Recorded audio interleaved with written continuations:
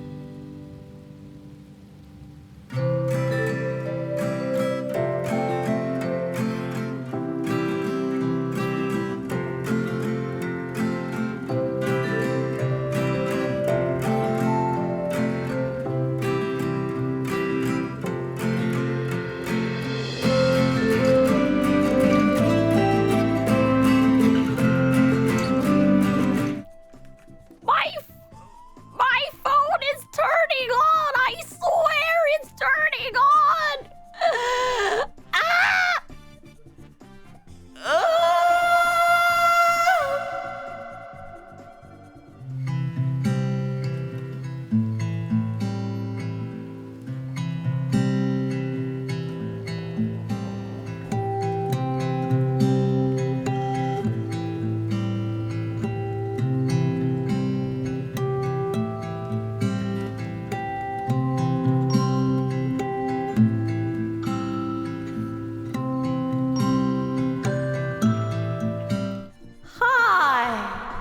Hello. Hi.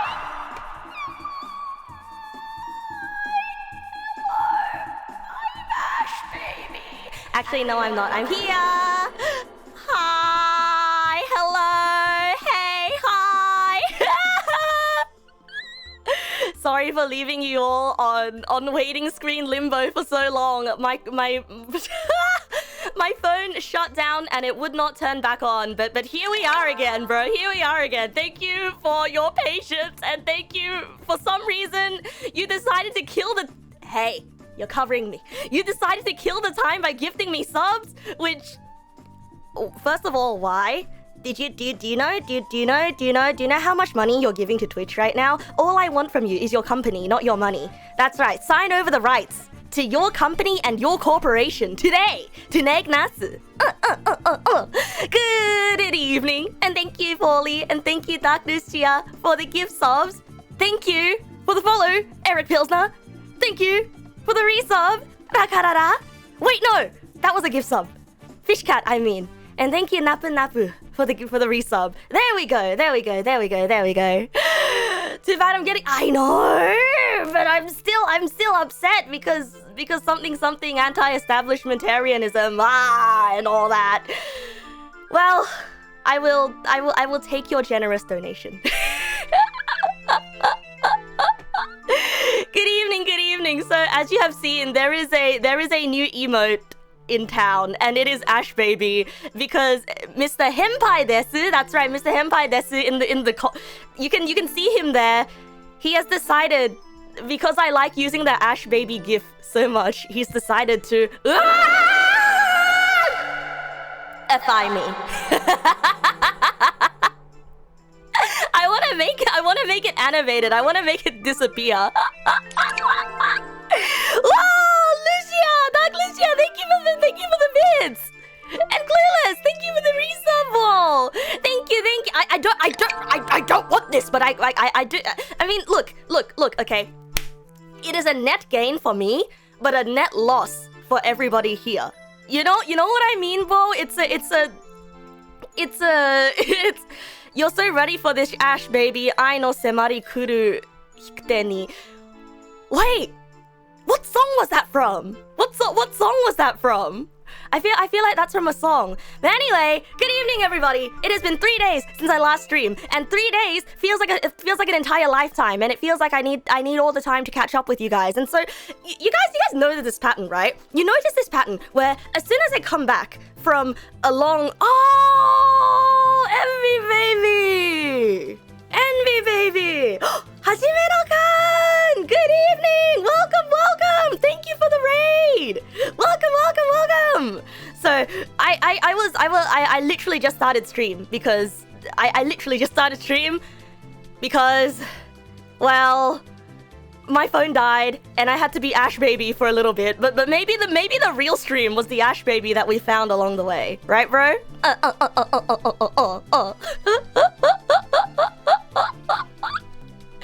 You just got the notification? Yeah! To everybody who had to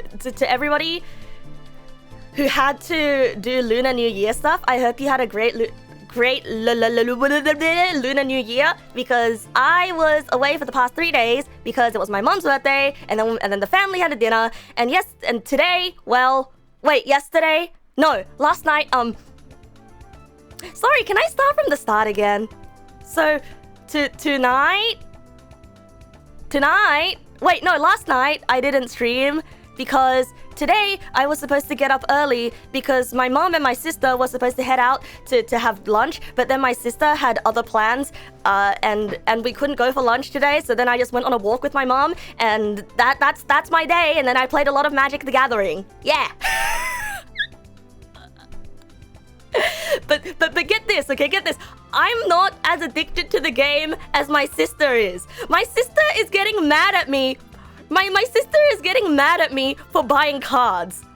I do. My sister's getting mad at me for buying cards because she's like, nah, you don't have an income yet, so you shouldn't. When is the chatting just? What game is this anyway? What? This is. Wait, am I on a game right now?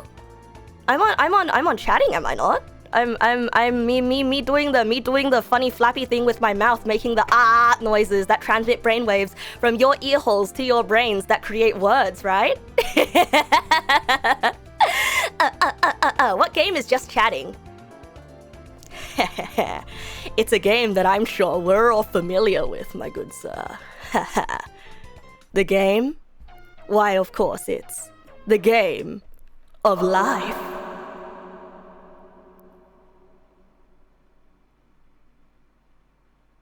The game of life. The game of life.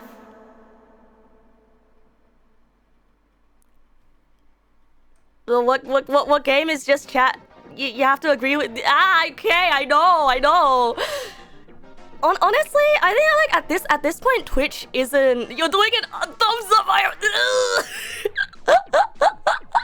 You know, somehow that hurts me even more than just being sent a thumbs up emoji.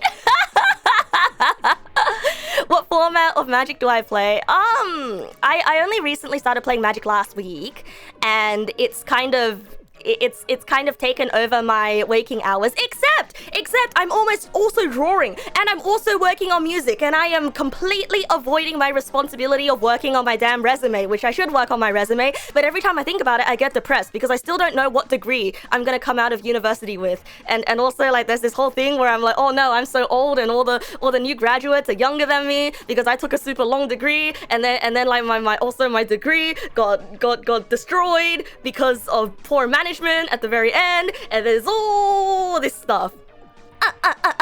You shouldn't have asked what is chatting. How is just chatting? Oh, just chatting is great. I have a lot of fun just chatting. Aw, thanks.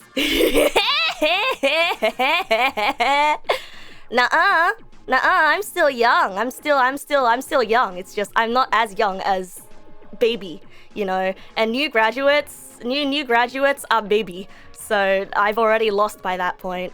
Going translation? No. I'm in software engineering. Unfortunately I'm a comp sci bro. I'm a STEM bro. I'm sorry. You guys expected a fun job from me. Actually, no, everyone here knows that I'm a STEM bro.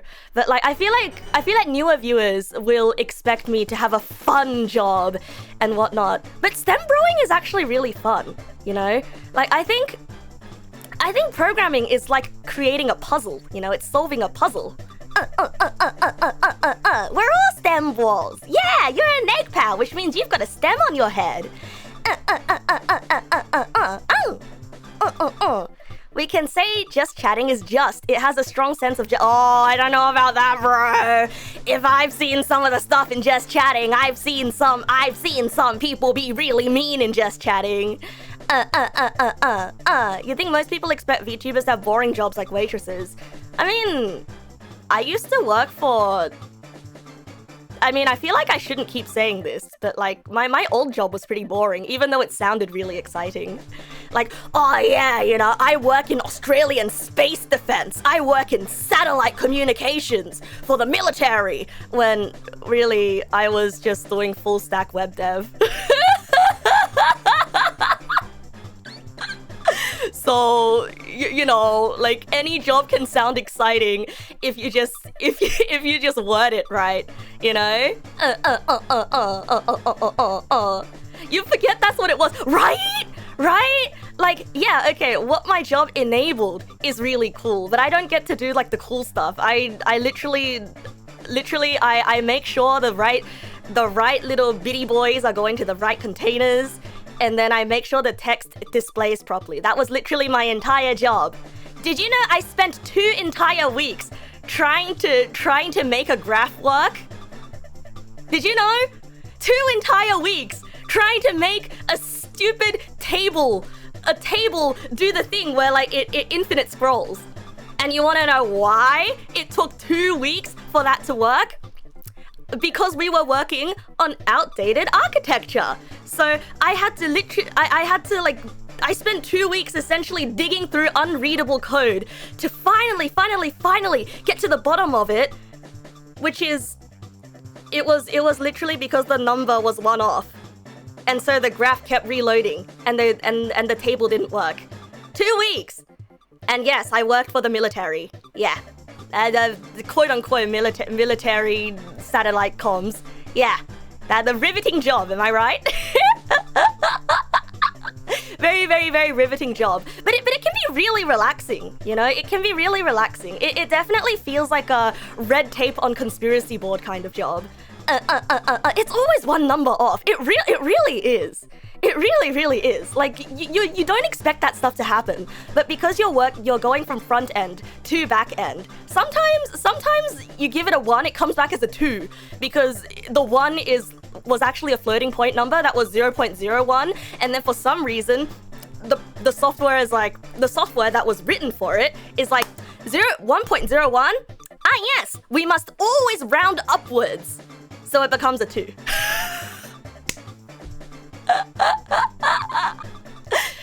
So, I kid you not, sometimes that really does happen. Because 2 parts don't do the same thing. You imagine me in full camouflage but holding a keyboard instead of a gun! That's me when the apocalypse hits, you know? Yeah, it was a bad idea making the numbers float. Honestly, just asking for trouble. This is a hot take. Throwing back to that one number stream. But I think decimal numbers should not exist. Just don't be a coward. Just use whole numbers. Just multiply it by 100 or by however many numbers you need. Okay, just move all the numbers up. I don't want to see no decimals. You had fun yesterday figuring out why a table would sort dates alphabetically and not by dates. They handled the date type, but no one thought to handle timestamps. Where you worked, there was a website that would use Selenium to log into itself, browse around, and take screenshots of itself. Some of that stuff is unhinged. Honestly, it does not have a hinge. It's either perpetually ajar or taped to the wall with like little strings, little silly putty and glue and strings. Oh yeah, also thank you for the follow, Leons. Welcome. Hey, what was I gonna say? Oh yeah, Magic the Gathering! I was talking about how my sister, when I bought a commander deck, when I bought a very cheap commander deck, mind you, my sister got on my case because she was like, "No, you don't have an income. You shouldn't buy Magic cards." Meanwhile, she's out here like buying boxes and boxes of cards. Yesterday she came into my room twice to be like, "Hey Neg, guess what? I bought a box off the Facebook Marketplace for $50. There's this guy that's selling all of his old cards." Yeah. Okay, but consider this. She has an income, but who's she gonna play Magic with if I don't have a deck? Who's she gonna play Magic with if I don't have a deck? She's just gonna give me all the shitty cards, and she's gonna be like, "Oh yeah, you can borrow all these shit." Music cut. I thought my audio died. Oh god. It's just music transition. Yeah. She's gonna give me all the shit. She's gonna give me all the shitty cards, and she's gonna build her deck first. And she's like, "Oh yeah, here you go. You can play with this one." And then it's gonna be just like when we were kids again. It's literally gonna be like when we were kids again, where my mom only bought like 1 pack of Yu-Gi-Oh cards. She only bought like, 1 deck, and then my sister's like, "Here, you can borrow it from me because technically mom bought it for me." But then when I want a deck, my mom is like, "Nah, we already bought one. Just borrow it from your sister." But because my sister technically owns it, she's not gonna give me the good stuff. It's just gonna be like that all over again, bros. It's gonna be like that all over again.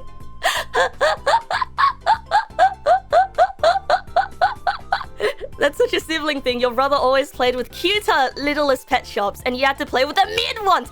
So true. This is the sibling double standard that I don't understand. This is a sibling double standard because if I don't buy cards, then who are you gonna play with? That's right. Yeah, sure, go to the local card shop. Yeah, sure, spend $20 every time you want to enter a local tournament and play with strangers instead of your own flesh and blood. Sure, why don't you just go beat up some strangers instead of your own sister? It's like you don't even care about me anymore.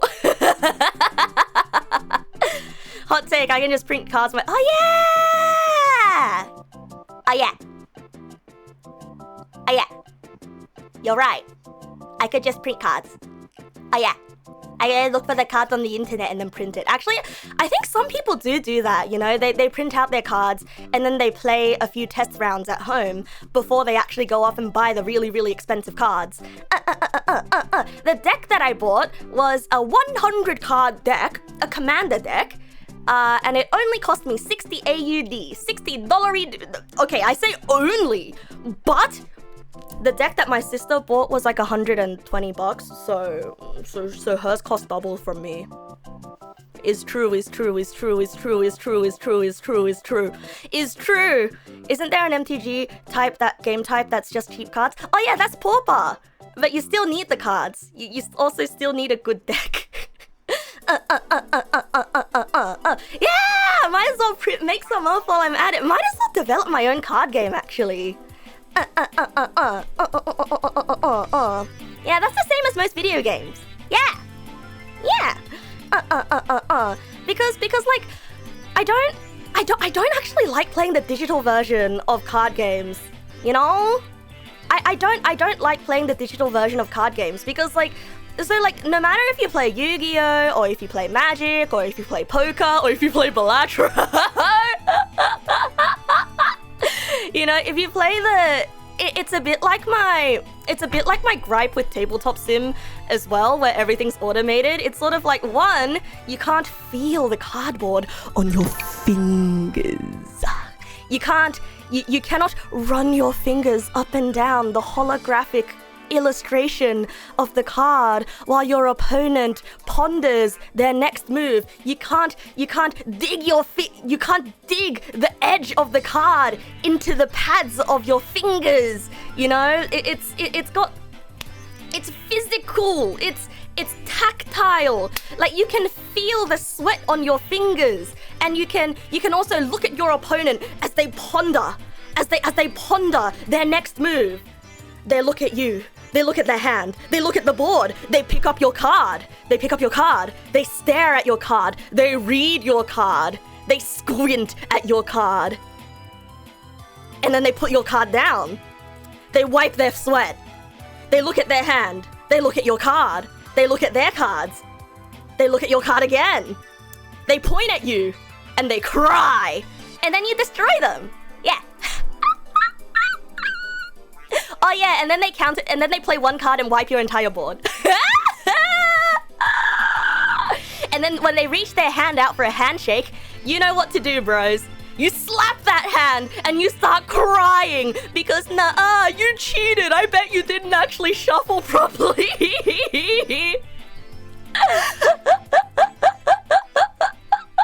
And that is why real life card games is so much better than digital.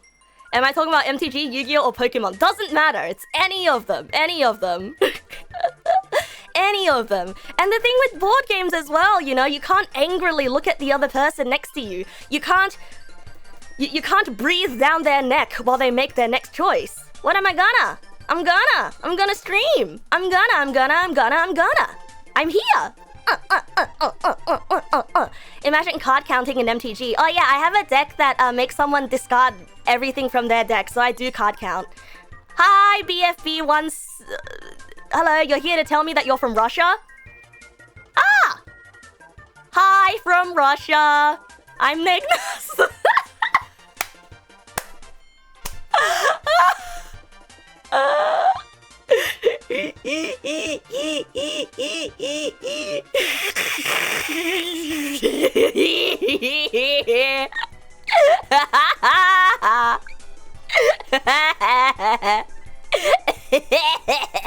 Thank you for the gift sub to Riot Moss, by the way, Anonymous. I almost forgot to thank you while I was ranting about my card games.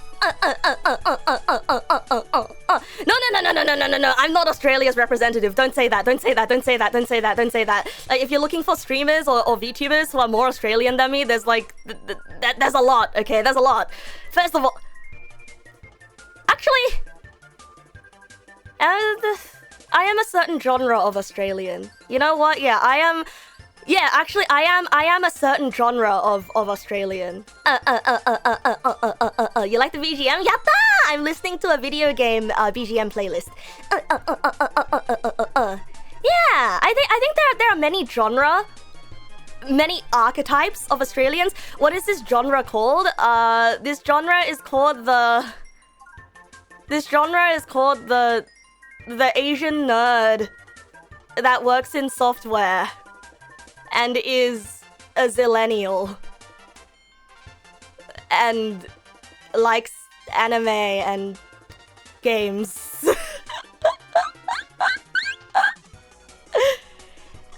You know, this sounds like it sounds like I'm being specific, like weirdly specific, but this actually is a genre. Okay, this actually is a genre. Yeah, it's not specific to Australia, but there is something that we Australians have and that went through that the other countries do not. First of all, I grew up watching Toasted TV. Second of all, I grew up on Yummy Le Snack. Yeah, Toasted TV. Toasted TV is like this this morning TV show that shows anime. Back in your day, it was called Cheese TV. I just remember Toasted TV. You're gonna go back to gaming and watching TV shows at work? Okay. Hey, you're gaming at work. I'll see you later, Lucky. You had Fox to watch the 4Kids anime? Yeah, there was always Adult Swim. Yeah, so anyway, I've been consumed by the card games. In fact, I've been working on commissions for my friend who's working on, you know, their own card game, and so I've sort of been caught up. I've sort of been like caught up in that, and it sucks, bro. It sucks. I've improved in drawing so much, and there's so many drawings I've made that I want to show everyone, but I can't because it's under friend DA, and it's also gonna dox me, and it's just really sad. Consumed by card games sounds like Inscription to you. It kind of does. Although Inscription didn't really consume the protagonist, it kind of just killed him. IWS! Good evening! Welcome! Thank you for the resub wall! Aww! Thank you, wall. And good evening, Mary Lily. You found out this stream randomly. You've never been happy about doom scrolling while protagonisting your life. Procrastinating. No, I genuinely, I feel that though. I really...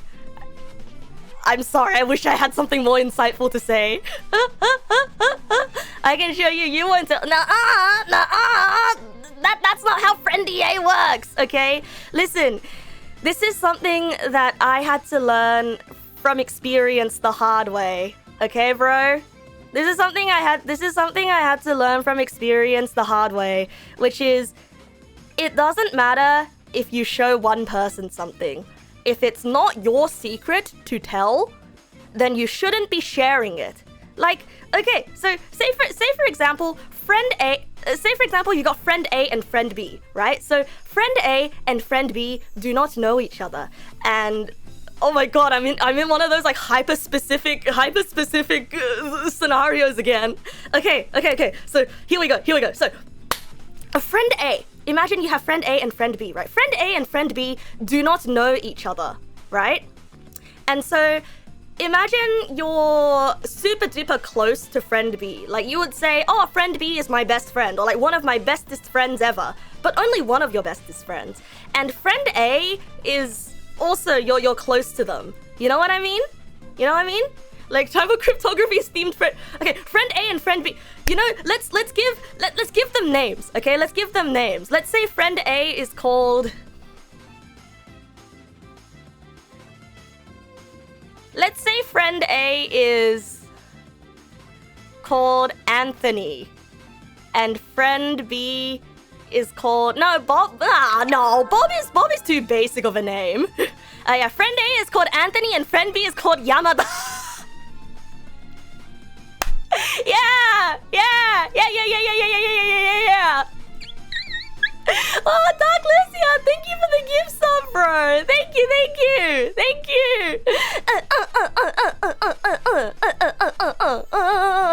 Actually, no, let's use different names. Okay, I'm gonna use someone's name from chat. I'm gonna use 2 people's names from chat, and when I open my eyes, the first person to say something, I'm gonna use their name. 3, 2, 7. Okay, friend A is oh no. Wait, I've opened my eyes again. No, again. 3, 2, 1. Friend A is Torashi. Okay. Now friend B is Mad Pew. Friend B is Mad Pew. Okay. So, now let's begin the simulation.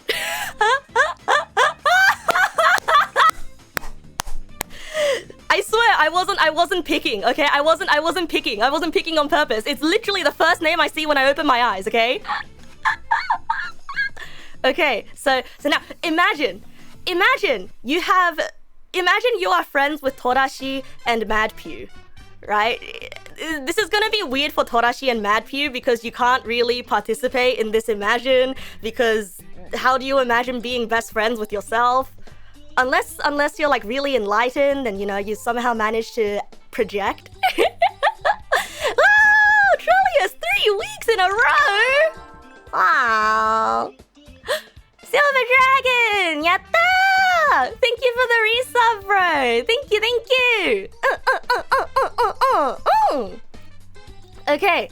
Okay, so imagine you are best friends with both Torashi and Mad Pew.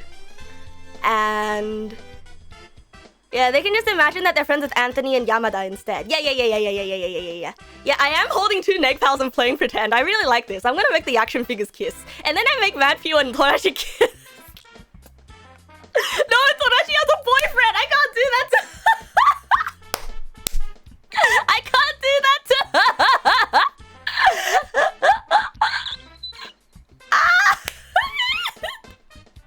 Yeah, wait, yeah, Mad Pew is a dad! No, wait, how are you gonna explain this to your son?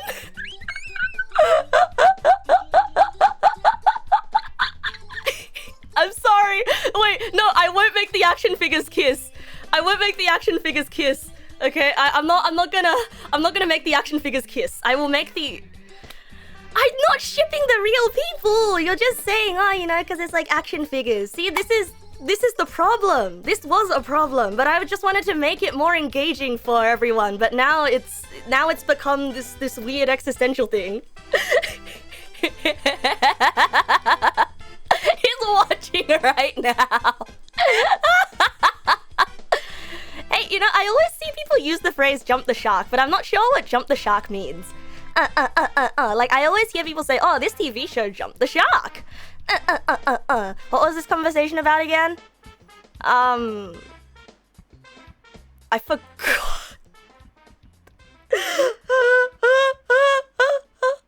Wait, I needed 2 people's names to make a demonstration about a hypothetical situation where 2 friends don't know it. Okay, I remember. Okay.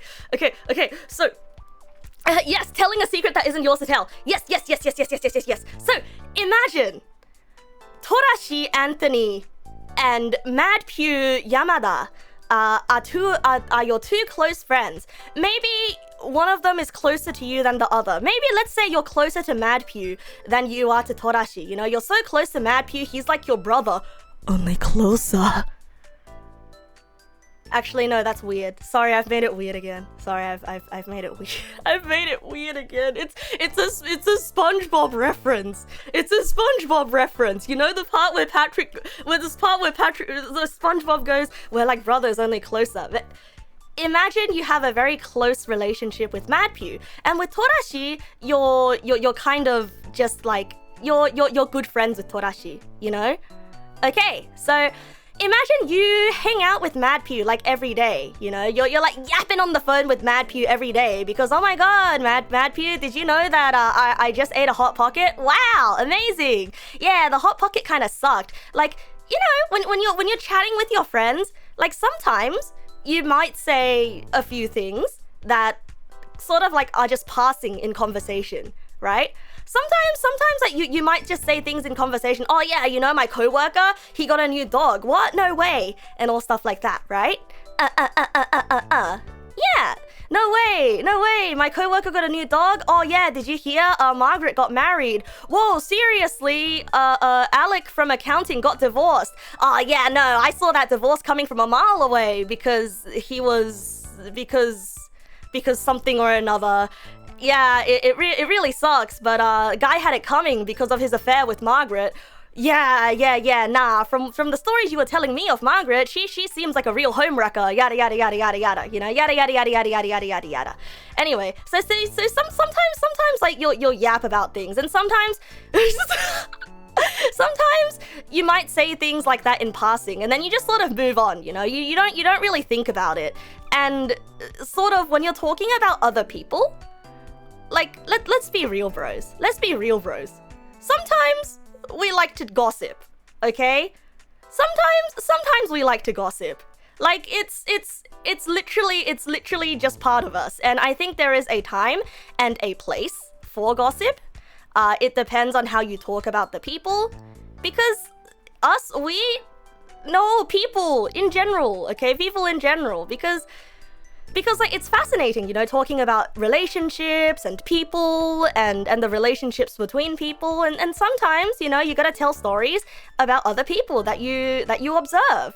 And hey, we can all get a little bit judgmental sometimes, you know. I feel like there's no point in pretending to take the high road. Doesn't make you a bad person, but once again, you know, there is a time and a place. Yeah, there is a time and a place to be judgmental, yada yada yada, and all that stuff. But anyway, so imagine you have this very, very friendly, yappy relationship with MadPew. And generally, if you are a very close friend with someone, like you would expect like what you two yap about stays between the two of you. You know what I mean, bros? You know what I mean? Like you would expect that, like, oh yeah, you know, it's just we're just yapping, passing the time, and we're like super close. So it's and you know, MadPew and I go way back. We don't in real life, but in this scenario, imagine that we do. Okay? All right, and now enter Torashi Anthony. You know? Yeah, you're always shocked when meeting a friend of a friend and they go, oh yeah, your friend talks about you all the time. And you go, huh? What? Why? Yeah, because they like you. Because they like you. And it's always a pleasant surprise when you find out that, you know, your friend gushes about you all the time. I don't know. I tend to not like to gush about my friends to other friends because it makes me... I don't like gushing about my friend to another friend. Oh, Anonymous, thank you for the gift sub to Weird Bookshelf. Oh, thank you.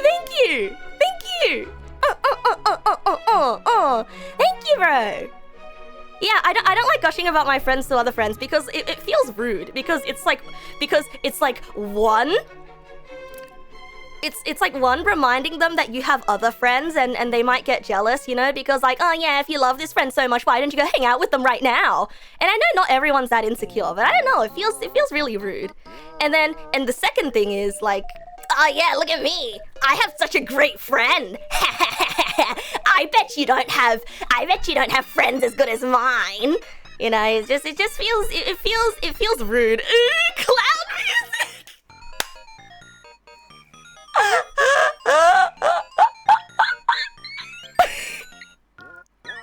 You know what I mean? I like gushing about my friends to you guys though. I don't know. I feel like streams are places where I get to let everything out.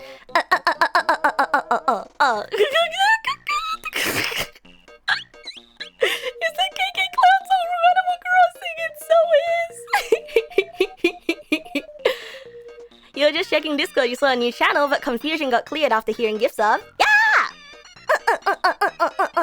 Welcome to the backstage, bro. The pantry.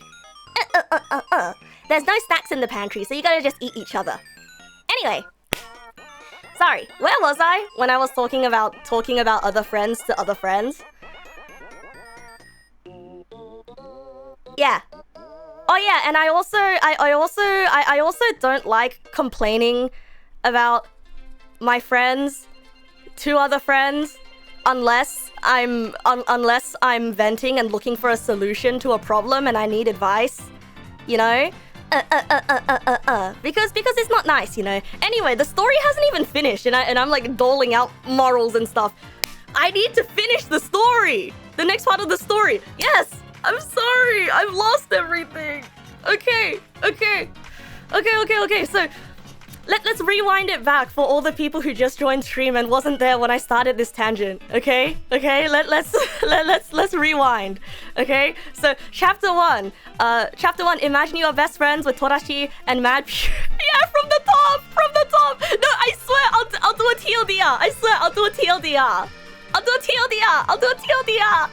Hi, Laguera. Good evening.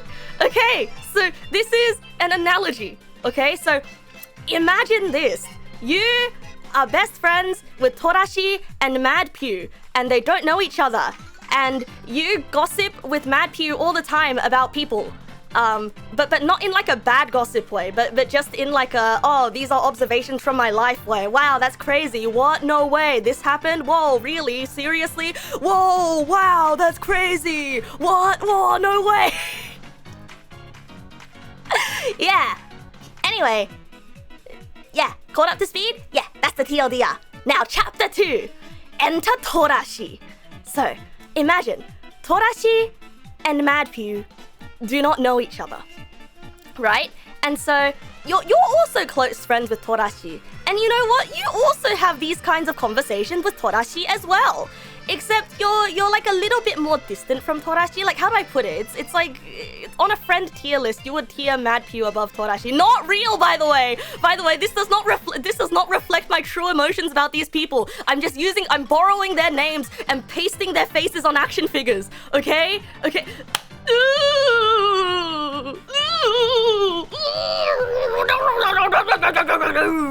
I don't have a tier list of friends. And sometimes you just vibe with someone more than you vibe with someone else, and that's normal.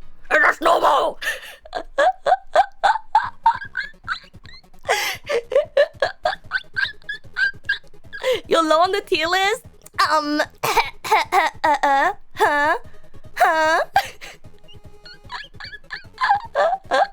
Nah, you're not even on my friends list because you haven't sent me a single email yet. As a lawyer, you suggest me to sue my therapist? That's fine. She supplies me with drugs. It's fine. Prescription drugs. Okay, prescription drugs. Okay? Listen, I am choosing to be this way right now because I'm on my prescription drugs. You see, I can choose to stop being like this at any time I want. But this is the real me. And this is how I truly am.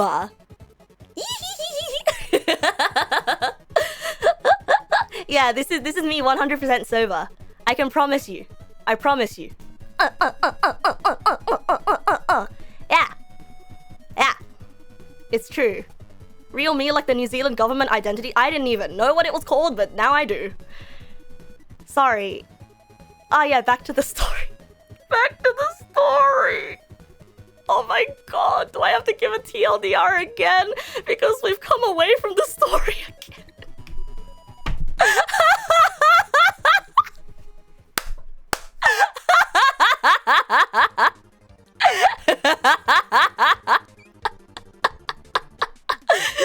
Everybody is begging me to just continue.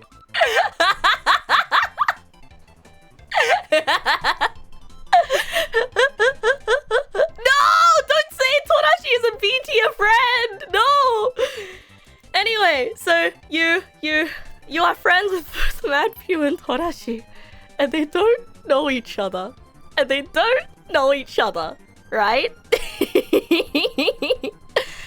and so Torashi one day tells you something personal about herself, right? She tells you, I'm sorry, Torashi, I'm about to embarrass you with like a complete lie about you that doesn't even exist, okay? Okay? is Mad Pew being medicated? Yes or no? That's between him and you, because I have no information on this. Yes. So Torashi tells you a piece of information that just comes up in conversation, right? And she's like, oh yeah, did you know my middle name is Gertrude. Yeah. She tells you that her middle name is Gertrude. And that she hasn't... Yeah. Yeah. She tells you her middle name is Gertrude, and she also shows you a picture of... Okay, maybe she doesn't show you a picture, but she tells you about a rash on her left butt cheek that's been really bad because she recently got bitten by a eastern brown snake on her butt when she was peeing, and it was traumatic. Yeah. Yeah. You got that? Yeah, Gertrude? Bitten by a snake? You following? Okay. Okay, so a daily life occurrence, I'm sure. She survived, okay? She survived. That would cause a bit more than a rash. Well, she survived. She survived. She went to the doctor and the medication gave her a rash, okay? You could have just said a middle name, but I added all that. Yeah, it has to be embarrassing somehow, okay? It has to be embarrassing somehow. I thought of the middle name, and then I was like, you know, it needs to be a little bit more embarrassing. Okay. So, after you learn this information, you're like, oh wow, no way, I'm so sorry for your loss, Torashi, and wow, that's so cool. I didn't know you have a middle name. And she's like, yeah, you know, like, it usually doesn't come up, but there you go, that's my middle name, you know? Your loss of, like, a non-itchy butt cheek, your loss, you know? Like, wow, I'm so glad that you survived.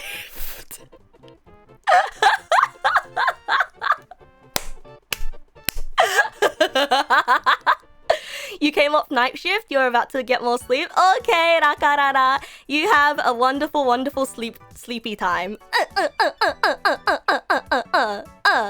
On a scale of 1 to 10, how would I rate my burping on command skills? Like a 1. I cannot burp on command. I've tried before, I physically cannot. Hey, Nosville, why did you just send Lost? Yeah, I know, it is a skill issue. It's really bad. I wish I could burp on command. Unfortunately, I have to drink a lot of carbonated drinks for that to work. Anyway, where was I? Yeah, Torashi, itchy butt rash, bitten by a snake, survived, and middle name is Gertrude. Okay, so she tells you all this, and so you know, you have your conversation, you express your Gertrude's loss, and then you move on, right? And so let's say about like a month later, you know, like everything's settled. A month later, you trauma dumping to your friend. No, it just comes up in conversation, okay? We're having a deep imagine we had a deep personal conversation, right?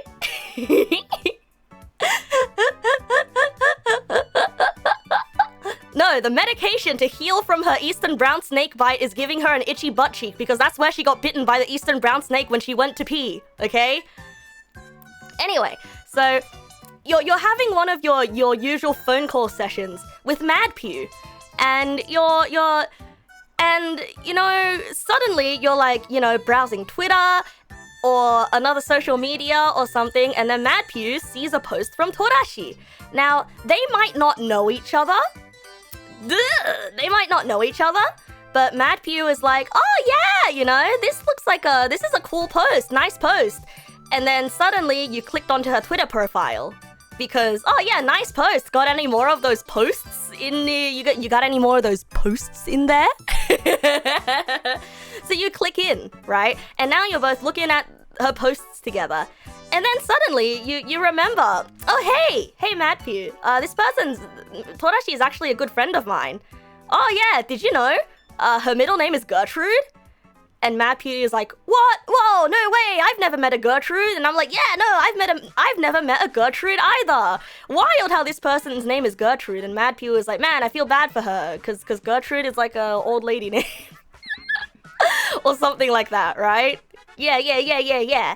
And then the conversation continues, and you're like, oh yeah, did you know Torashi, she got bitten by an eastern brown snake when she went to piss. And Mad Pew was like, what? No way, that's wild. And you're like, yeah, that snake sure was wild. Ha ha ha ha ha. Because she didn't see it coming. It bit her on the ass. And Mad Pew is like, wow, that's crazy.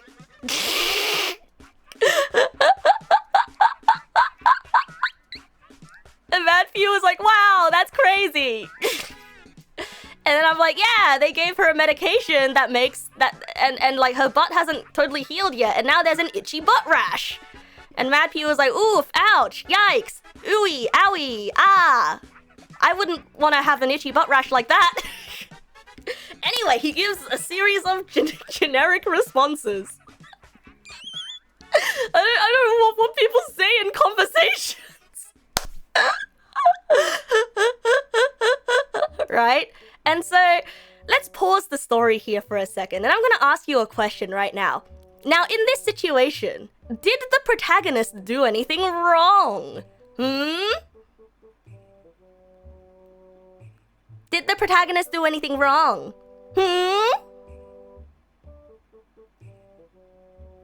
Let's not pause it and say we did. You really want this story to go. You really want this story to leave. Yeah, right. Okay, so we all agree that the protagonist did something wrong, right? Because you said we were the protagonist, so you're not wrong. Okay, so, but now the next question is it, did the protagonist, now this is something that a lot of people will argue, but did the protagonist really do something wrong? Because Mad Pew and Torashi do not know each other, and you know, it's not like you damaged an existing relationship, and it's not like you're spreading rumors. You're just sort of having casual chit-chat, right? Yeah? Any thoughts? Any thoughts? No thoughts? You'd say not really? You're literally spreading rumors. Yeah, exactly. Exactly. You are literally spreading rumors. But at that point, spreading rumors, but the rumors are real. Right. Like, it would... I would personally say stuff like this is a case-by-case situation where... talking about people... Yeah, it really depends on what it is, because the example is too crazy. It's frying your brain to figure out the morality of sharing the butt snake story. The middle name is a bit bad. Ooh! Oh, okay, that's interesting, because I thought sharing the butt snake story was more embarrassing than the middle name. But actually, you raise a good point. Middle name is identifying information. Right, it's really situational, because on one hand, you know, if Torashi didn't tell you that the butt snake thing was a secret, right? If she didn't tell you the butt snake thing was a secret, or that her middle name was a secret, yeah, they're both stories not really for you to tell. Right. Mad Pew might spread rumors to others, but the rumors will evolve from there. Right, but like, once again, you know, you two are very close friends, and you generally share stories like this, and you trust your close friend to be a good person, you know, to make sound judgments. Because like, I feel like nobody out there is immune to telling stories about things that have happened to other people, right? I mean, I feel like I tell stories about things that have happened to other people all the time. You think the butt snake story would be fine to tell as long as you don't say who it's actually about? Yes, exactly. But now the next question is, what if you didn't say who it was about? What if you didn't say who it was about? And let's say Mad Pew and Torashi might have some mutual friends, other than yourself, right? And they know. Let's say Mad Pew knows. Let's say you shared a story about the butt snake, and Mad Pew doesn't know Torashi, and you don't say it's about Torashi. But then we run into the issue of everyone thinking the salmon on the counter was yours. Wait, what? Yeah. So my next question is, right? Like, if you didn't say it was Torashi and it's anonymous, but Mad Pew and Torashi share mutual contacts, right? What if they shared mutual contacts? And let's say one day, Mad Pew comes across Torashi completely out of the blue. And then she mentions that, oh, hey, I'm also friends with Neg. And then you find out that Torashi had an encounter with an eastern brown snake. But then she doesn't say anything else. And then suddenly your brain unlocks and suddenly Mad Pew's brain unlocks and he's like, oh, she's the butt snake girl! She's the butt snake girl! Yeah! No, but Torashi doesn't say that the snake bit her on the butt and she has a rash on her butt. And she doesn't say that her middle name is Gertrude. She just says, you're the butt snake girl! Like, she just says, oh yeah, I got bitten by a snake once. It was bad, right? But then Mad Pew in his head is like, oh, butt snake girl! And now Mad Pew has this piece of information about Torashi that he was never told by Torashi. Now the morality of this question, of this story, it twists and it twirls. It twists and it twirls. Ooh! Butt snake! Ah! Thank you, Anonymous, for the gift sub to Butt snake! Ah! It twists and it twirls like a butt snake. Like the snake that bit your butt. Yeah, you wouldn't Torashi have to talk about it for the dots to connect in the first place? That's true. I mean, what if she just offhandedly says that she got bitten by a snake and like there was a general time frame and they're both friends with Neg Nasu, or they're both friends with you. Sorry, in this situation, you are Neg Nasu and I am you and you are me, you know? Then why would Mad Pew immediately go to butt snake? Because of context clues. I didn't spend time cleaning up all the plot holes in this story, okay? You have to believe me, bro. You guys, you have to believe me. A better hypothetical would be they talk to someone else entirely and ask, but who was butt snake girl? And the other person tells. Yeah, but then that defeats the purpose of it being a moral conundrum for the protagonist, because then now the other person is the one with the moral conundrum, no? Yeah, wait, stop. You get that problem where someone mentions thing A and another thing B and they fit together like puzzles. Yeah. It's supposed to be like that, right? Like, person A mentions something and then person B figures it out and they all fit like puzzles, even though person A didn't explicitly tell a secret. Anyway, I said this whole thing to avoid showing you my artworks. I made this whole thing up to avoid showing you my artworks because it's friend NDA and it's a promise I made to a friend. It's a secret to them, and even if you don't know this friend, I cannot be showing things between us. Yeah, that's why we came. Yeah. That's why we got here, and it was supposed to be. It's supposed to be the story. It was supposed to be a story about you can't tell other people's secrets, even if you think that it won't affect you.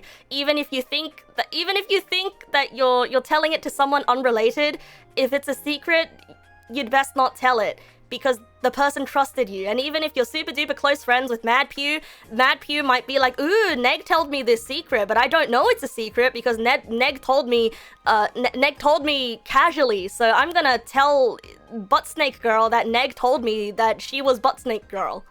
And then Butt Snake Girl is gonna be like, Neg, why did you tell this person that I'm Butt Snake Girl? And then Neg is gonna be like, what? No, I didn't tell them you were Butt Snake Girl. I just said I knew a Butt Snake Girl. I didn't say you were Butt Snake Girl. Yeah. And then it's just...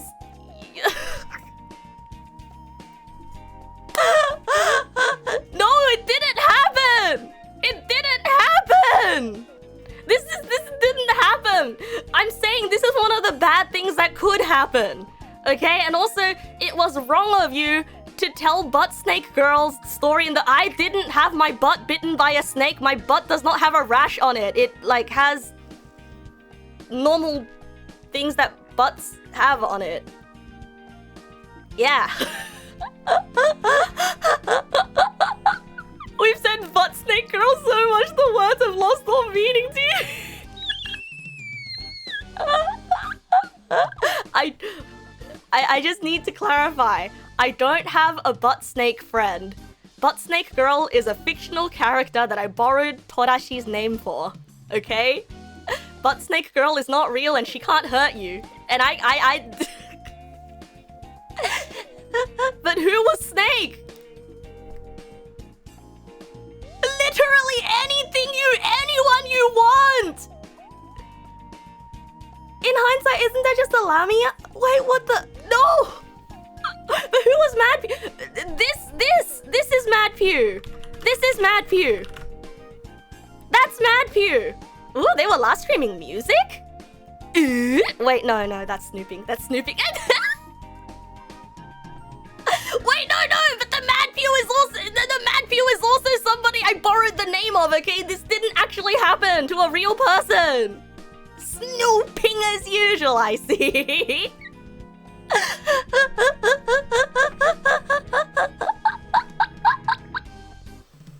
Excuse me, Neg, but I had to fight Butt Snake Girl because she broke into my house. Did she now? Well, it's not my Butt Snake Girl because my Butt Snake Girl is fictional. Then who's Torashi? You're Torashi! You are the actress of Butt Snake Girl, and Mad Pew is the actor for the guy that I told the story to Butt Snake Girl about Butt Snake too. Yeah. Yeah, Goblin Nasu is real and definitely can hurt you. Then who are you? You are Disaster Millennial. No, you weren't the snake. You are not an Eastern brown snake. You are a viper. Very different. Can you redeem karaoke? Can you sing Uptown Girl but with different lyrics? She's just the Butt Snake Girl. Who are you? You're Argomondo. Well, we're on Butt Snake Girl too? No, there was no Butt Snake Girl. Who is the snake eat butt?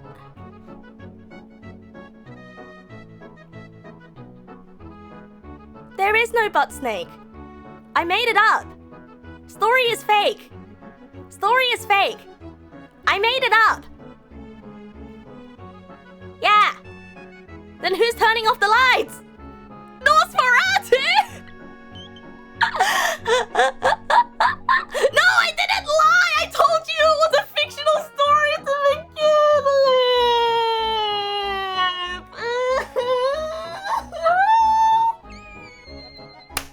I told you it was a fictional story at the start! When do they don't kiss! Because Torashi has a boyfriend and Mad Pew has a son! There is no buts. Look. I'm just trying to say, okay? I'm just trying to say that if somebody tells you a secret, you can't tell their secret to someone else. Okay? You can't tell their secret to someone else. Okay? Even if you think that the other person is unrelated. Yeah. Because it's wrong. What does that have to do with the rash? Because it's embarrassing and it was... And Torashi might not have wanted you to tell someone about? Yeah. Yeah. You'll be sure to hold the secret of my snake butt rash. I don't have a snake butt rash! I don't have a snake butt rash!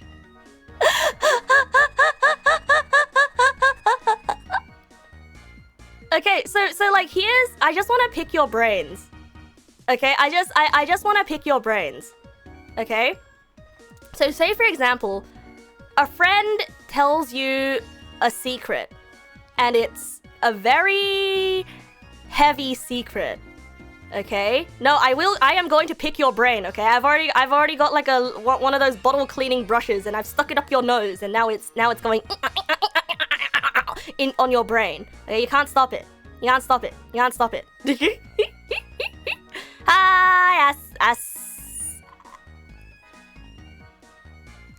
taster 35. Hi.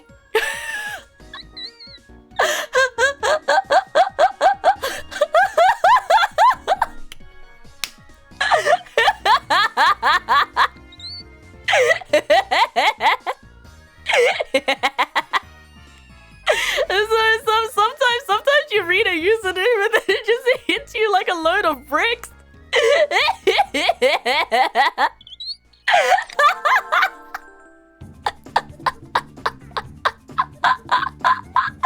Greetings, hi, thank you, Darkness, for the gift sub, thank you. Twitch algorithm doing its job. You know, Mr. Ass, Mr. Ass. Sorry, Mr. Taster. Sorry. You know, Mr. Taster, we were just telling a fictional story about a girl who got her butt bitten by a snake, and we've been calling her Butt Snake Girl. so it may have. So the timing of you saying hello is amazing. They really did make an ass out of me. Hink honk, Anyway, what was I saying? Yes, I was asking about a situation where... Now imagine the Butt Snake Girl... Wasn't Mr. Ass a Nintendo... Why would Nintendo release a game called Mr. Ass? I feel like that would not pass censorship ratings. Yeah, that would not pass child-safe ratings. Like, you would not give your child a game called Mr. Ass. Anyway, enough about Mr. Ass. Sorry, even though you just walked in. So, in the situation, let's say a friend tells you a secret, right? A friend tells you a secret.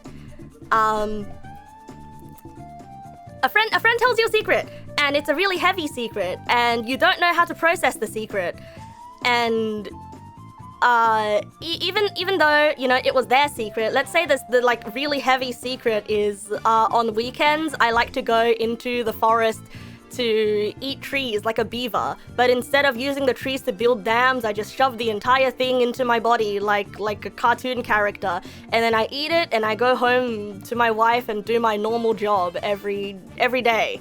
Every day at 5 p.m. Wait, no, every day at 9 a.m. I go into the forest and I eat a tree. And it's a wonderful thing.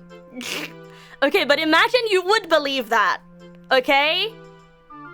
Imagine you would believe that. Okay? That's not particularly heavy, especially since trees are heavy. And then they say that fine.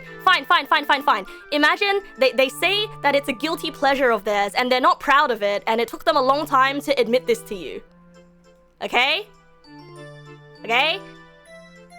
And you pretend that it's possible. Okay? Then that would be a secret. Right, exactly. But then, like, you go and you're like, sweet, nice, wow, that's crazy. Thanks for telling me, thanks for trusting me with this secret. And then, like, you go back to your computer chair, and then you swivel around in your computer chair because it's one of those spinny chairs that swivel around. And like, while you're spinning around, you're just thinking, like, man, an entire ass tree. Not related to the ass snake, but an entire tree. Wow. Every day? Jeez. This is my close friend. Are they gonna be okay? I mean, I know, like, yeah, it took them a long time to tell me, but wow, I know why it's a secret, and I still love this friend, you know, and like, I still care about them, but wow, a whole tree, every single day, and you just can't stop thinking about it. It's like consuming your life, because you can't get past the whole, wow, a tree every single day? One entire tree! That tree has been growing in the ground for like 100 years. And this guy just comes and just, you know, mows it down like a beaver and then shoves it into their mouth like a cartoon character, putting a hammer into their pocket like an Animal Crossing character. You know? Including branches, bugs, bird's nest, everything, spider webs, like tree diseases. They've been doing that this whole time? Jeez. You know, I don't know how to feel. Extreme Ross, thank you for the sub. Thank you. Yeah, you know, the tree thing is pretty extreme, right? You're reporting them to the police, but it's a secret and you really care about this friend. It's a secret. You really care about this friend. So, what do? You know, you want advice. You want advice from someone. You want to vent about this to someone. And like, you feel a little bit bad because, I mean, it's their secret, it's not mine, so why do I feel strange about it? I feel like I need to talk to someone about this, you know? But it was a secret. So what do you do? And imagine you don't have a therapist because they're expensive and you can't afford one.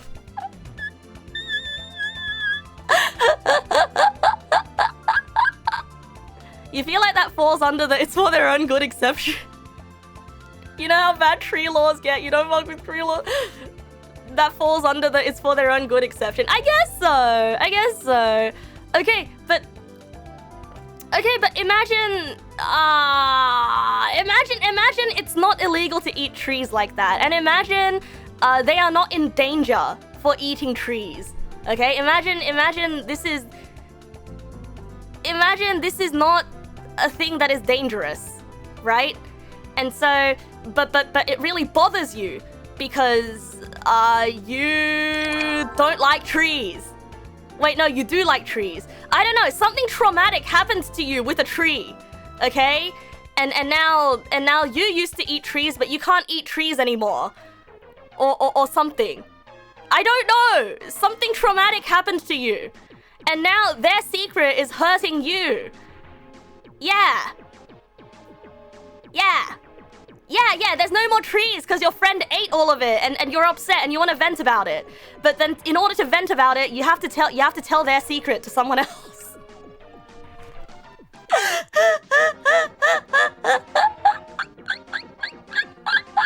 What then, huh? What do you do then, huh? Huh? What secret it is? What species it is? It is a Pinus sylvestris. Yeah, it's a Pinus sylvestris tree.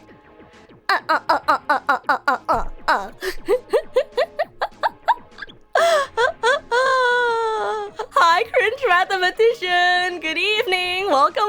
Thank you for the resub. When you were little, a thunderstorm had a lightning strike and felled a tree next to your grandmother's house. Oh, geez, wait, did this actually happen? Did this actually happen? Oh. Wait, if it's upsetting you and they told you full well knowing it would make you upset, then the friendship ain't gonna last. Okay, but imagine the friend who eats trees knows a little bit about your trauma, but didn't actually think it was as big of a deal as it actually is. And you didn't know that it was gonna affect you this much as well. You know, like you thought that you were gonna be okay with hearing a tree-related secret, but like after hearing, yeah, it's your trema, right? The tree's a euphemism for sour worms. No, the trees are not a euphemism for anything. Like, okay, imagine the friend telling you the tree thing. They didn't know. Okay, well they're wrong. Friendship as endangered as the trees and the animals they're eating.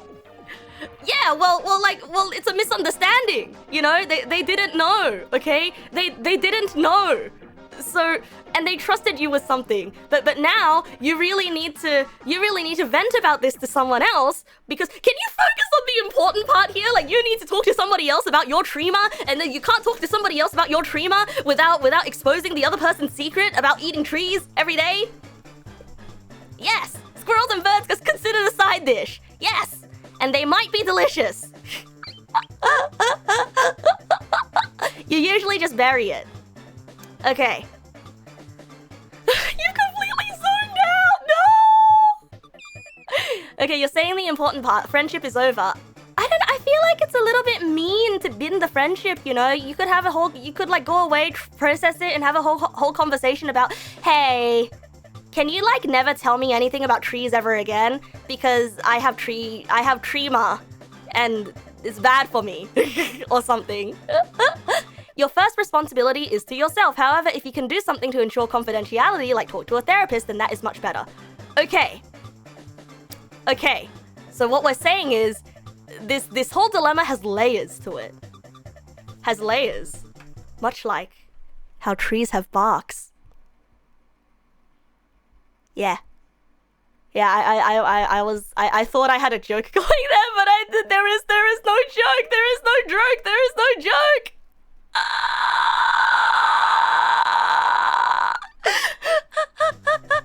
I've injected so many variables into this, you don't know what the layers are anymore. Wait, can somebody... Yeah, it has layers because multiple people are being harmed now. Yeah. Wait, can somebody... Can somebody put this metaphor into real person terms for me? Because I'm too afraid of using realistic examples, because I'm too afraid of using realistic examples because I feel like someone out there might have experienced something similar and they're gonna be like, it's me, it's just like me, for real, and it's gonna make them upset. You know? I don't want to upset anyone with using a real example. Can someone else do it? Can someone else do it for me?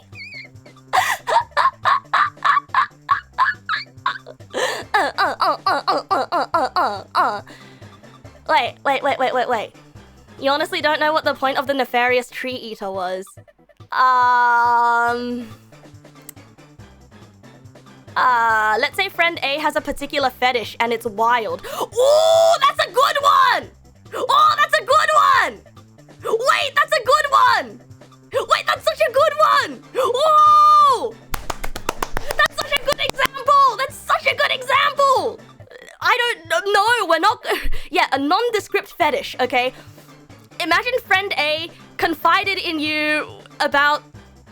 No, not me. I also don't particularly like feet. I like hands and feet the same amount. Anyway, yeah, so imagine friend A...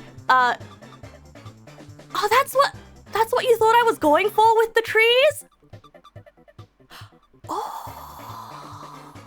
See, I just wanted to concoct something really wild and out there. Wait, actually, it fits so well.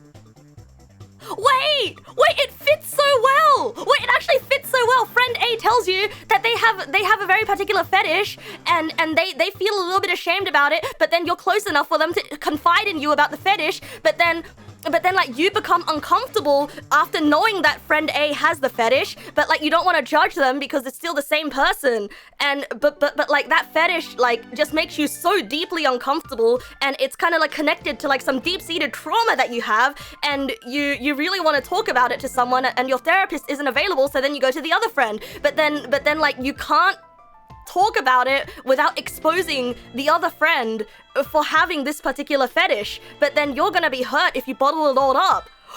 Oh, wait, that's such a good metaphor for the tree thing. I mean, the tree thing is such a good metaphor for this thing.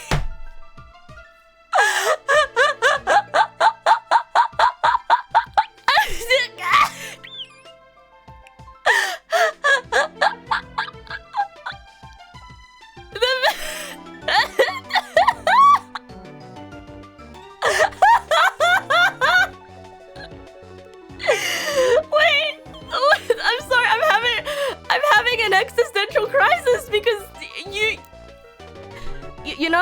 need to pause the music for this, but you know, you're like the person that walks into an art museum and ascribes meaning to art that the artist is like, I don't know, I just painted it because I thought it would be funny, but then you analyze it and you gave it real meaning. I feel like that just happened to me, and I'm the artist.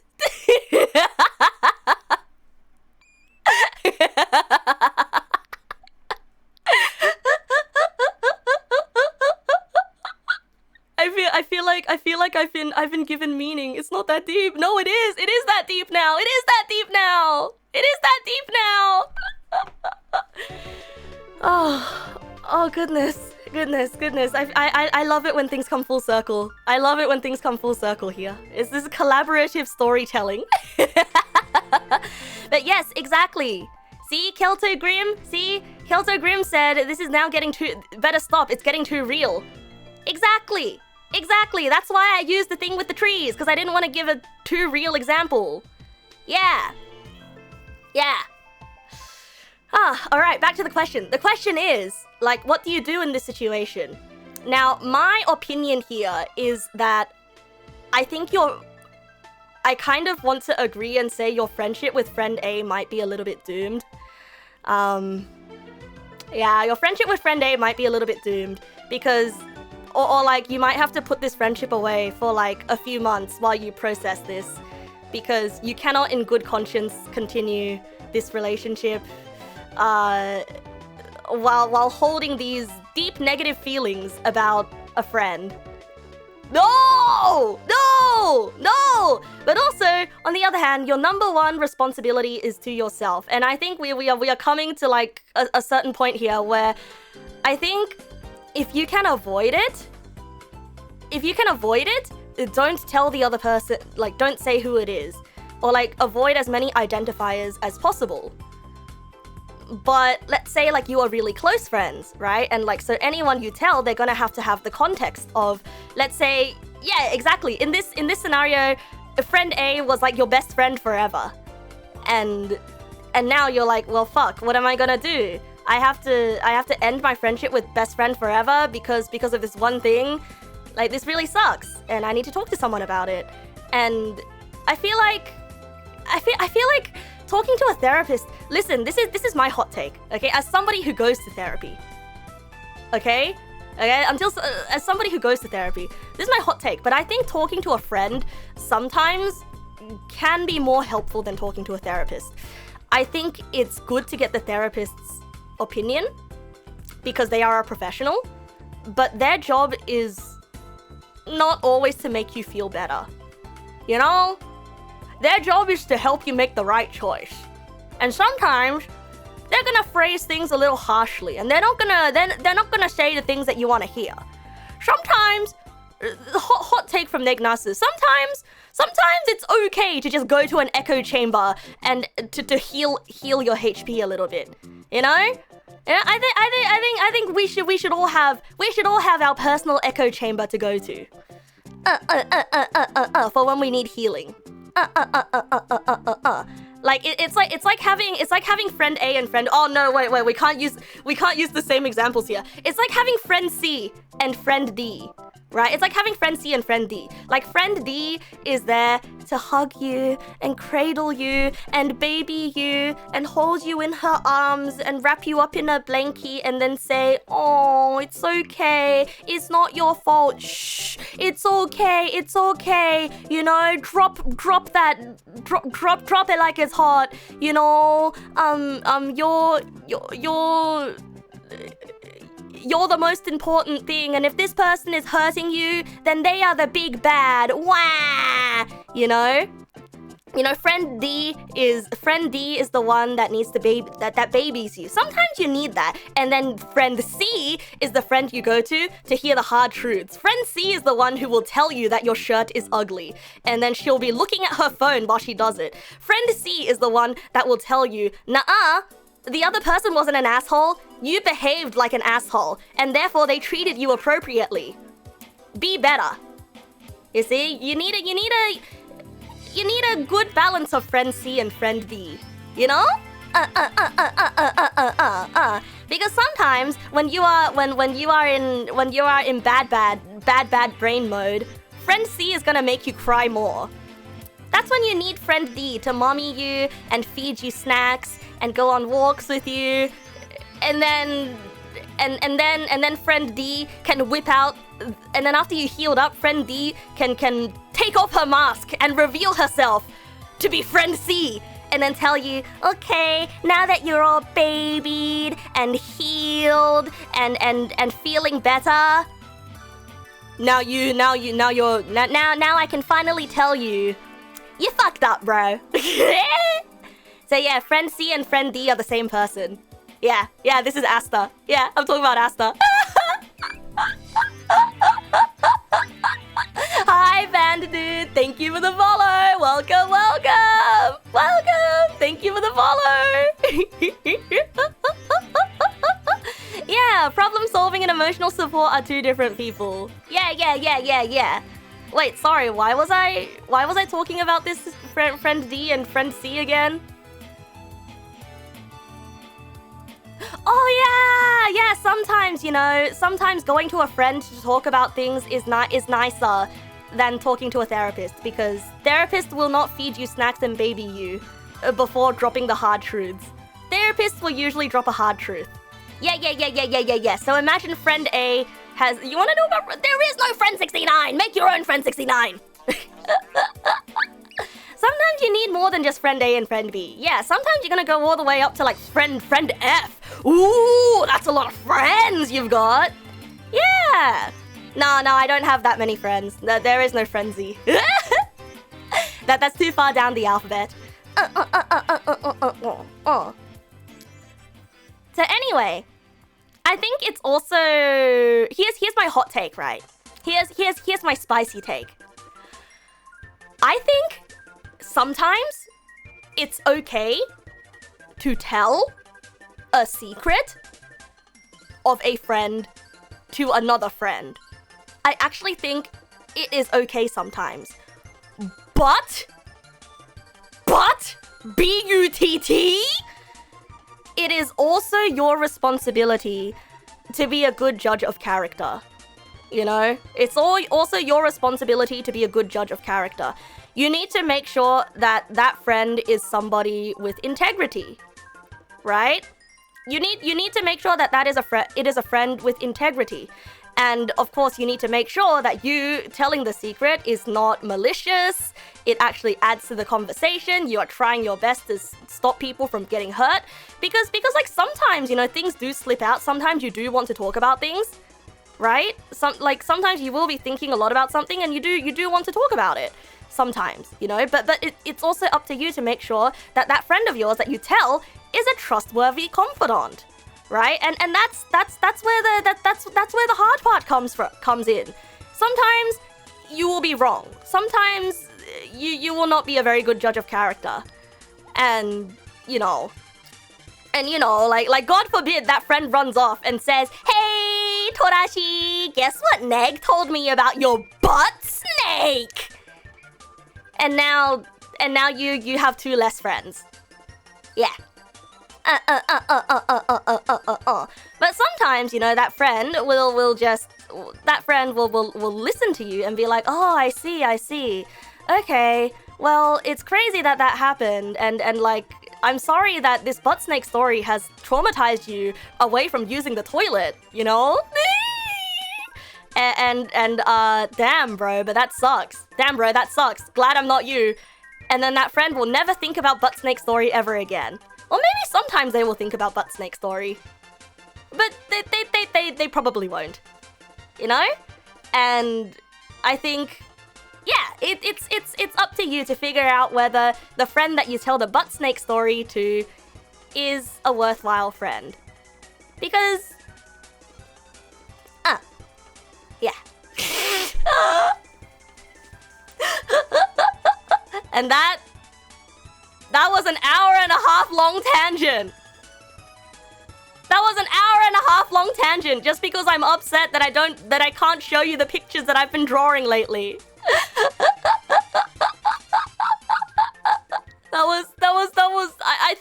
I think we got to the end. I think that's the end. It's the end. Yeah, it is about it is about the pictures that I was drawing. So are you the snake in this? No, unless you bit someone's butt and gave them a rash.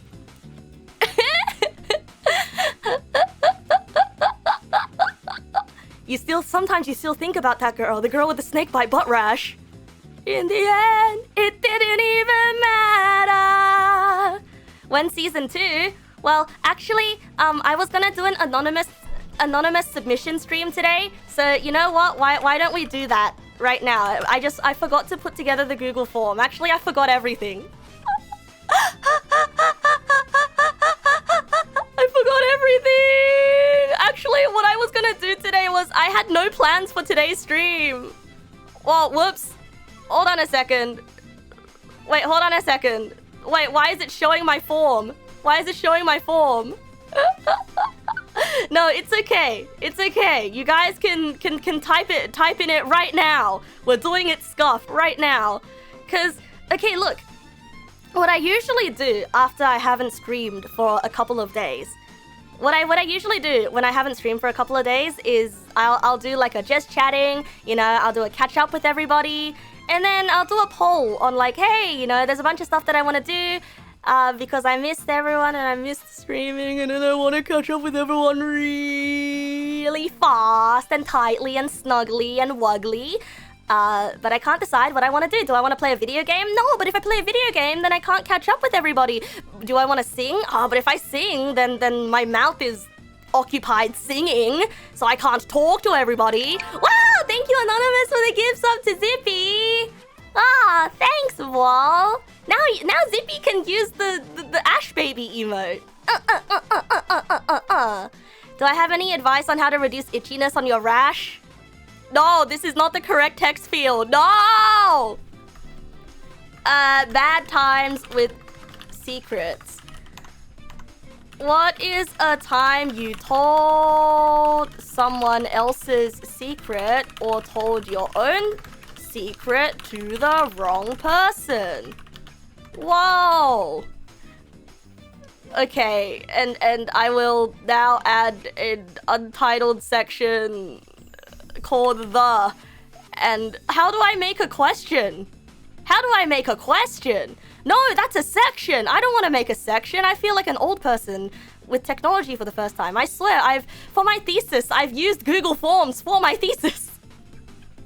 I just completely forgotten. Add question, multiple choice. No. Paragraph. The. Yes. Okay. Now, I can publish this. And I can send it. Copy responder link. Shorten URL. There we go. Ta-da! I don't need a plan for stream. I need one single tangent and boom, there's enough content in it for the whole thing. More tangents than a circle, baby!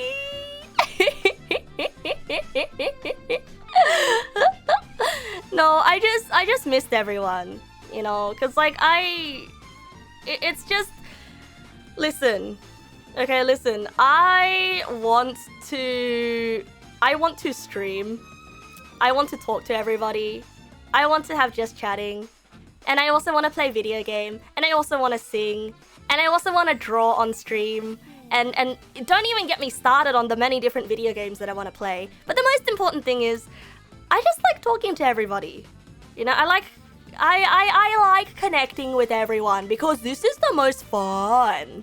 And I can't do all of it. And so usually, you know, after I take a break for a little bit, like 3 days, a few days, couple of days, a week, yada yada yada, I like to get back into it with a who knows what's happening stream. I don't know what's happening. Do you know what's happening? Anyway, so I made a Google form, and so I'm asking a question: is bad times or secrets? Because you know how the whole tangent just now was about secrets, right? What was a time that you told the wrong person your secret and it backfired on you? Or what was a time that you accidentally told somebody else's secret and that backfired on you? My conversations are always fun and at the same time quite insightful and brain scratchy. happy that I'm able to make it fun. Because usually these kinds of brain-scratching conversations, you know, like, these conversations, they usually make people uncomfortable if you make it too realistic. And so I'm not gonna make it too realistic. You feel like this Google form is gonna release a which Neg pal holds that secret. I'm not gonna do it to you, okay? I'm not gonna do it to you. Also, admittedly, I'm someone who's really bad at keeping secrets. Did you know? Did you know that I'm really bad at keeping my own secrets, but I'm really good at keeping other people's secrets? Actually, I did. Now here's another secret. I mean, it's not really a secret. It's more like an admission of guilt. You know, I didn't used to be so great at keeping other people's secrets. No. I used to tell people secrets because I would forget that they were secrets. And I didn't have a filter. This was before I was medicated. Scary! Yeah, scary! Yeah. And I would forget, and I would blurt the first thing that comes out of my brain, out of my mouth. And that is truly scary, because it came to bite me in the ass. Because two people who I didn't think knew each other actually knew each other. Ooh.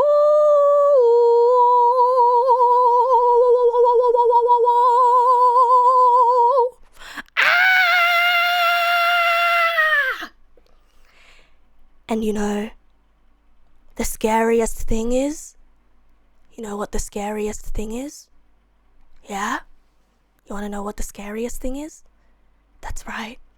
The person that I told the secret to told me. The person that I told the secret to told the other person that I told their secret. Whoa, whoa, whoa, whoa, whoa. And then that changed my life forever. It really, it really did change my life forever, because now I know the consequences of telling other people's secrets. Because I didn't even consider the other person's feelings about all of this, right? I didn't even consider the snake butt girl's feelings about this. And it was a life lesson well learned.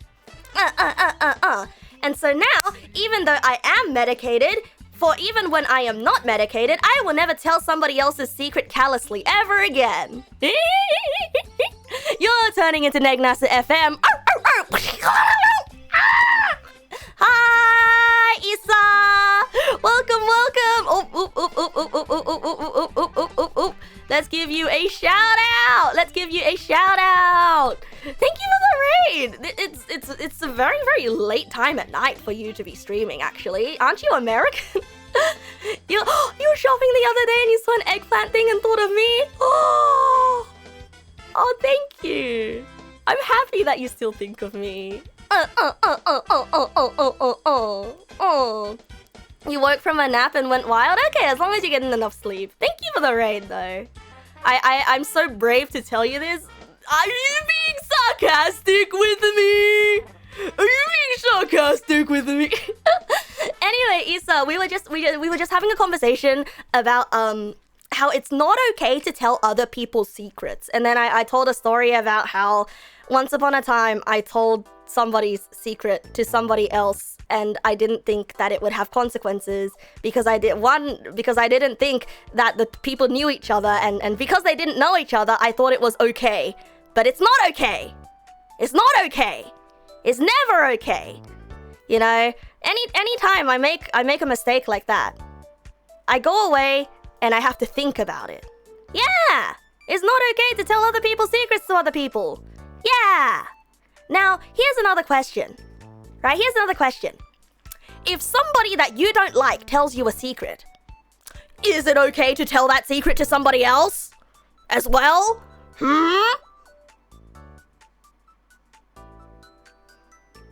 Exactly. The answer is no.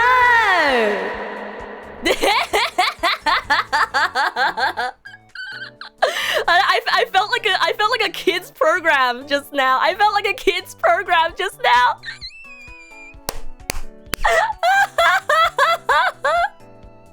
We really freeze sometimes, right? Sometimes.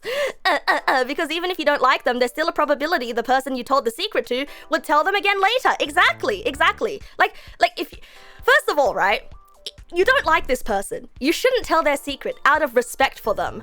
But also, not just out of respect, like also if you're like, ah man, fuck that asshole Jeremy, I hate Jeremy. Or something like that, right? You still shouldn't tell Jeremy's secret because Jeremy might find out and then he might come and like throw a can of gasoline on your house and try to kill you and commit arson. So like you could, you know, you shouldn't tell Jeremy's secrets even if you don't like Jeremy because he might retaliate. Yeah. So it's also for your own safety. Instead, if you want to hurt Jeremy, you should just like engage in like a good honest fist fight.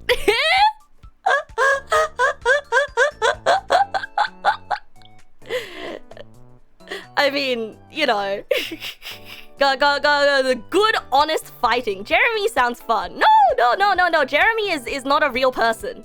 Okay, if you want.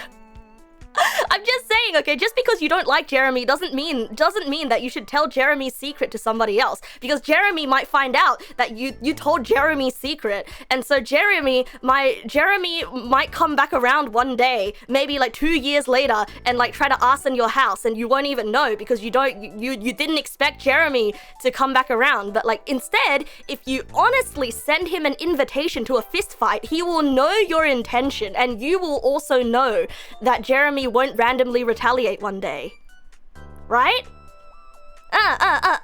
Also, I'm really sorry if your name is Jeremy.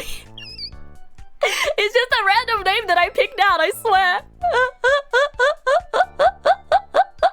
Generally don't tell secrets, even if it's a person you don't like, because if someone you do like finds out that you have a reputation for telling secrets, it could ruin your reputation. Ding dong, correct.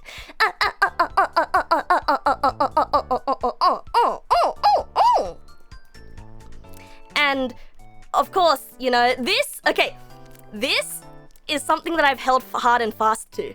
Now, here's another bad thing about Neg nasu that I need to admit to. Okay? Here's another bad thing about Neg nasu I must admit to. But first, I'm gonna ask you a question. So, say for example, one of your friends comes to you and they're like, "Hey, Neg pal! Hey, Neg nasu!" You know, they say, "Hey, Neg nasu!" Now imagine you are Neg nasu, okay? They say, "Hey, Neg nasu! Guess what I just found out about Jeremy?" And you'll be like, "Ooh, what did you just find out about Jeremy?" And then this friend is like, "Okay, so like, this is supposed to be a secret, but Jeremy told me that he..." Now let's pause here for a second. What is the correct thing to do in this situation? Now in this situation, you both don't like Jeremy. If your name is Jeremy, it's another Jeremy, and how dare that asshole share a name with you? Right? Now in this... Tap 2 lands and cast counterspell. Correct. You both fist fight Jeremy? No! In this situation, you say, hey bro. In this situation, you say, "Hey bro, I'm gonna stop you right there. If it's a secret, if it's Jeremy's secret, I feel like you shouldn't be telling me. You know? I feel like you shouldn't be telling me about this if it's a secret. Like this doesn't feel right. You know, like look, we might like Jeremy, but like let's not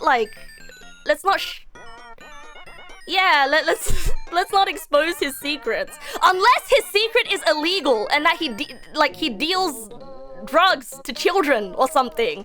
Then hell yeah, tell me that secret. You know, if his secret is illegal, then let's go beat up Jeremy. But if his secret is like something really embarrassing and personal to him, then probably don't tell me. You know? Yeah. Yeah. So in this situation, I mean, snitch on people doing bad things, I guess. I mean, look, if they're doing a bad, look, you can't protect everybody, okay? I can't just say, hey guys, I just robbed a bank, but it's a secret, so you can't tell anyone, okay? And you have to tell the police, bro. If I robbed a bank, you have to tell the police, okay? Just because I said it was a secret doesn't mean you can't tell anyone. You have to tell someone, the government, okay? Yeah, it's not a secret because I told you it's not a secret. But like, if I tell you that it's a secret that I robbed the bank, you know, like you can't just say that everything's a secret and be exempt from things. All right, that's not how it works. What if robbing the bank was fine? Okay, if robbing the bank was fine, then you can't tell my secret. But if robbing the bank is illegal, like it is in this world and most worlds, then you can tell my secret to law enforcement and say, hey, Neg nass robbed the bank. Could you lock her up forever? Of course, I will curse you from behind my cell bars, but that's different, you know. But morally, I think you did a good thing. Why is Rob in the bank? Does he work there? And mind your own business, okay? It's not my secret to tell why Rob is at the bank. In what world is robbing the bank not illegal in? On opposite day.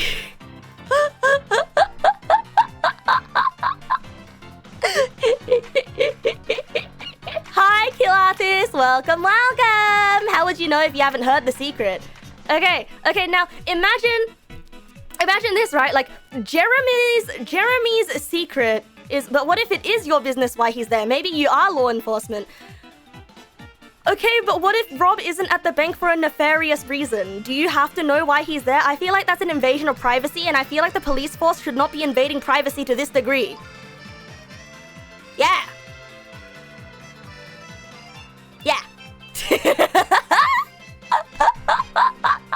You have a warrant or something. Yeah. Oh, if you have a warrant, then go ahead. Yeah, that supersedes everything. What if you're his mother and Jeremy is a minor that you have to take care of? That... Okay, honestly, that is a really, really, really tricky place to be in, because I'm gonna tell you something right now. My mom has told my secrets to her friends. Like, because I am a child. I was a child. Yeah, moms do that a lot, and that's not right. But the thing is, like, mom might not think it's a big deal. And you know, growing up, yeah, I do know now that it's not a big deal. But like, look, if I tell you that I have a crush on someone, you can't just say to everybody in the tea time that, hey, my daughter has a crush on this boy, and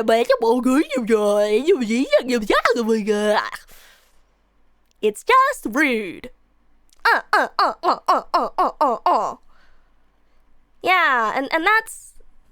So did you know my son actually doing this shit is exactly why kids don't trust their parents with anything important? No, okay, for the most part though, for the most part though, like, my mom hasn't really told many of my secrets like that. For the most part, the reason I don't tell my parents things is mostly because they will somehow find a way to turn it into a lecture. I feel like sometimes that's why Neg pals don't like telling me things, because I feel like you'll say something that triggers a tangent that becomes a lecture.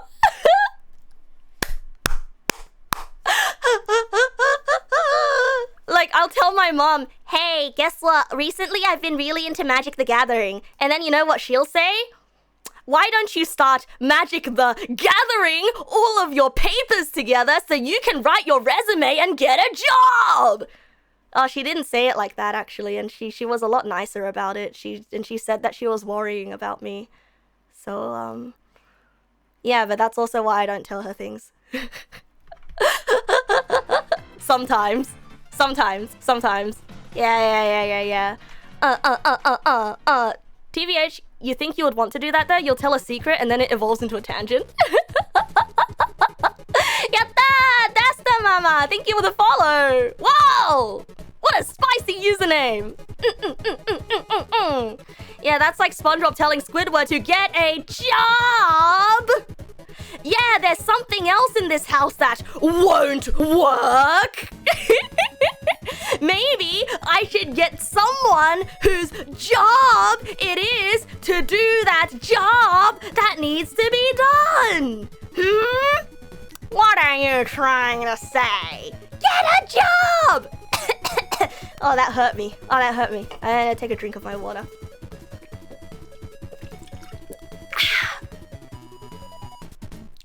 Anyway, what was I talking about? I feel like I was talking about something. Oh yes, if Jeremy, remember we don't like Jeremy, okay? Also, I'm really sorry if your name is Jeremy. So we don't like Jeremy, right?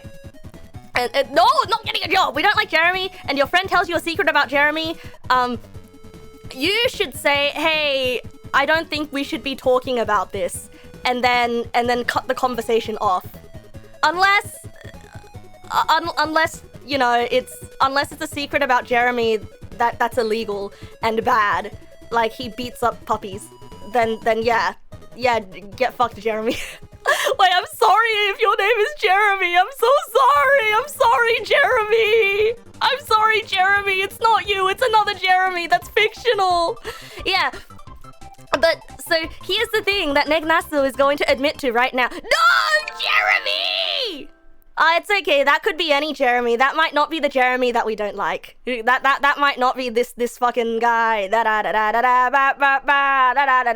Jeremy. This fucking guy. You know? But thank you for giving a sub to someone named Jeremy.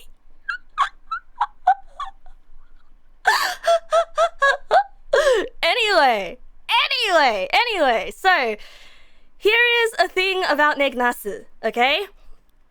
I am not the best at telling someone, hey man, slow down, I don't think I should know this. Hey, I don't think you should be telling me Jeremy's secrets even if we don't like him. No, unfortunately, Neg Nasu is too nosy. I've got all the nose in the world and yet I can't breathe properly at night. I'm nosy and I need to make a better habit about it. I need to make a better habit of stopping it when somebody else is telling me someone else's secret. Living ethically is so hard. What am I, an elephant? Yeah, I'm so nosy, I'm an elephant.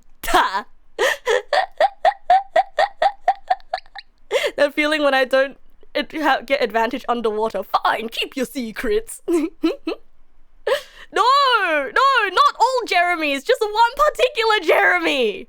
That doesn't exist. Thank you for the follow, Ignis VTuber. Welcome. Hey, I just want to start a poll. I need to check something. Is your name Jeremy? Yes. No. I need to check something. I mean, someone could easily lie on this poll. I need to see how many people here are named Jeremy. No, we got a Jeremy! We have 2 Jeremys! Or 3 Jeremys! Thank you for the follow, Desilin. Thank you. Welcome. Oh, can I resend the Google Forms for secrets and tell it on Discord as well? Oh yeah, of course. I will send it in general. There you go. Hey, I have something to say. Now, I am starting to believe that some of you may not be entirely truthful about your name being Jeremy. You see, if I go to google.com How many people in the world are named Jeremy? Well, mynamestats.com. Jeremy is marked as the 237th most popular given name in the United States, with an estimated population of 278,500.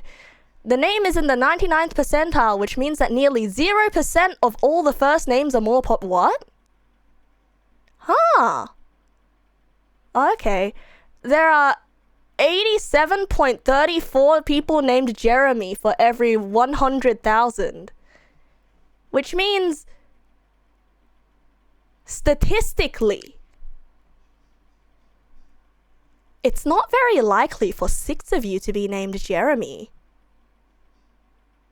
Out of 25 people who responded to the poll, only 6 of you are named Jeremy? 6 of you are named Jeremy? I feel like somebody, a few somebodies, are being untruthful.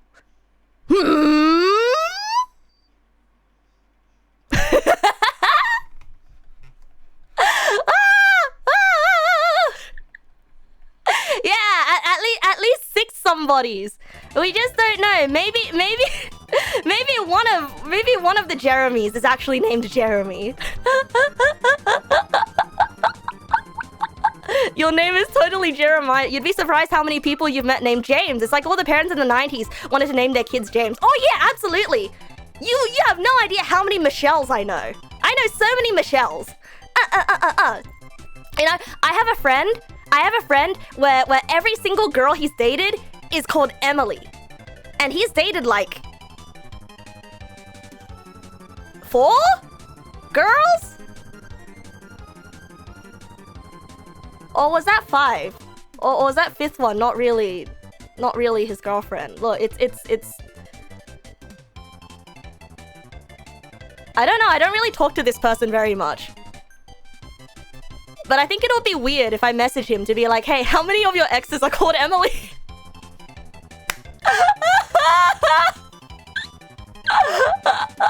Yeah, that would be a very weird thing to start a conversation about, like, after not speaking to someone for a few years. Just because, you know, I needed to fact check for something. Do I know any turtles, or do I only know the shells? I don't get this one. I don't get this one. Your shoulder hurts while doing pull-ups? Why don't you do some push-downs? I'm sorry, I really didn't have a good response for that one. Start the conversation with, so I changed my name to Emily. So, you know, wait, is this a dox-worthy piece of information?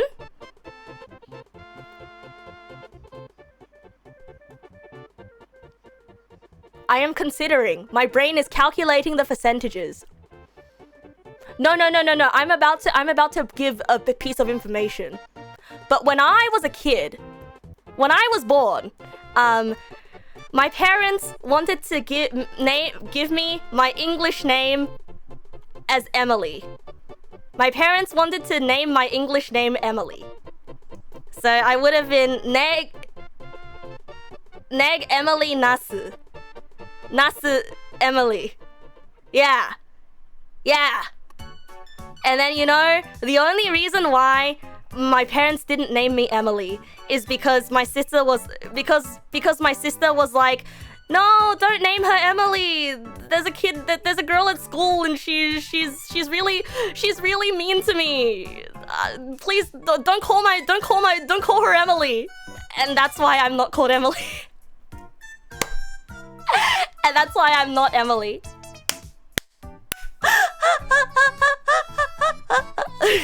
No. The moral of this story is I know a lot of people called Emily. There's a lot of people called Emily.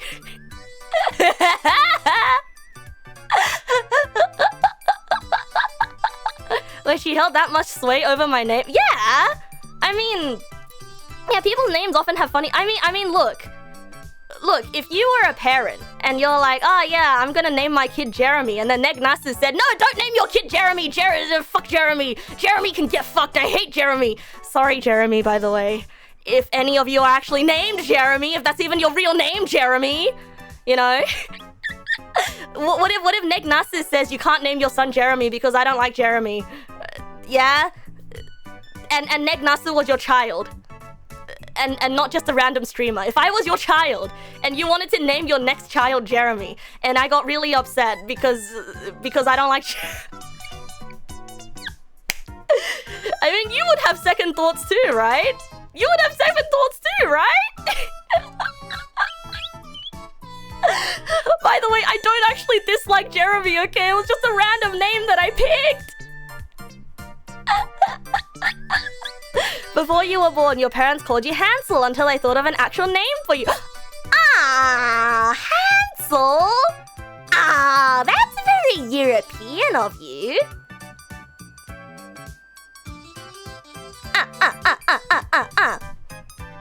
Hehe, was your sister named Gretel? Sorry. I needed to come up with like another... I need to connect it to the fairy tale because saying it's European is... What kind of a response was that? Wasn't Hansel the kid that was fed so he would get eaten? Yeah, he was. He was the kid that got fattened up and saved for later. Okay. Have a good shower, Torashi. And if you don't end up coming back, my condolences. You used to think your real name has pretty good meanings, but your mum just told you it was picked arbitrarily by a fortune teller. Oh yeah! My name was picked by a fortune teller too!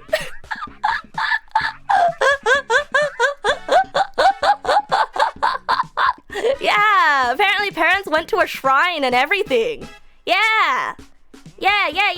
Apparently my parents went to a shrine and everything. It's because my dad did this guy a favor, and he's like, oh, your wife pregnant?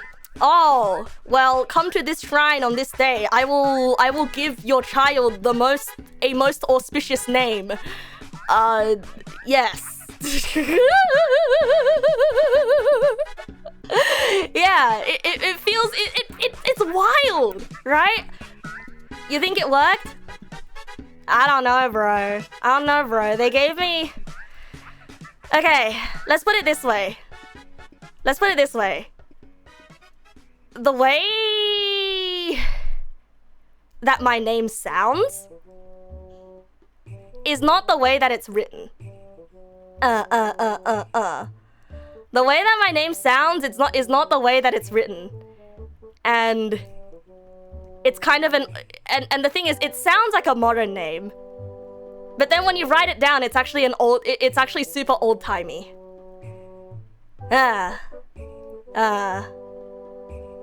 Or whether I feel auspicious. I mean,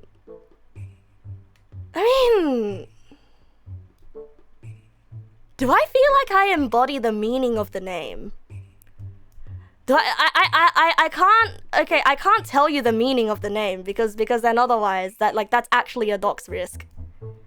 This is not my English name, by the way. Okay?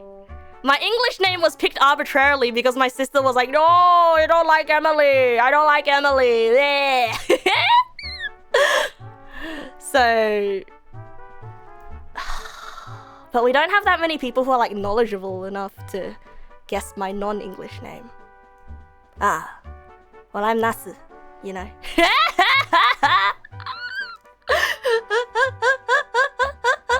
So I'm Nasu, you know, I'm just Nasu. But I guess the name has something to do with being smart and helpful.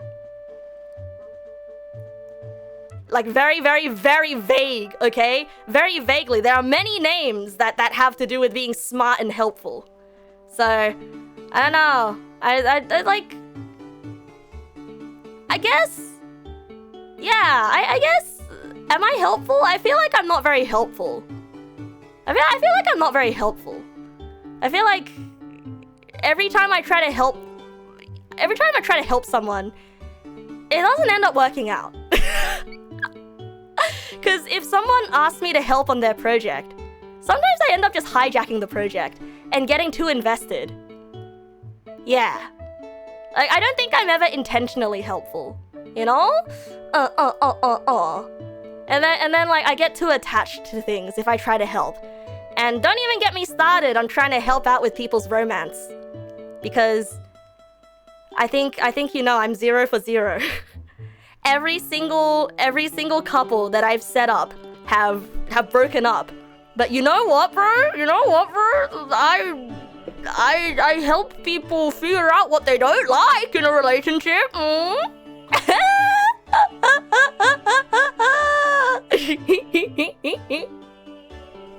Abraham Nasu. Yep, that's me. Abraham Nasu.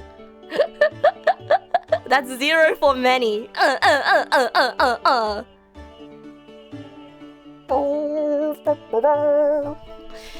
Yeah. Anyway, I feel like this is another one of those situations where I've like given away too much, but that's okay. That's okay. This is no one's gonna know. No one's gonna know. Anyway. Let's look at the Google form, shall we? So, if you guys were here, what am I saying? My advice has been helping a lot. That's why you're watching my show. Really? Wait, what kind of advice? Wait, I wanna know. What advice have I given you that you've applied to real life and actually had it work out? My advice had you start your antidepressant?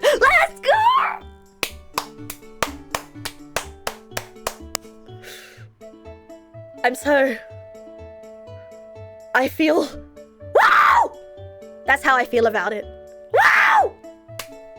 Oh, I'm so glad, bro. I'm happy for you. I'm happy for you. It's like a prosthetic leg, but for your feelings, you know? That's how you describe it. But then, like, I feel like that's not right, because I have to say, no, I didn't do that for you. You did that for yourself. You know what I mean? I feel like if you got a nudge in that direction from anyone or from anything, you would have gone in that direction, right? Whatever that was a wahoo, but leveled up. Wow! It's a very hype wahoo. Giving a nudge is helpful too. I suppose so.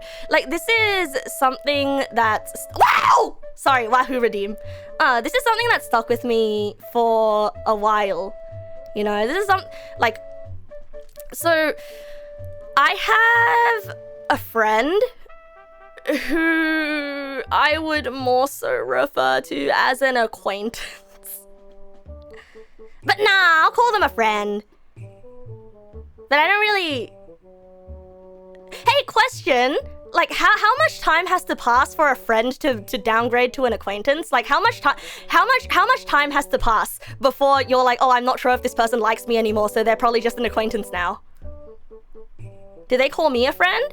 I mean, no, like, if me in their brain downgrades from a friend to an acquaintance, like, you know how in Animal Crossing, if you don't talk to a villager for long enough, they might still call you a friend, but then they actually think of you as an acquaintance? You know? Depends on the person. Sometimes never, sometimes a month. Man, that's hard.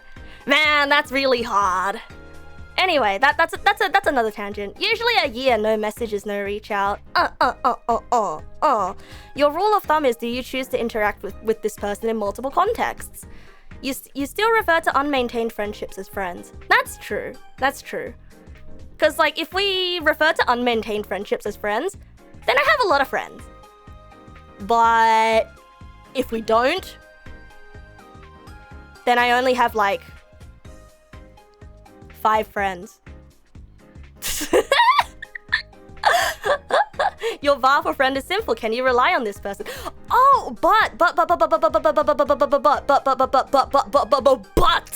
while I was doing my thesis, I reached out to a friend who I hadn't spoken to for a couple of years, and I asked her, hey, can you come in on this day and help me get test subjects for my experiment?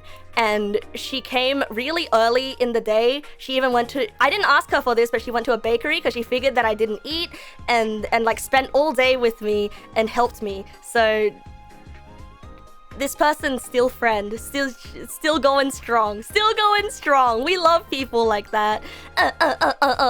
That's a keeper. I would do the same for her in a heartbeat as well. Shout outs to this person. Shout outs to this person. Yeah, my bar for friend. You know, maybe dogs really got it right, you know? You feed me, you treat me right, I love you forever. I genuinely think that food is a love language, you know? Like, listen, I think the bar for judging whether somebody is a keeper or not is if they feed you. I have this friend who, whenever we host board games at her house, okay, busted. It's the mom friend, okay? It's mom friend. That's why we call her mom friend, because she owns an apartment. She lives with a roommate though. Owns an apartment. Good person. Anyway, but like this friend, right? Every time she invites people over, 9 times out of 10, she will be like, I want to cook food, like. Cause usually, like, when all friends gather at someone's house, like, you go out somewhere or you order pizza, right? And she's like, no, we're not ordering pizza. I'm gonna cook. And then she would have, like, started preparing the meal the day before, when she literally doesn't have to. When she doesn't have to do this. You know? It's food is a love language. And also Asta as well. Every time we meet up, she brings me food for absolutely no reason at all. It's just thinking, oh, this is a food that this person might like to eat. Or, oh, this person must be hungry. I wonder if this person ate. Oh, is this person drinking water? Is this person eating? You know, I feel like that's one of the solid tenets of love. You know? I feel like that's love. I mean, I'm not very good at checking whether someone's eaten food or not, or yet, but maybe that's because I don't know what love is like. I mean, I do love my friends. My love language is like buying stupid little knickknacks for them. Like, hey, I saw this funny little guy at the store, and I thought of you, as I picked him up for you. You know? But anyway, yeah, I think food is big thing.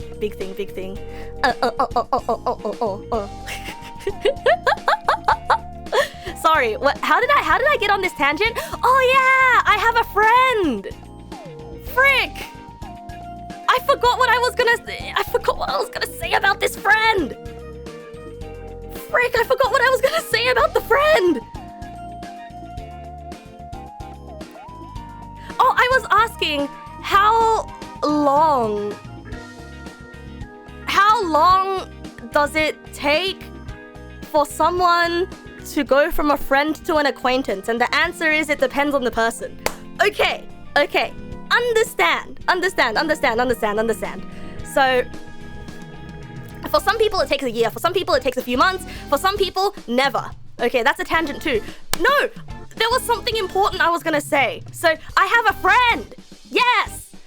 I have a friend that I met in university. Oh yeah, we were talking about giving advice, and a little nudge in the right direction.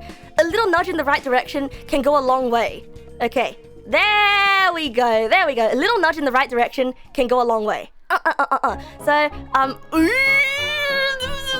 sorry, this music is very distracting. I need different music. No, this is too chill. I need silly music again.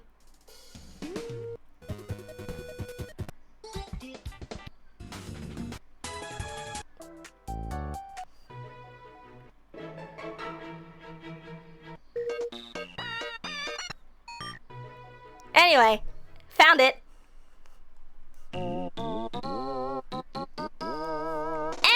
anyway, so I have this friend that I met in university in the drawing club, and well, we used to hang out a lot in the drawing club, and we would draw pictures together. And if I have to be honest, this friend, they didn't draw very good pictures. They didn't draw very good pictures, but also, to be honest, back then, I didn't draw very good pictures either. And this friend wanted to be a professional illustrator, or maybe they didn't really want to be a professional illustrator, but they wanted to be really, really, really, really, really good at drawing. And they were too afraid to talk to the really good people in drawing clubs, so they hung out with me. Hey!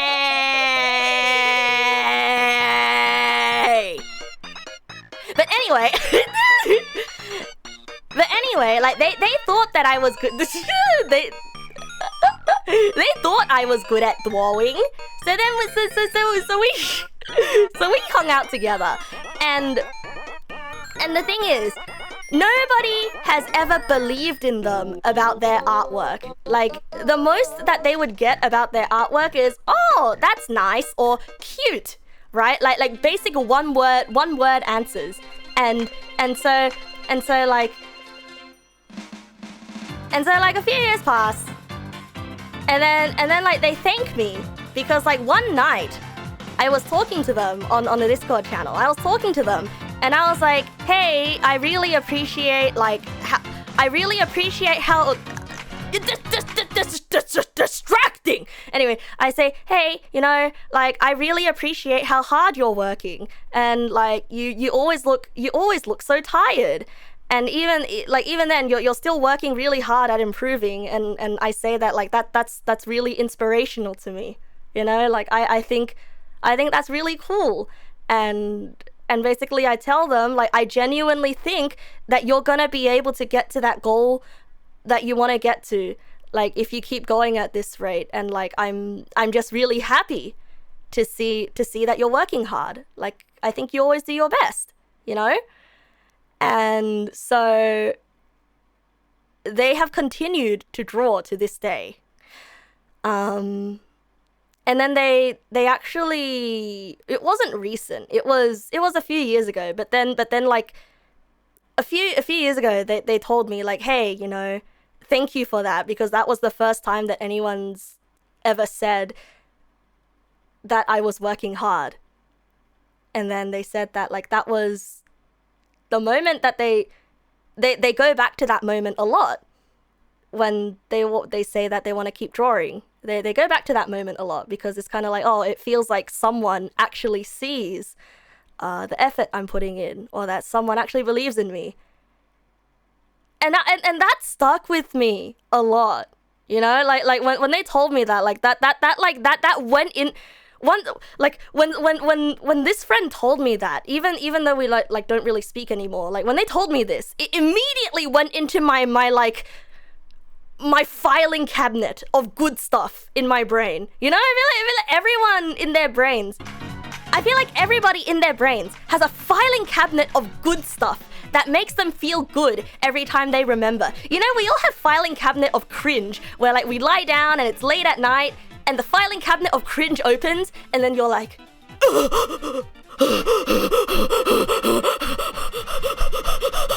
please, it's been years, go away, go away, go away, go away, go away. You know, we all have that filing cabinet. And sometimes we have a filing cabinet of good stuff where you're like, ah, when I remember that makes me feel good. Ah, you know. So that has gone into my filing cabinet of good stuff. The cringe cabinet is right next to the good cabinet just to keep you on your toes. Oh, and get this. It's all unlabeled. Ooh, so you're never really sure which one you're getting. Ooh.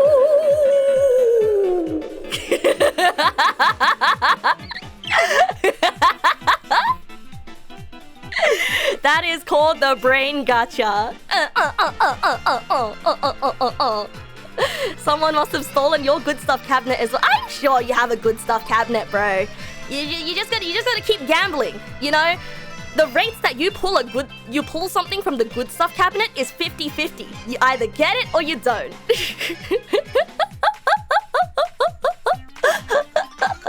Hi, Nathan Hendry. Welcome. But yeah. Keep gambling, says Neg nasu. Like, I really want to put in more of an effort in telling people how much I appreciate things that they're doing. And now the hard part is having it come off as sincere, because unfortunately, my vocabulary is not very verbose, and I would like to improve upon the ways in which I articulate the machinations of my cerebral hemispheres. Emotions into words, to put simply. And I feel like my vocabulary is not strong enough, and I'm not well spoken or well written enough to give truly genuine, unique compliments to people, you know, in how I express myself. I feel like it's like you might see this happening a lot in the fan art channel, which is why like I am looking at all the fan arts and I really love all of them. But I'm too afraid to comment on them because I don't want to end up saying something that I've said before because it comes off as insincere, and I don't want to be insincere. And that's really hard, you know, because each and every little piece I will stare at for a long time and be like, oh, I really like this, I really like that, I really like that. But then I feel like if you say too little, it's not enough. If you say too much, that's too much. And even worse, if you say more, you risk repeating yourself. And that's a bad thing. Me unga no good bunga. Easy mushroom, hi, good evening, hello. Compliments don't need to be unique poems. It just feels bad if they're not unique poems. You know, I don't want to give people the same compliments. I don't want to give people the same compliments. Because like, how do I put it? I used to be a depressed artist on the internet, okay? And I also used to be a depressed, cringy, angsty teenager. Now, I'm not saying that everybody out there is a cringy, angsty teenager, okay? But I've been in the mind space of worst case scenarios before. I've been in the mind space of worst case scenarios before. And so it's really easy. When you're in that mind space, it's really easy to discredit compliments. Like, you know, it's sort of like, oh yeah, she says this to everyone. And it makes you feel replaceable, you know? It makes you feel replaceable. And I don't want to make someone feel that way. And even more than that, right? Like, it makes me sad when it feels like my feelings that I feel inside are not being received as accurately as possible. So I want to find more ways to express myself more accurately. I want to invent a machine that can directly plug into my heart, and then it plugs into your. I want a machine that plugs from my brain into your hand, so you can feel the vibrations on your hand and understand exactly the feelings I feel without words. The ultimate empathy machine. And now you know how I feel about you exactly. Ew. Oh, what? Neg Nasa thinks I have weird knees? Hey, I wasn't even insecure about my knees until I heard that thought. I'm making it way too hard for myself. A comment doesn't have to be a masterpiece. Sometimes an all nice is good enough and better than not saying anything out of fear it might not be good enough. Yeah, I guess so. Like, this is something that I've been... This is something that I've been struggling with for years and years. You've literally just been thumbs up reacting every post in the box channel. It's fine. Hey, Neg Nasu thinks my head looks weird. I'm gonna throw a rock at her. Oh, hell yeah! Toho Danmaku in real life. Everybody throw rocks at me and I try to dodge it. Grace.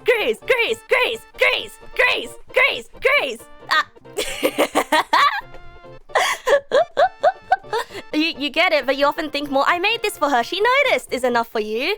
That's true. I think being ignored is the saddest thing You know what? I'm gonna do better. I'm gonna do better. I'm gonna do better. I'm gonna do better. I need to respond to things as soon as I see them. Like go, wow! Rock throwing redeem when I remember. There's a lot of things that I wanna add to stream that I just keep forgetting about, bros. It's so hard to commit things to memory. You want the zoomed cube throwing feature back? Yeah, it's really hard because I want to limit it, you know? The absolute massive dopamine hit of being perceived by your Oshi. This is true! I get starstruck all the time. Like, I don't comment on streams that I watch very often, but when I do comment on a stream and somebody reads out my message, the dopamine hit is like, oh, they noticed me! And like this person might not even be my Oshi. They might literally just be like a streamer that I happen to be watching, and they'll read my message and I'll go, it's such an effect, you know? Yeah, so true. Mood. You appreciate me reading your messages? Well, of course I would read your messages. If I wasn't reading your messages, who would I be talking to, right? Yeah, the dopamine hit feels really, really, really nice. It makes you feel like a person and not a number. Yeah. No, I think it's less like thinking. It's less about feeling less like a number, and it feels more like, oh, they talked to me. Oh, person is real. I've been perceived. Hi, hello, hey. And you're like waving from afar, you know? It's like that. It's almost like gambling. Monkey hands, thank you for the resub. Thank you. The dopamine rush is a hell of a thing. It really is. It really is. Yeah, just the fact that you've been noticed, because not every message gets read, you know? Like, I mean, not every message gets read out loud, right? Yeah, I try not to miss messages for everyone. I don't know, it's just wild because like logically, I know that a streamer is just a person. Logically, I know that Internet Phantom is just a person like me, a real dog typing on a computer screen. Right? Like logically I know this, and there's like nothing like super duper special about people, you know? But it's just this, it's just the idea that I was responded to by somebody who I was passively watching. Like that's like a whoa! It's almost like TV come to life. You know what I mean? You know what I mean?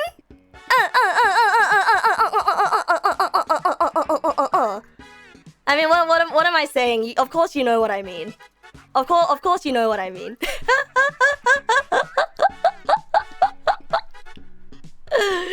Yeah, what if Neg was the leader of the Neg Pals and real dogs? Nuh-uh.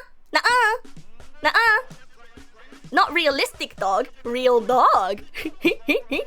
Just wait a couple more years when I can't tell bots from real people. Oh, please don't. I don't like thinking about that. I really don't like thinking about that. Like when I think about the direction that AI is headed and how real feeling some of them are getting, it's very scary, and I don't want to think about the beep beep boop beep boop boop beep boopification of the internet. You know, one day I'll be chilling out to beep boop boop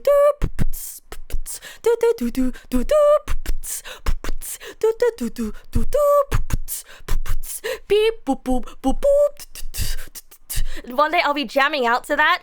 Yes, such a banger, right? And then someone's gonna accuse me of being a robot. And then I'll accuse them of being a robot. You see, that day is not too far off. That day is not too far off. But you see, like right now, the fact that you're saying that that's an AI generated chat does not means that it's not an AI generated chat, because AI would never admit to being AI unless it legally had to. Token generators probably ain't going much further. Gonna be another 20 years before someone actually figures it out. Yeah, but the thing is, if you consider how short of a time span 20 years is. You know? Most of us here have been alive for at least 20 years. Most of us. And if you haven't been, then you're almost there. Anyway, I just want to play the song now because I wanna listen to it.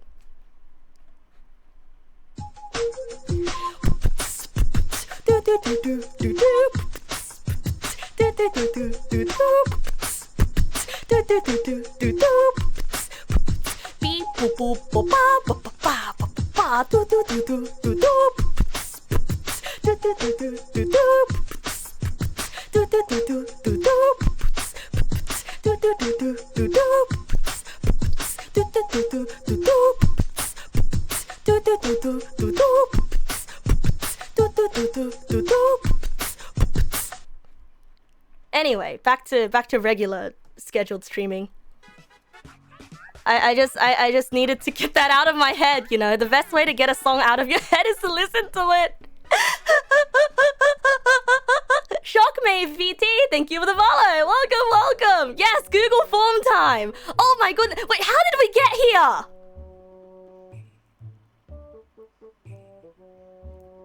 I don't know. Anyway. Don't ask that. Oh, yeah, you're right. We don't want to go on an entire flashback arc, do we? That causes more. Wait, it does! It actually does, though! It actually does! Every single time I try to get back on, every single time I go on a tangent on a stream and I try to get back to what we were doing, every single time I ask the question, how did we get here? It always results in another tangent because we'll be backtracking and then I'll suddenly remember something and it just goes somewhere else and the cycle just repeats and we never get to do the thing we actually wanted to do.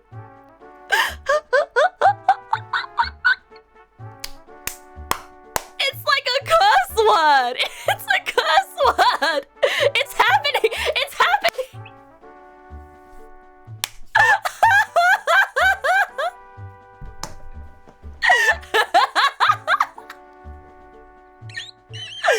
It's like a wizard put a curse on me. Thou shalt not question from whence one came, or thou shalt not question the path from whence one came, lest thou be destined to wander the ever-winding thicket of thought and never reach thine destination. Yeah. It's like that one Greek myth about the guy who went to hell to rescue... I forget his name, but it's like that one Greek myth about the guy that went to hell to rescue his wife's soul. And then he said, yeah, okay, sure, you can rescue your wife from hell, but there's only one thing. Yeah, Orpheus, that's the guy, Orpheus. Orpheus went to rescue his wife from Hades. Yeah. And so Hades cut him a deal and said, all right, you can take your wife back, but you have to travel all the way back up to the overworld and you cannot turn back. You cannot turn... Hades, hey! You cannot turn back. You cannot look at her. The moment that you look at her, she will dissipate into dust and she will be extra dead forever, for real, removed. Real, exiled, not graveyard, exile. Different. Not discarded, exiled. Okay, right now your wife is discarded. She can still come back from the graveyard. But if you exile her, she's gone forever. Okay? So if you look at her, she exiles instantly.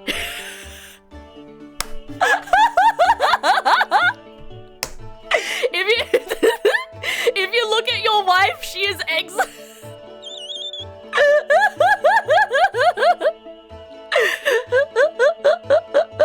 exile your wife face up. Right? So Orpheus, holding his wife's hand all the way, makes the entire journey. But at the very end, he turns around and looks at his wife, and she exiles. And now he can't bring her back from the graveyard anymore, because she's in the exile pile now, removed from the game permanently.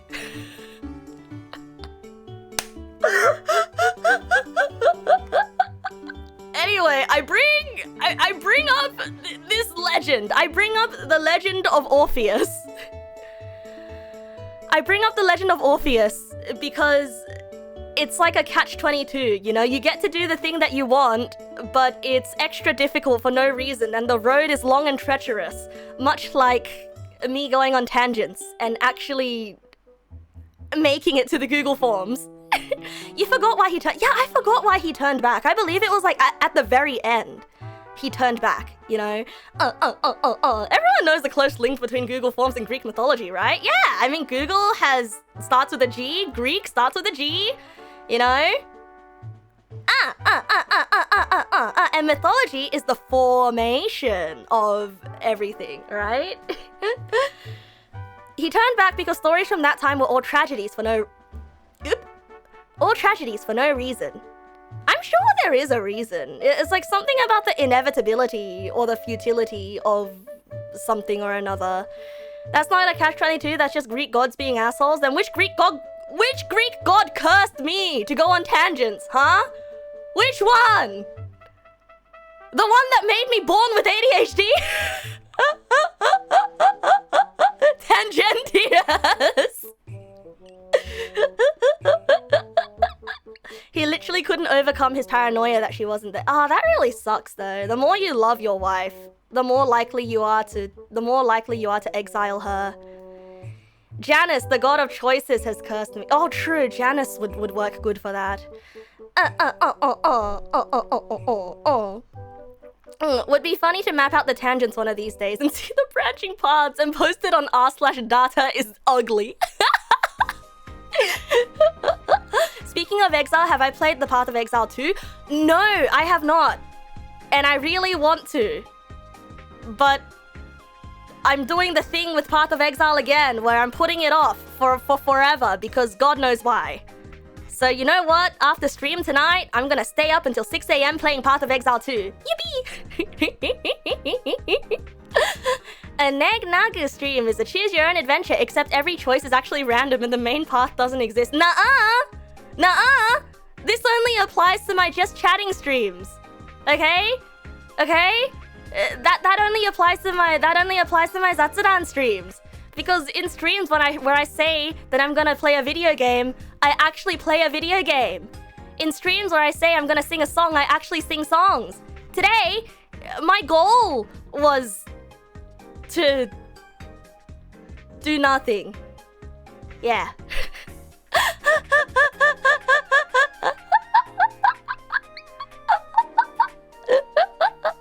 Yeah. I will sleep. Okay, I promise I will sleep after tonight's stream. Oh yeah, speaking of which.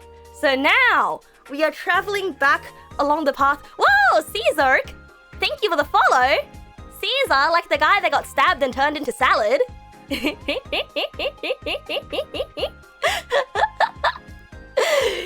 Yes, so... Anyway. Yes. Today we had a goal. And our goal was... made up literally halfway into stream. Because in the earlier half of stream, we were talking about why it's bad to tell people your secrets. Wait, no.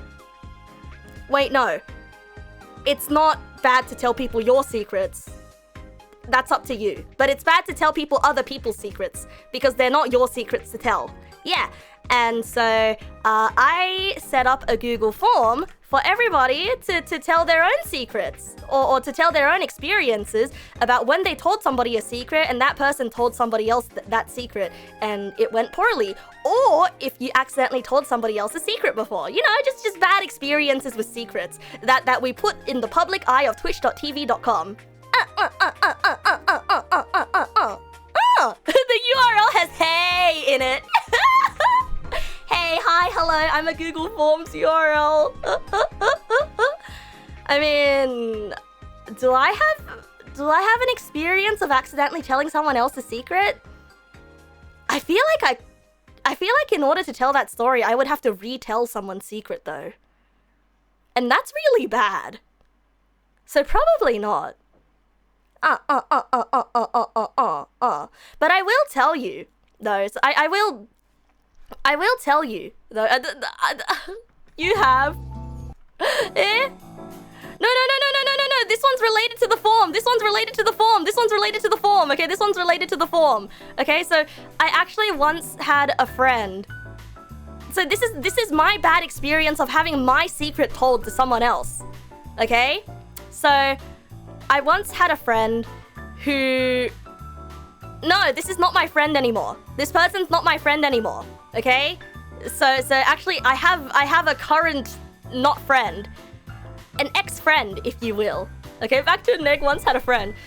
I have this friend who told me a lot of their secrets, you know?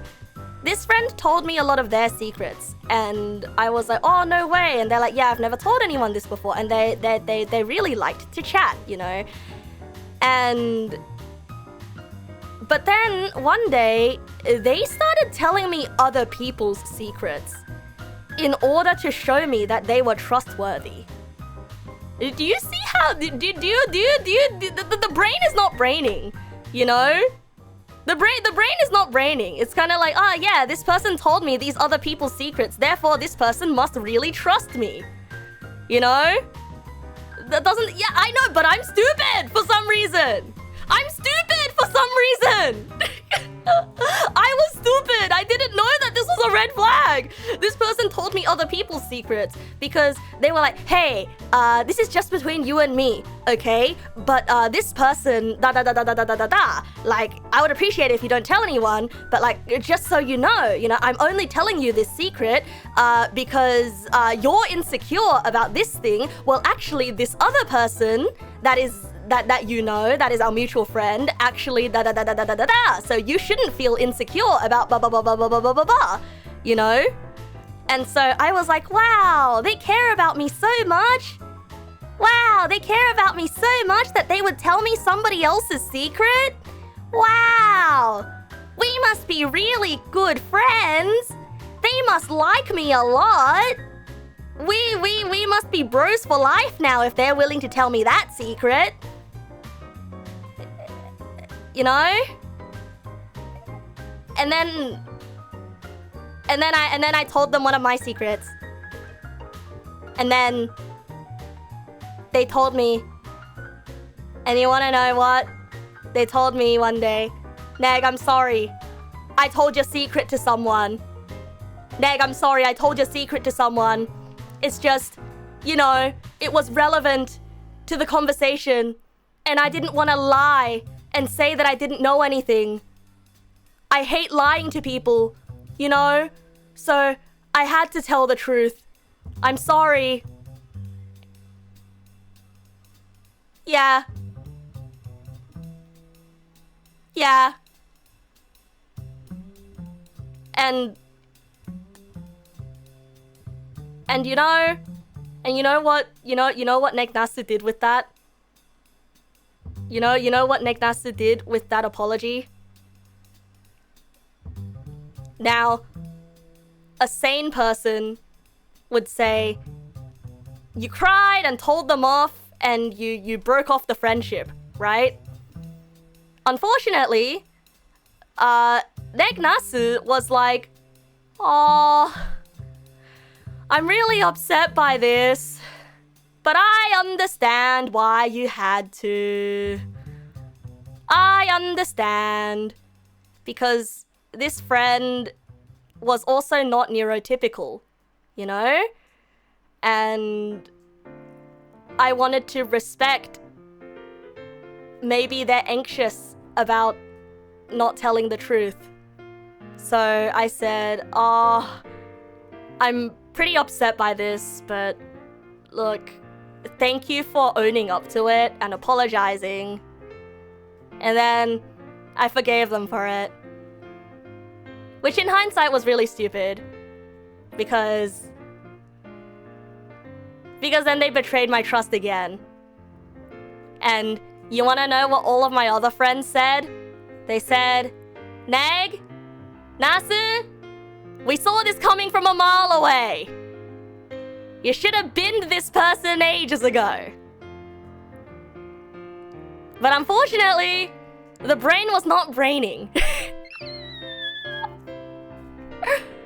The brain was not braining. Do you understand how I got myself into that situation? You understand how I got myself into that situation?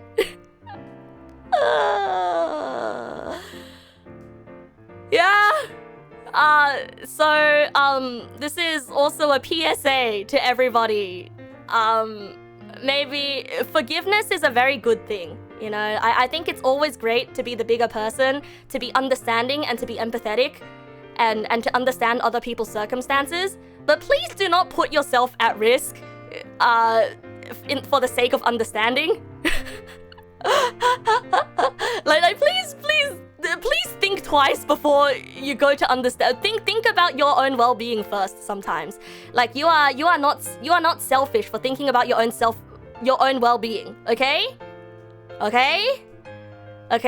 Just because yes, maybe they were anxious about telling lies, but that's not your responsibility because they still did something that they knew would hurt you.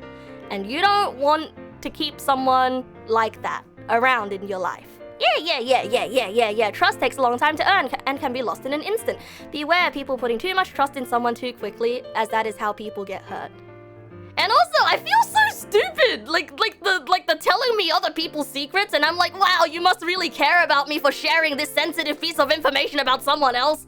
How did I not see that? How did I not see this?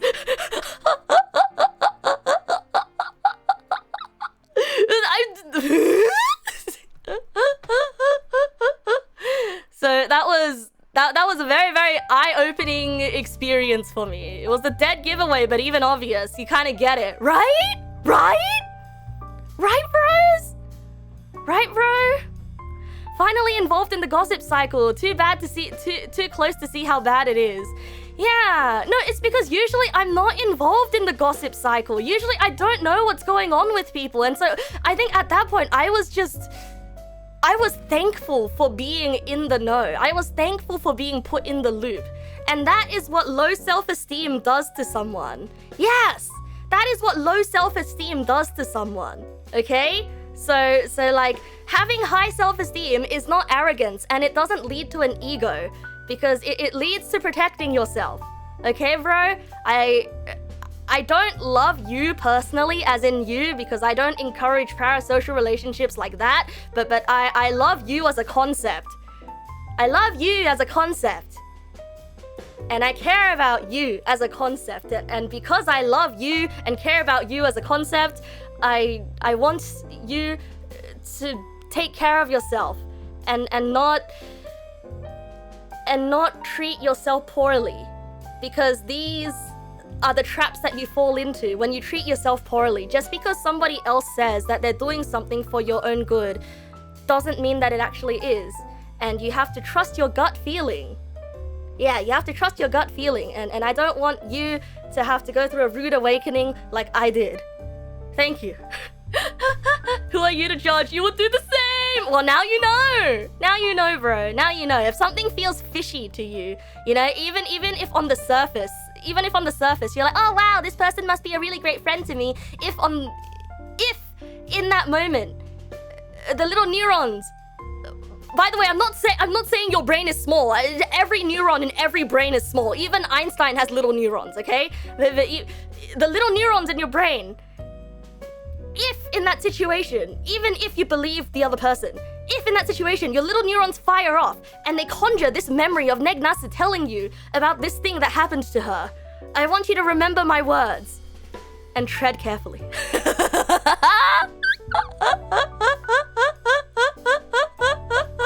You've been in a few situations like that one. One may be in a Google form.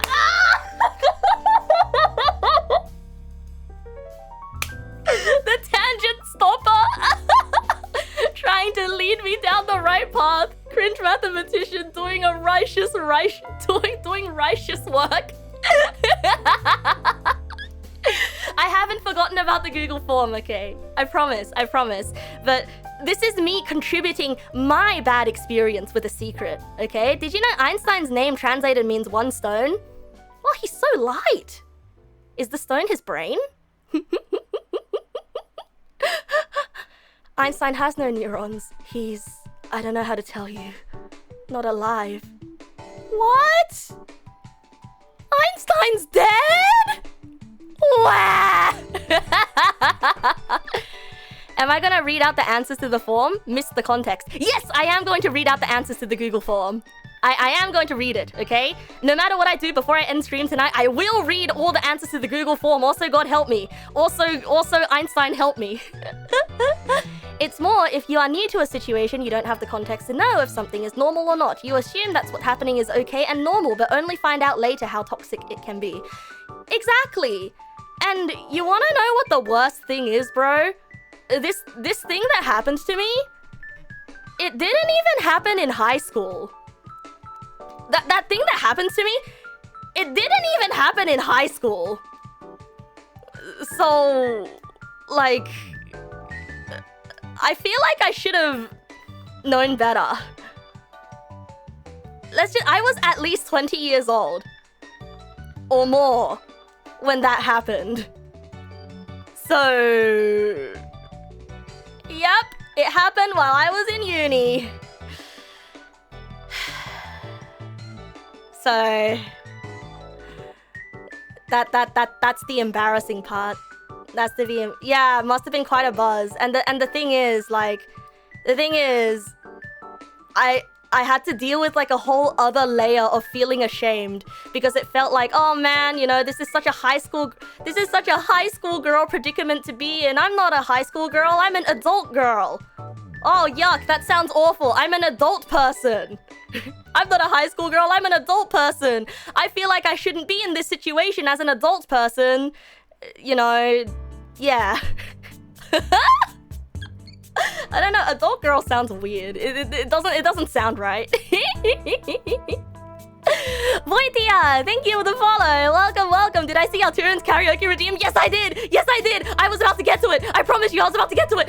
Arturian, do you have a request? A song request?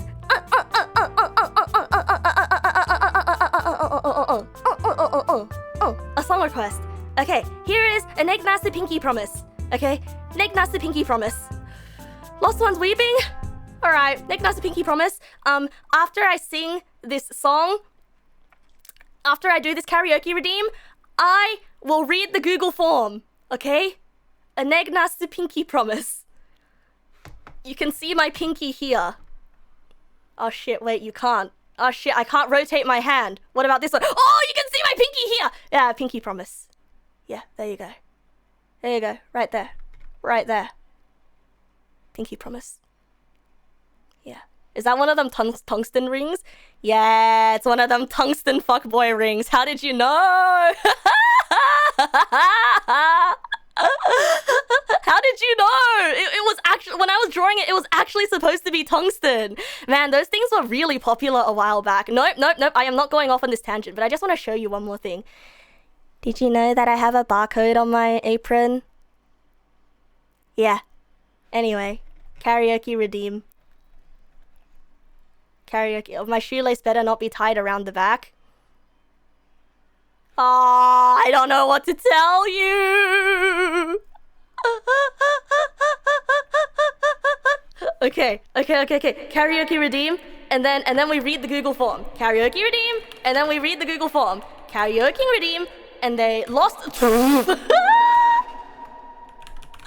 I typed in lost whooping karaoke instead of lost ones weeping karaoke.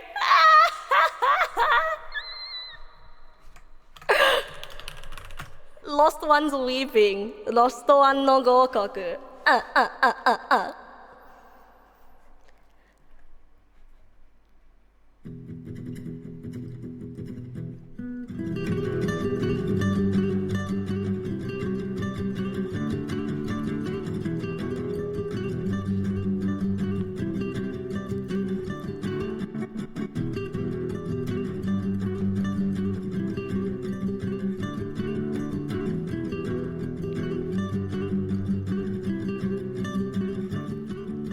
絶え数センチの不信感が赤くなって静脈を刺しちゃって病弱な愛が飛び出すもんね。レスポルサを狂気に書いてしまいました。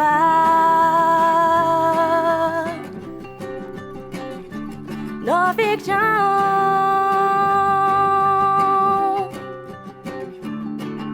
数学と理科は好きですか？広告とまた目で嫌いでした。ただしながらどれか悩んでりゃどれも不正解というオチでした。本日の宿題は木星な僕のこと過不足ない不自由ない最近に生きててでもどうして僕たちは時々に毎日悲しいって呼んだ寂しいって呼んだ黒板がな感じか読めますか？あの子の心象は読めますか？そう心黒く染めたのは置いたらなんだよ置いたらなんだよそう番号式が解けますか？あの子の首の輪も解けますか？僕たちこのままでいいんですか？おいどうすんだよもうどうだっていいや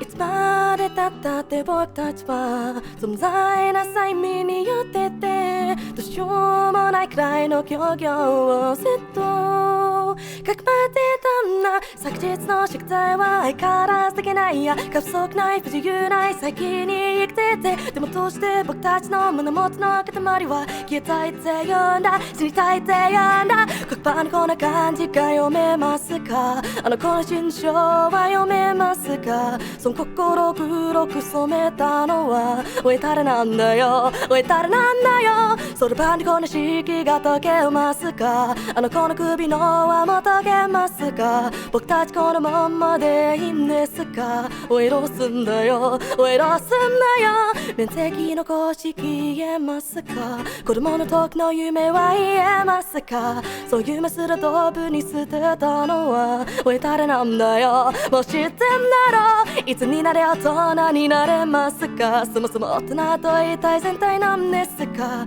どなたに伺えばいいんですか？おいどうすんだよもうどうだっていいや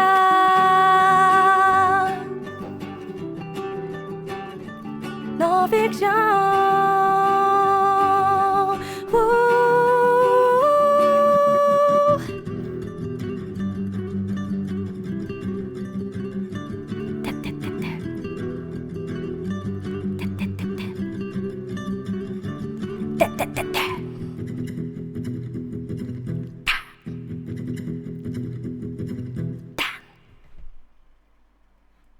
There you go.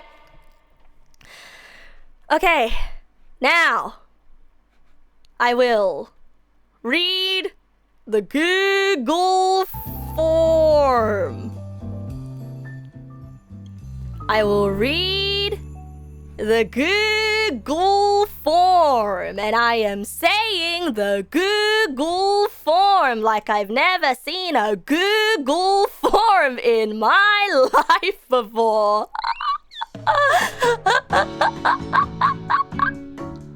Reading the Google form. 1 second, the music is so loud. After I do know how to access the I do know how to access the Google. I have 16 responses.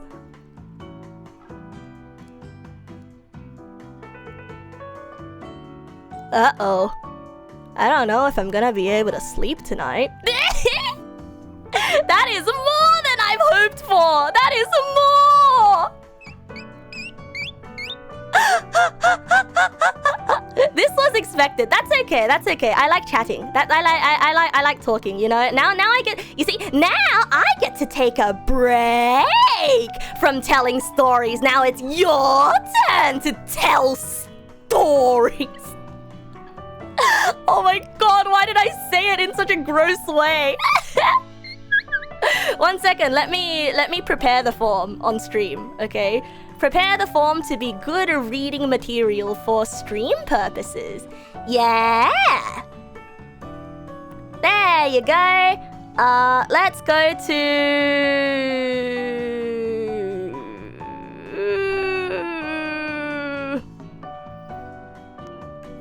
let's reveal about this much of the form.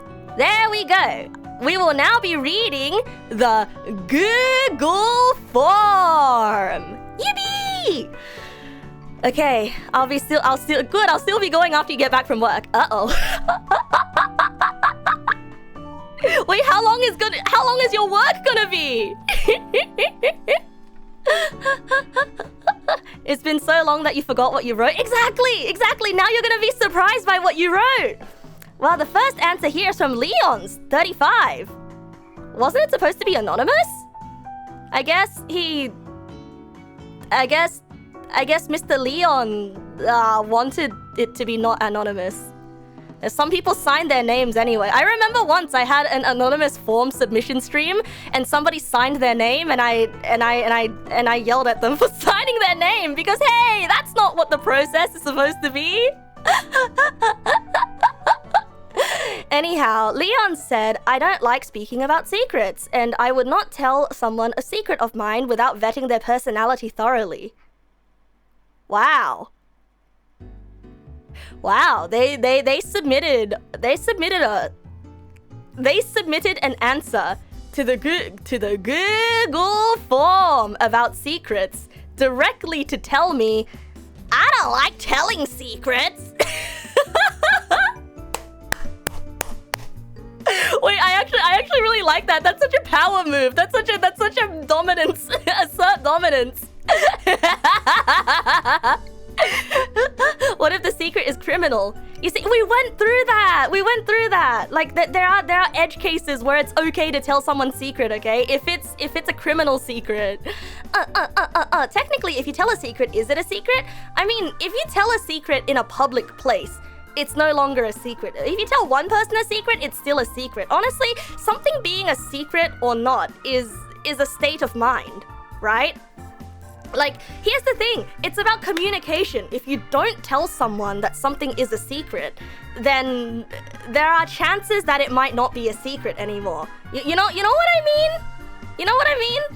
How many people have to know before it's not a secret? Like I said, it's a state of mind, okay? It's a state of mind. Now, I'm going to tell oh no. I'm about to tell someone's secret! So, like, you know, corporate VTubers? So, you know about corporate VTubers?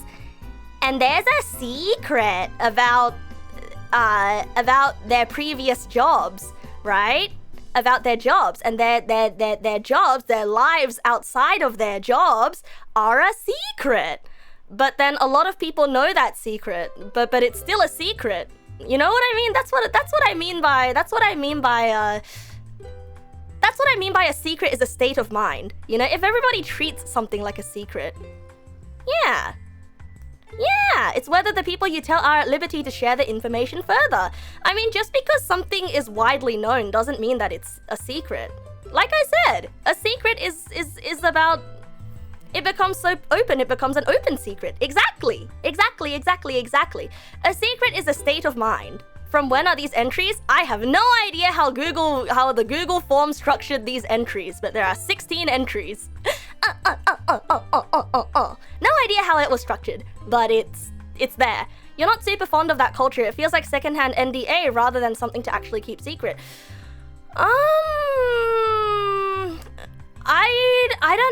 I don't know, bro. Like, here's the thing about being a person on the internet, right? Did I close the form? Nope, it's still open. You guess the state of a secret is the availability of gaining the information rather than how many people know it. If everyone in the world knows something but won't tell it to one guy, it's a secret from that guy. Yeah, exactly. Like I said, the state of a secret it's a state of mind, you know? Like, I will say though, like, little toothbrush, about that like secondhand NDA thing when it comes to corporate VTubers, I kind of disagree. I think like, yes, it being a rule is NDA, right? It being a rule is NDA. But I do think that when somebody makes a new account, right? Like, say for example, it's not a VTuber. Somebody makes a new account. because they don't like... They want to get away from their other account, and so they delete their other account, right? And imagine their new account gets really popular. Well, other people start digging up pieces of this person's past because they're curious. And it was not necessarily said that it was a secret, it's sort of just assumed that it's a secret because the person deleted their account, right? But now, let's say everybody knows about it because everybody knows about the contents of their old account, even though the person deleted it. Like, say I draw a picture, and I don't like the picture anymore, and I delete the picture. You know? Say I draw a picture, and I'm like, oh, this picture's ugly, and I delete the picture. But then let's say you guys saved the picture onto your hard drive because I have this picture now.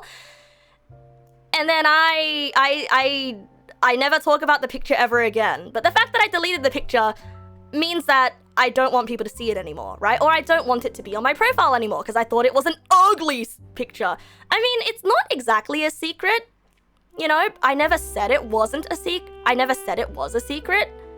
Now imagine a Neg pal out there is like, ah man, I like that picture that Neg Nasu drew. I'm gonna re-upload this picture because I think more people should see this picture.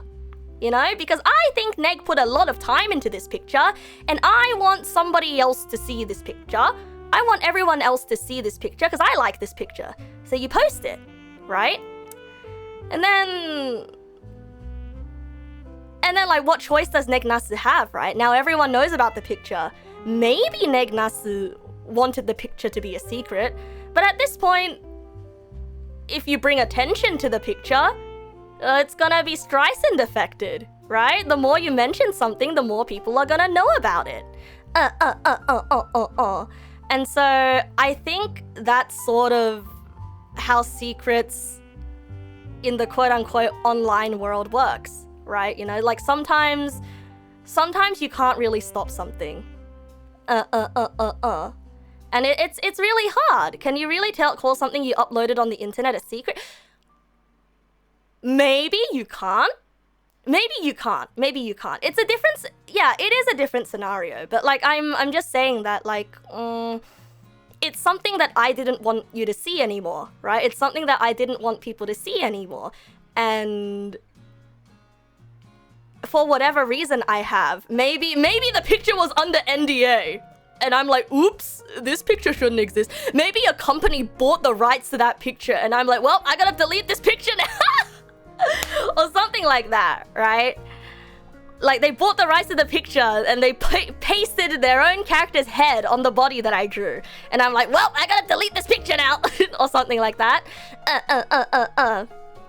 Like, it doesn't really matter why I deleted the picture. The thing is, like, I didn't want people to see the picture anymore, right? And so it's really hard to say whether that's my secret or not, you know? But, like, if people re-upload the picture and it's widely known that there is this picture and you can freely look at this picture, it still doesn't erase the fact that I personally, the person who was the originator of the picture, did not wish for the picture to be visible anymore, right?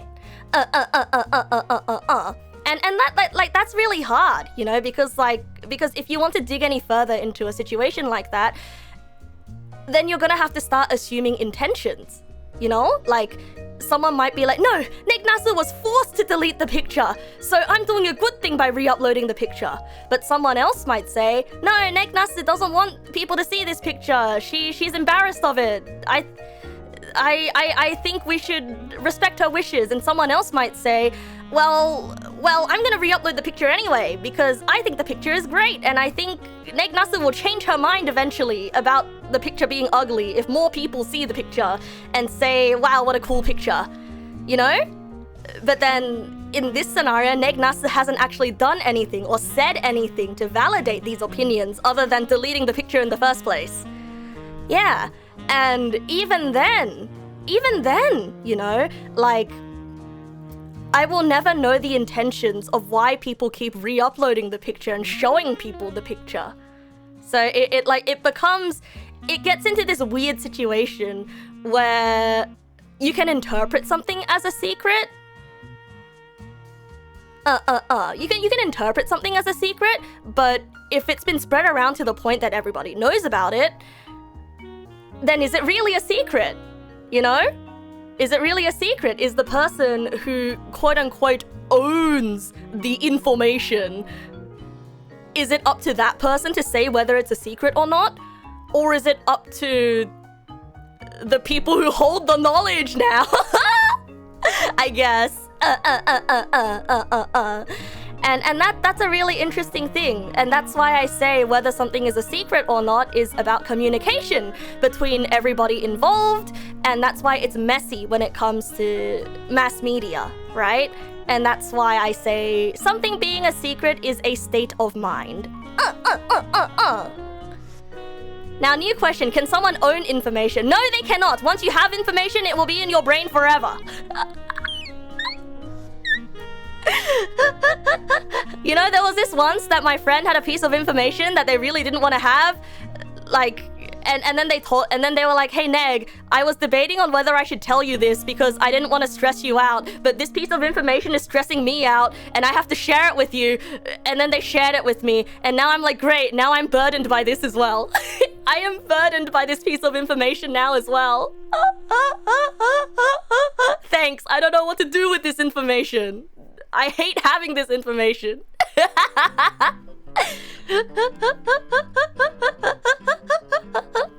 Like, you guys know what a rat king is? I'm gonna burden you guys with a piece of information that I recently acquired. You guys wanna know what a rat king is? So, you know Rat King? Oh, well, I recently found out what a rat king is, and it was really upsetting. Yeah. You know what it is? Does anybody not know what it is? Oh, okay, somebody doesn't know. Okay, so you know how in winter it gets really, really cold and then you get the little shiveries? Yeah, in winter it gets really cold and you get the little shiveries and you're like, oh, I'm so cold, I need warmth, right? Well, rats feel that way. Oh, you don't? Oh, look at this guy. Oh, look at this guy here. Oh, I don't get cold during winter. Oh, my body conducts heat. Yeah, little rats get the little shiveries as well in winter. And so they all huddle into a pile. They all huddle into a pile together and go brr, brr, together. Except rats together no go brr, rat together go warm. And so they stick together for the winter because it's warm together. Everyone's cuddling in a pile. And it's really cute. And then winter is over. And then winter is over. And then when they try to leave the pile, they can't. You want to know why they can't leave the pile? Someone tied all their shoelaces together. And their shoelaces are their tails. And it's really sad because then they all die. And I really don't like having this piece of information. I literally found I literally found out about this last week. Yeah. This is a thing that happens in real life a lot and it makes me really, really sad, bro. So I'm sorry to everyone that I just inflicted this information on. Because and I'm sorry for telling the story in such an up and down way. You know, they get all cuddly and cute and then they die. Yeah. Cause I saw a picture of a rat. I saw a picture of a rat king, and I was like, "Oh, that's cute." And then I saw the context, and I was like, "Oh." Yeah, we call this a cognito hazard. I love that word. You don't know why they add king. They could have called it rat knots. I don't know. How are the tails knotted? I don't know. I don't know. I'm not the wordsmith that makes new words. You gotta ask the wordsmith.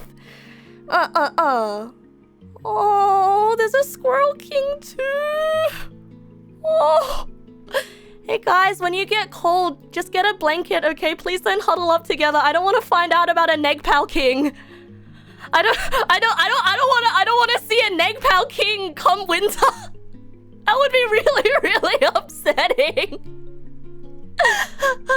All you have is this weighted blanket? Okay, good. Keep that weighted blanket. No huddling! No cuddling!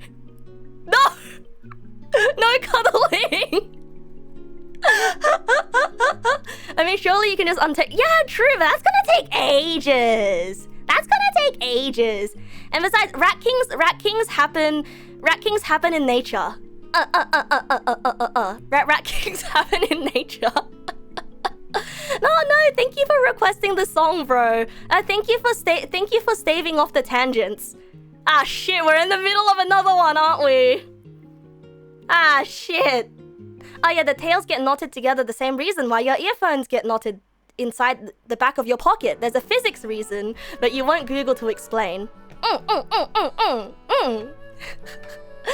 and also, Trexjin, thank you for the follow. Welcome. Yes, let's read the next submission. Hey, how did we get from here to Rat Kings?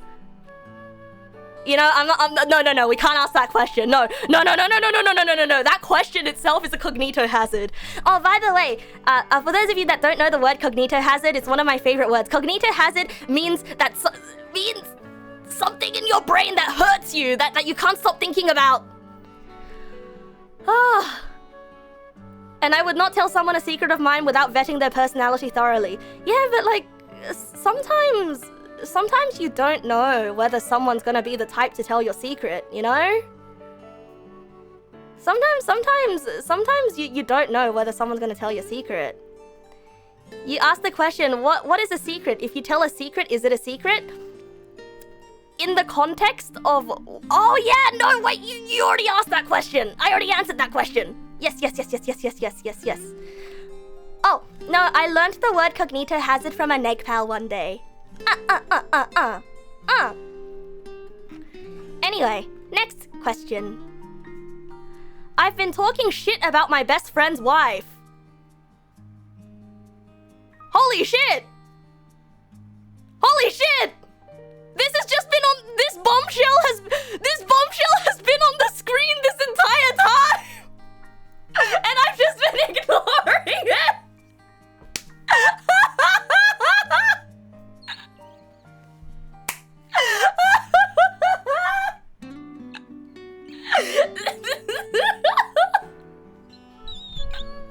I feel like I got hit by a truck when I read this sentence. We go from someone who's like, nah, I don't like telling secrets, to I've been talking shit about my best friend's wife. It's just the whiplash.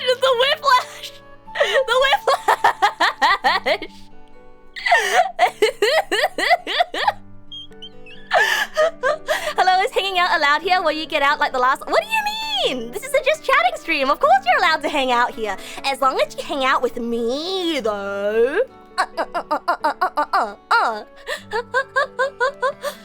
Okay, holy shit. I've been talking shit about my best friends. Holy shit.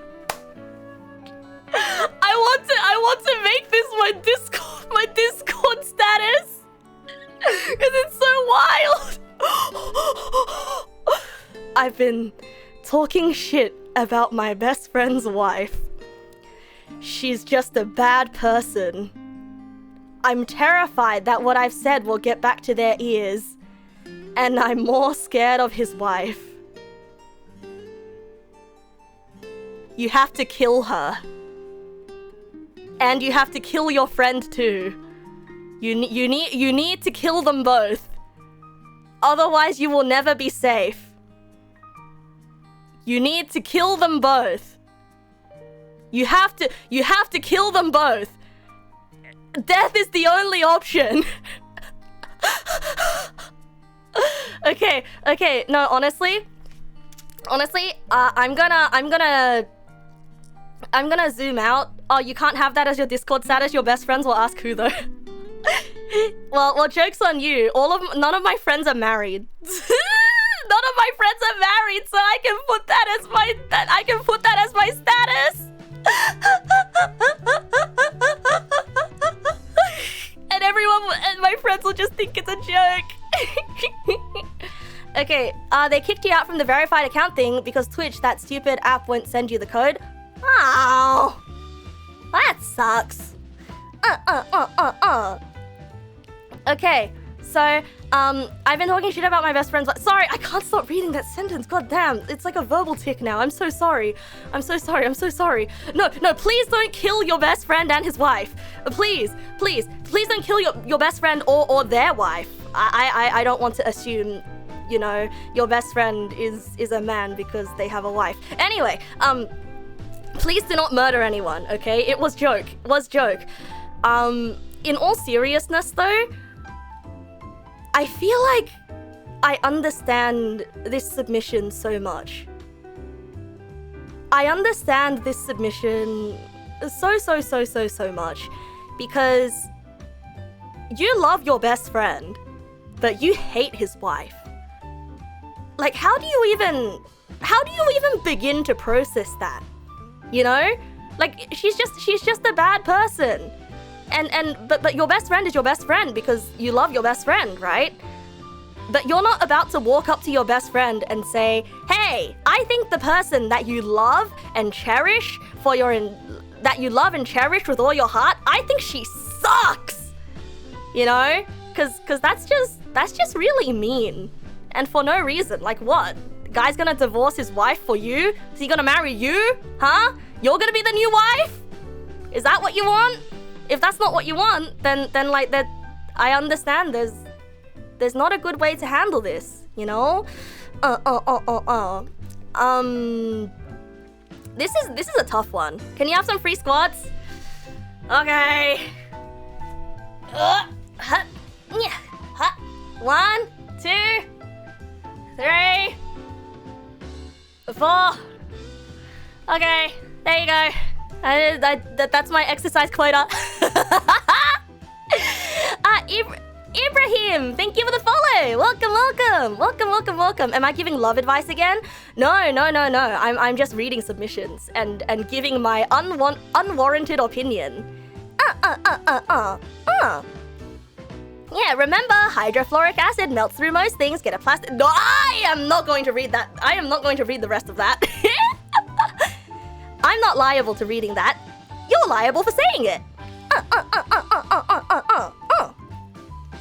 So this is a hard one because if he is your best friend, obviously you're gonna. Hey, I just got a new response. Yeah, it's my tail wagging a lot and it's causing hip sways. It's causing my whole body to, because that's what happens to dogs when their tail wags. Yeah. So this one's a really hard one. I think I've been in this situation before where I have absolutely talked shit about a friend's friend that I do not like. And I did not know how to bring it up to my friend because the thing is, like, I have this moral code, okay, that I shall not talk shit about someone. I shall not talk shit about someone that I know unless I really, really, really hate them and I genuinely hate this person with all my life. I shall not talk shit unless I am asking for advice on what to do about it, you know? And that's rough because yikes. I think the best way to go about this, you gotta come clean to your best friend. Like in order to quench your fears, not quench your fears, quell your fears about this. I think eventually you have to come clean to your best friend. If this is your best friend and if this is someone that you want in your life forever, you don't want what you've said getting back to them. You really, really, really do not want what you've said getting back to them. And if the wife is a bad person, as you have clocked her as being a bad person, I think it's also worth telling your friend that you're catching some red flags about his wife as well. Because, like, who knows? They might not stay married forever. I'm not crossing my fingers hoping for a divorce for your sake, okay? But I'm just saying that if you tell your friend now, sooner than later, it's always better if they hear it from your mouth rather than if they hear it from someone else, you know? if they hear it from someone else, if he hears it from someone else, he might tell his wife, and she might like murder you in her sleep. I mean, in your sleep, unless she's a sleepwalking murderer. I don't know, but I think the best thing to do is to tell your friend. Either that or, you know, murder the both of them, run away forever and ghost everyone. But that's probably not the mature choice. I think, yeah, it's gonna be really hard. And it's always really, really, really hard having these conversations. I don't know, maybe like book a camping trip, just the two of you, you know, and as you're lying underneath the stars, you know, sharing dreams and sharing secrets, you know, looking at the stars on your two besties camping trip. You turn to your best friend and you say, bro, I've got something to tell you, and I've been holding on to it for so long, and I can't keep lying to you about this anymore, and it hurts me so much to keep this from you. I've been talking shit about your wife because I think she's a bad person. And I'm really ashamed of, or maybe you're not ashamed of yourself, you know? Like, you have to tell your friend eventually, okay? Because here's what might happen if your friend finds out that you've been talking shit about his wife, their wife, her wife, whoever's wife, right? One, this friend is going to be like, wow, I can't believe you would say that about my wife. You know, the usual, blah, blah, blah. Tell the wife, and then you die. The second thing might be, wow, if you really thought my wife was a bad person, and you never bothered telling me that this this bad person was in my life, you know, it makes them question your loyalty. Like, it makes them question whether you have their best intentions at heart. Like, if you have their best interests at heart. There you go. Because actually, I've been through something similar. I've been through something similar, actually. But it's a lot less low stakes, and it wasn't someone's wife. So somebody actually came to me and said, hey, there is a toxic manipulator in your friend group. And this person's really toxic, and I'm scared of them. And I'm just telling you now, you know. But then they didn't say who it was. And they refused to tell me who it was because they were scared of telling me who it was.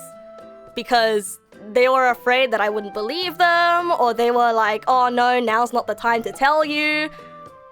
Yeah, and then I'm just kind of like, well, great. Now you've told me there's an imposter among us. And then and now I'm anxious. Yeah, you've just told me that there's an imposter among us. You refuse to tell me who the imposter is. And now I'm anxious. What? If you've got information, are you gonna tell me, or are you just telling me to torture me? Is that what it is? Why would you tell me? Right? Exactly. And so it made me question. It's sort of like, why would you not tell me? Because they framed it to me in a way that's kind of like, oh, you know, I'm just worried about you, Neg. I'm just worried about you, so I'm telling this to you. And I'm like, and then in that case, you know, this person's clearly not worried about me, because if they were actually worried about me, they'll tell me who the imposter is! Who is the imposter among us? Are you gonna wait for me to get stabbed and then say, yeah, that one's the imposter? Well, too late! I'm already dead! Yeah, it's scary, you know, scary. So you don't want to... Yeah, maybe they just wanted me to opt out of that friend group. You know, maybe... I don't know what they wanted because they wouldn't tell me. You know, it's the Wild West out here. People don't talk around these parts. Pew, pew, pew. We don't talk around here. Nobody talks about shit. Jack One Piece, thank you for the volleyball. Thank you. Yeah, so, yeah, they didn't want to get in trouble for telling me, but they also wanted me to know. But then, effectively, they've done nothing! They've effectively done nothing at that point! Except for make me anxious about an imposter among us. And so, Oh, this is still relevant to this submission, by the way. That's why I've got it highlighted. So this is why I think... you should... This is why I think you should tell your best friend that you don't like his wife. And I think maybe you can work out something about... Yeah, tell your best friend the whole truth. Maybe you don't have to drop the whole truth in one sitting. I think it'll be easier on you if you drop the whole truth. But I think at the very least, you need to let him know that... You need to let them know that you don't like the wife. Yeah. Oh yeah, true. The person who told me the thing might have wanted to separate me from someone who might warn me about them. That's also true, actually. Anyway, I clocked the suspicion. So anyway, onwards to the next submission. I trusted an online friend with my IRL first name and they just dropped it to other online friends and moots. My name, like it wasn't supposed to be a secret. It's Jeremy, by the way.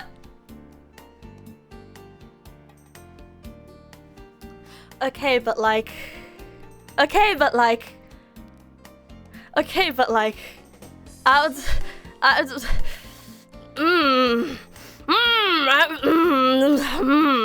One of the 6 people named Jeremy, huh? You know, I don't actually have a friend named Jeremy. So it wasn't me. I don't have a friend named Jeremy. You know? I had a friend named Jeremy. And guess what happened to that friend named Jeremy? Her name's not Jeremy anymore, so I don't currently have a friend named Jeremy. Yeah. So it wasn't me.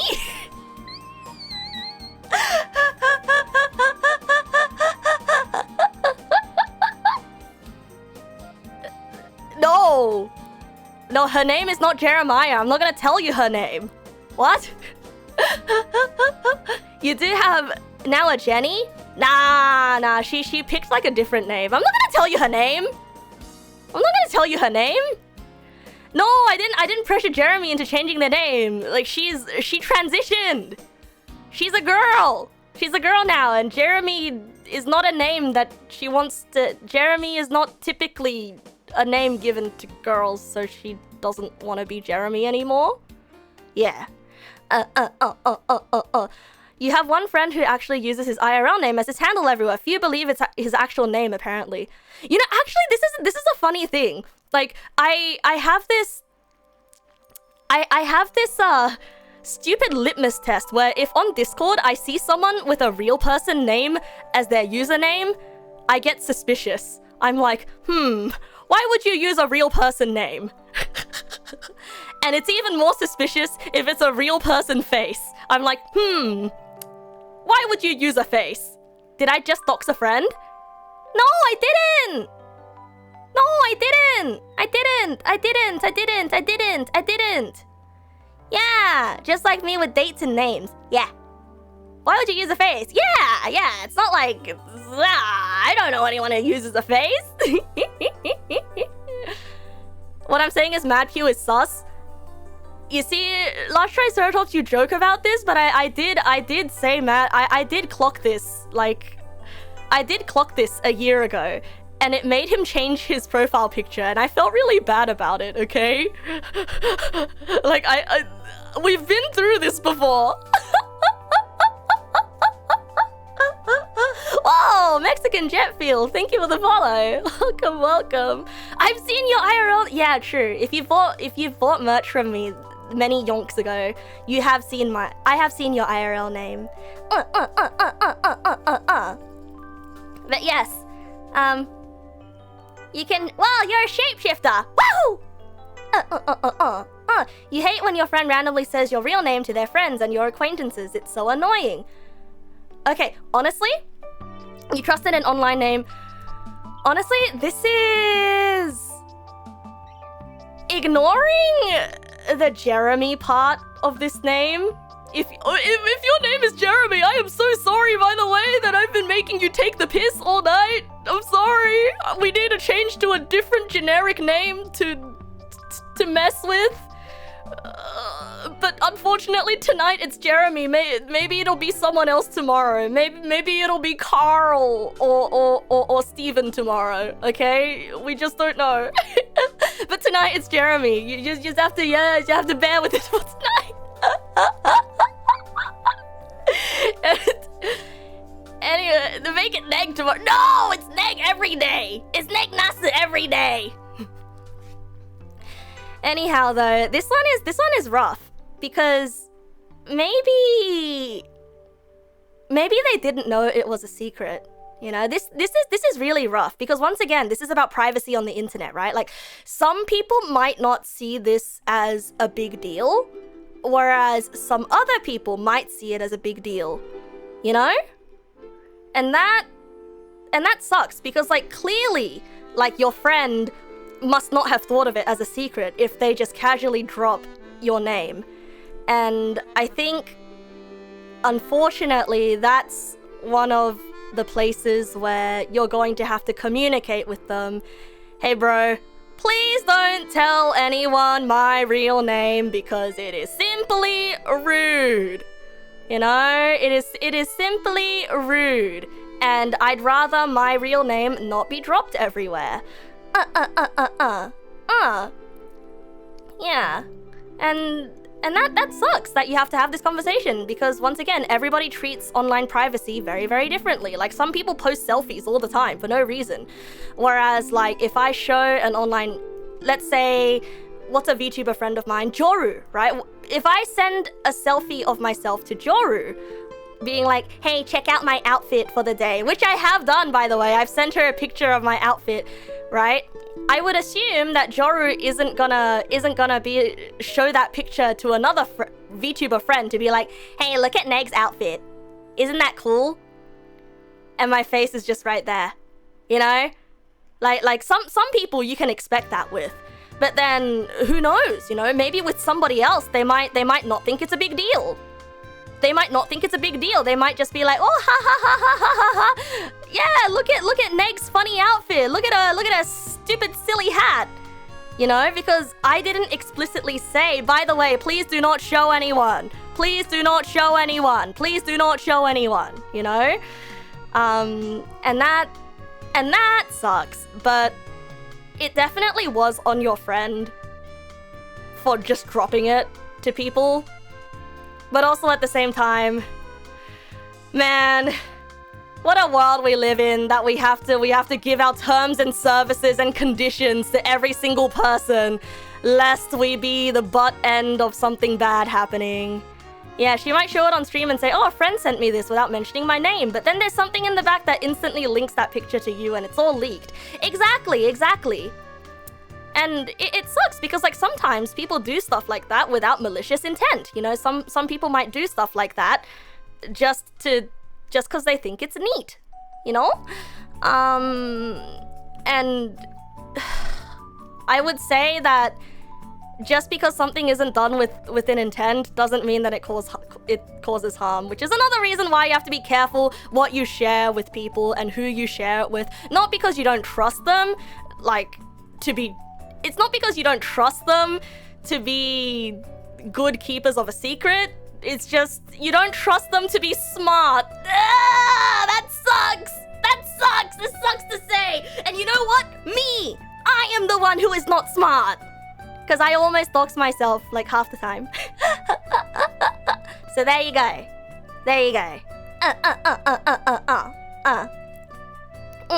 Because, you know, maybe your online friend that shared your name was just, they weren't thinking. You know, sucks. You could be super duper close to someone, and they still disappoint you because they have poor impulse control, or they just simply don't think before they do something. And discretion is important, but like it's the same reason why like you don't take your best friend skydiving if they have a crippling fear of heights, right? Even if they are your closest friend.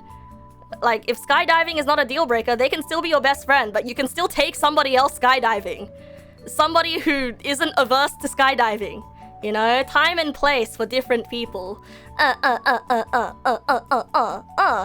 don't attribute things to malice which can be explained by stupidity. Alright. Finally, next submission!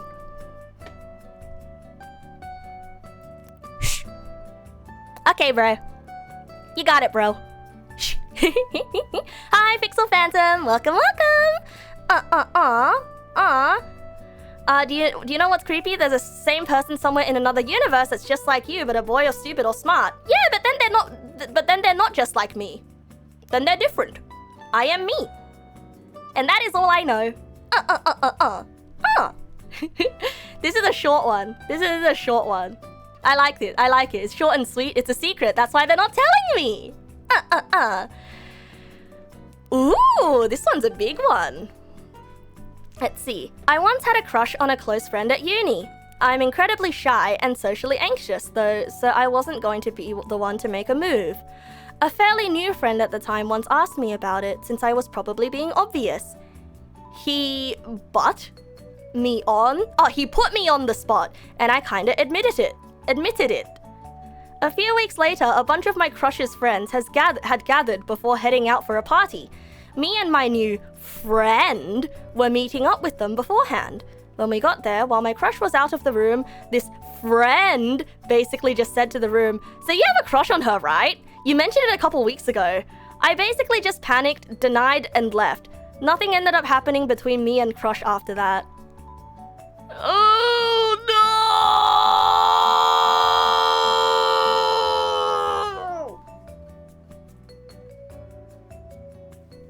Oh.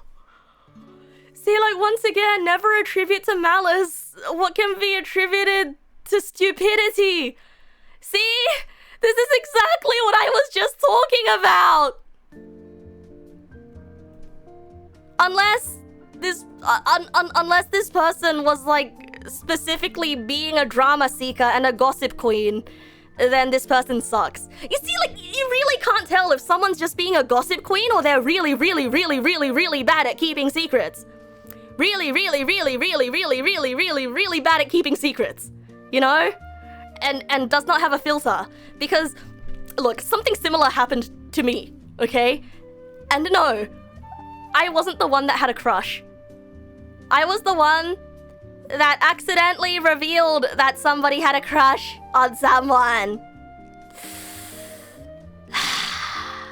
I was in a Discord server with my friend group, and a cosplay girl had a crush on one of the girls in the friend group. And we were all playing Tetris together on J-Stris, and we all used nicknames on Tetris, right? Yeah. And I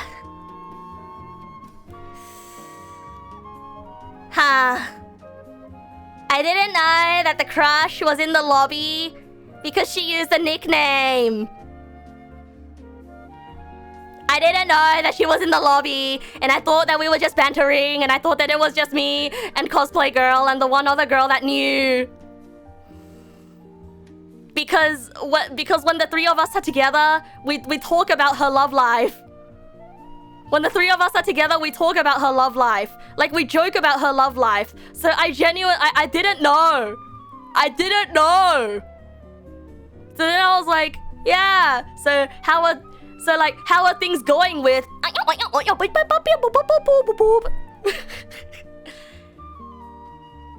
And I'm like, heh, you know, you like her, right? Why don't you play more Tetris with her? Why don't you invite her? Well. She was already here, in the Tetris lobby.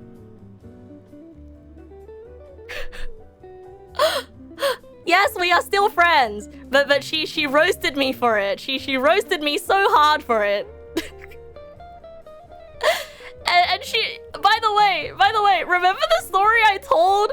Remember the story I told about how like I kept dragging friends to play a video game with me, and then they started playing the video game, got invested, and then I quit after 2 weeks. And then how I still keep getting roasted for it? It's cosplay girl. She's added that. She adds this to the list of things that she's salty at me for, as well as accidentally revealing her crush. I mean, like, look. It's all in good fun, okay? Like she clarifies that she's not actually super duper angry anymore, but she just thinks it's funny to bring it up and watch me cringe.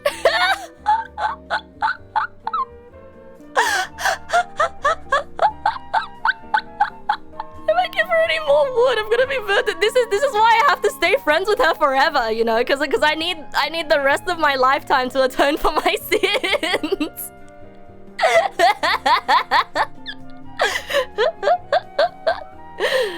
Oh, okay, mind you though, mind you, like I promised to play together with her, but then I got bored of the game. Okay, now I no longer make any promises. No promises. I only tell you how much I am enjoying a game. What you choose to do with that information is up to you.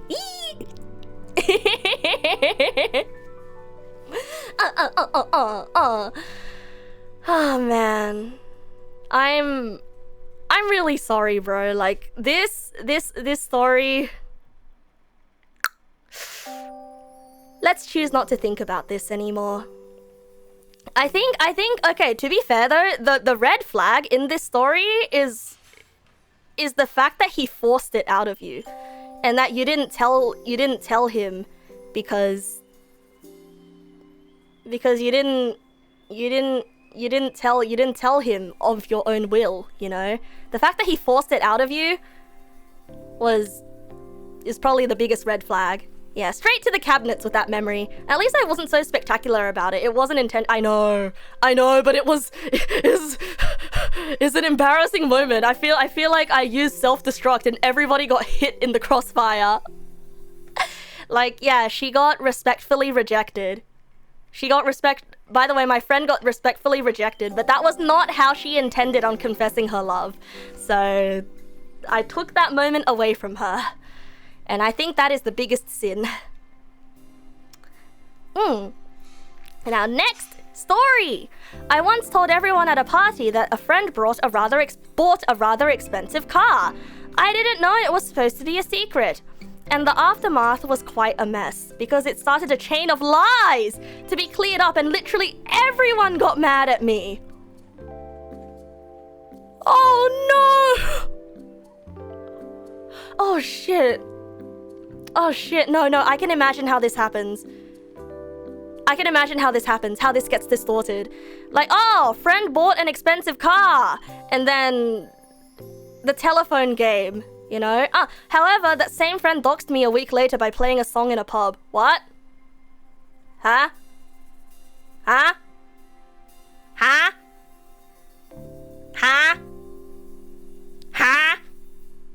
What? How? Huh? He didn't know my persona was supposed to be a secret. You're a VTuber! Yeah? You're a VTuber. Or you're a musician with like a secret, with a secret identity. Yeah. A master music. Ooh. So you're kind of even, and you're still best friends to this day. Ah. Yeah, must be Duke Silver. I was literally thinking about Duke Silver. Are you a saxophone man? So you're kind of even. You're best friends with this. I'm really glad that the misunderstanding got cleared up, because I'm gonna be real, bro. These chains of lies and the aftermath where everyone gets mad at you, like these things, these are make or break moments. Like these situations, they either bond you for life, or they will like irreparably break apart a friendship forever. Like this either bonds you for life or it breaks your friendship apart forever, and like it's everything dies, you know? I kind of feel this way about going on a trip with a friend. You know, like if you choose to take an overseas trip with a friend, if you go on a trip with a friend, overseas, interstate or whatever, that is a make or break moment. It either bonds you for life or it tears you apart and like the friendship is ruined and but like the fact that this bonded you for life, I'm happy, bro. It's a 50-50 half the time. Because usually in these situations, people's true colors come out and you learn what people's true values are, you know? And I don't mean true colors. I don't mean true colors as in, oh, they're secretly evil or something. I mean, you find out what they truly value, you know? You find out what's important to them. You find out what they think, where they go, what they're willing to do when they feel like they've been hurt by someone. Or when they feel like in a bad situation, essentially, right? You're seeing one of the worst. You're seeing them in the worst. I'm trying not to be distracted by the diarrhea ASMR. Okay. By the way, thank you for the follow.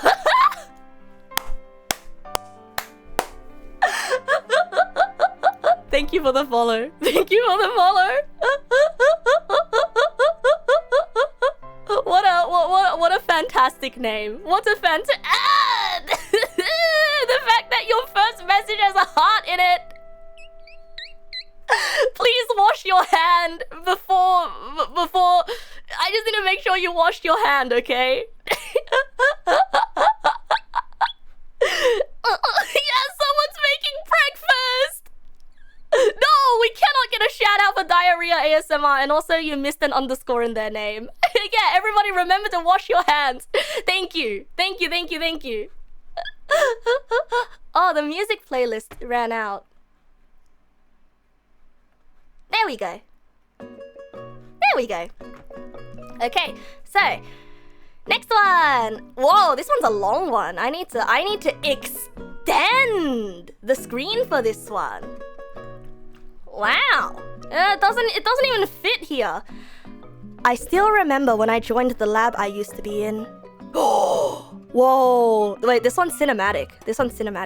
I need to turn off the I still remember when I joined the lab I used to be in. I thought my supervisor and his former assistant were so nice and considerate. So during the first week there, I just shared so many deep secrets with them, including being bullied by classmates when I was 10. While they showed their understanding and empathy to me, which made me feel so warm and so comforted, I didn't know that I'd just sown the seed of a year-long nightmare. When I suffered the verbal bullying for them, especially the former assistant, because of my burnout last year, they just thought I hadn't gotten over the pain from the bullying I had. Immersed in that awkward feeling, and I just pretended to be a victim in front of them, which made my burnout even worse, and thus resulted in my dropout of graduate school. And the most ironic thing was, every colleague around me knew my situation, but no one had the right to defend me, so I could only just face it myself as doomed. That was the most regretful decision I've ever made in my life.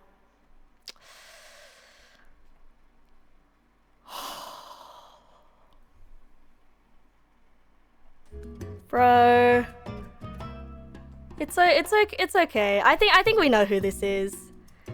I think it's okay. Is it okay to say your name? Is it okay to say your name? I will not say your name until you say it's okay. But that's rough. Yeah, like, I mean, this Neg pal has shared this story publicly before, but I don't know if in this case it's okay to say who they are. You know, like that's really rough. It's another one of the cases where you share your secrets with the wrong person, the wrong people, and then they throw it back at your face.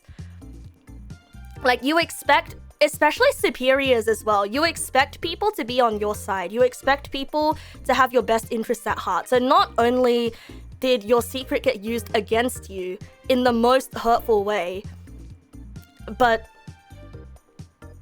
you know, your secret got used against you, and also the people you thought you could the people you thought who would give you guidance, they hurt you with it. So it's like it's a twofold kind of trauma, you know, it's a twofold kind of bad experience. And you don't have to apologize for telling the same story over and over again, because it was a traumatic experience. And I think being able to tell your story and having people hear you out and sympathize with it and sort of point it out and say, hey, that really sucks, what the fuck?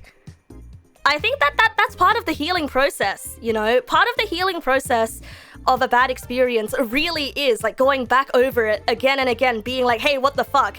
Instead of being like, oh man, it was my fault, I shouldn't have told them. Because I do know that, I mean, remember the thing where my friend told my ex-friend told my secret to someone else and it came to me and apologized? Like, remember that story I told? For an entire year, maybe even more, like I kept going back over in my head. I kept thinking, oh, it was my fault. It was my fault for trusting this person. I should have been a better judge of character. Or, oh man, I was so stupid. Why did I tell them? Yada, yada, yada. I should have dealt with it. And like, your brain comes up with all sorts of excuses to blame yourself. But the truth is, like, in a perfect world, you would have been able to tell this to that person without the fear of them having used it against you. You know, it's not your fault for being trusting. Like, yeah, sure, you can say, oh, you need to protect yourself better, yada yada. Yeah, true. You know, you will develop a thicker skin, you will develop skills for determining whether someone is worthy of hearing your secrets, someone is worthy of your vulnerability, right? You're going to develop that as time goes on. But the thing is, like, being trusting and being open is not a bad thing, you know? It's not a bad trait. And it's unfortunately a part of yourself that you have to hide because there are bad people in the world. You know what I mean? Like, if you get robbed, it's not your fault. But, you know, after you get robbed, you're like, okay, well, shit, I'm gonna have to, like, put an electric fence around my property so this doesn't happen ever again. You know? And that's the hard part, because it can make it really hard to trust people again from this point, you know? It can make you, or even if you do trust people again, it can make you feel anxious. Right? It can make you feel anxious that the people close to you are gonna one day randomly turn on you. And I'm sure that like everyone's heard the story before of like oh yeah, you know, I was in a friend group, but then suddenly one day everybody decided that they hate me for no reason, or like they just all decided that they hate me, you know? A lot of people have been through that, and it's awful because I know so many people, like I know a lot of Neg pals have been through that too, and it's awful because it makes you unable to trust your friends. It makes you unable to trust people you feel like you should be able to trust, because you don't know when one day a switch is gonna flip and then suddenly they're gonna hurt you and be really mean and nasty to you, you know? Remember, if someone doesn't, hey, no, that's not what I'm saying. If someone doesn't like you, like, you have to decide whether it was your fault that they don't like you, okay? If you're an asshole to them, then of course they're not gonna like you, okay? But just because there is a way to treat someone, right? Remember the story I told you about how I was a bad house guest? That was my L, but then how I was treated afterwards was their L, you know? And sometimes there's conflicts of personality, and that's okay. But I think in this situation, you know, the most important thing is like you can't blame yourself forever, all right? And especially in this situation, it literally was not your fault. You relied on someone that you thought you could rely on, and you got burned for it. It's evil. It's really evil. It's evil, bad. And I'm gonna get a knife and, like, I don't know, skin this person. Probably not. That's murder. It was joke. Yeah. And I think like, okay, another tangent, right? But like, this is also the reason why I don't use people's past mistakes against them, you know? Like, I will never ever be like, hey, remember the time that you did this? Remember the time that you did this? Like, I will never bring stuff up like that unless it's truly relevant to the conversation. You know what I mean? And I will never use it as like a quote-unquote piece of evidence. I mean, okay, it's really hard. It's really hard. It's actually really hard to determine when it's okay to bring up past things. But it's just not nice, you know? It's not nice to feel like... It's not nice to feel like everyone who loves you is keeping track of everything wrong that you're doing. And then one day, when the ticker goes beyond a certain point, they kill you. Or something like that. Like, if you collect enough bad points, one day they go from best friend to enemy, like a video game.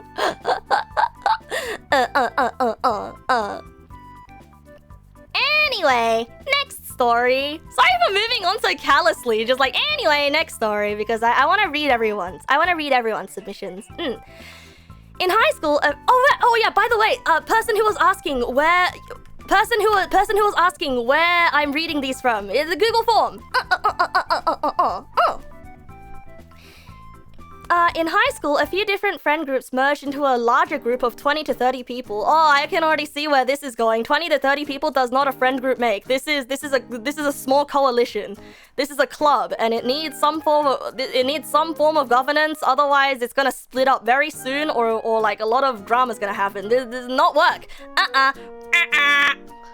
Feelings are gonna get hurt. Anyway. It kind of meant that there were a bunch of new faces. Like, you knew everyone, but you didn't know everyone. This is a club. This is not a friend group. This is a club. Like you knew everyone, but you didn't know everyone. Around this time, my uncle, who was a great shit stirrer, taught me a valuable lesson. If you wanted to know if a rumor was true, you should start it yourself. Started a few, found out who not to trust with closer things. You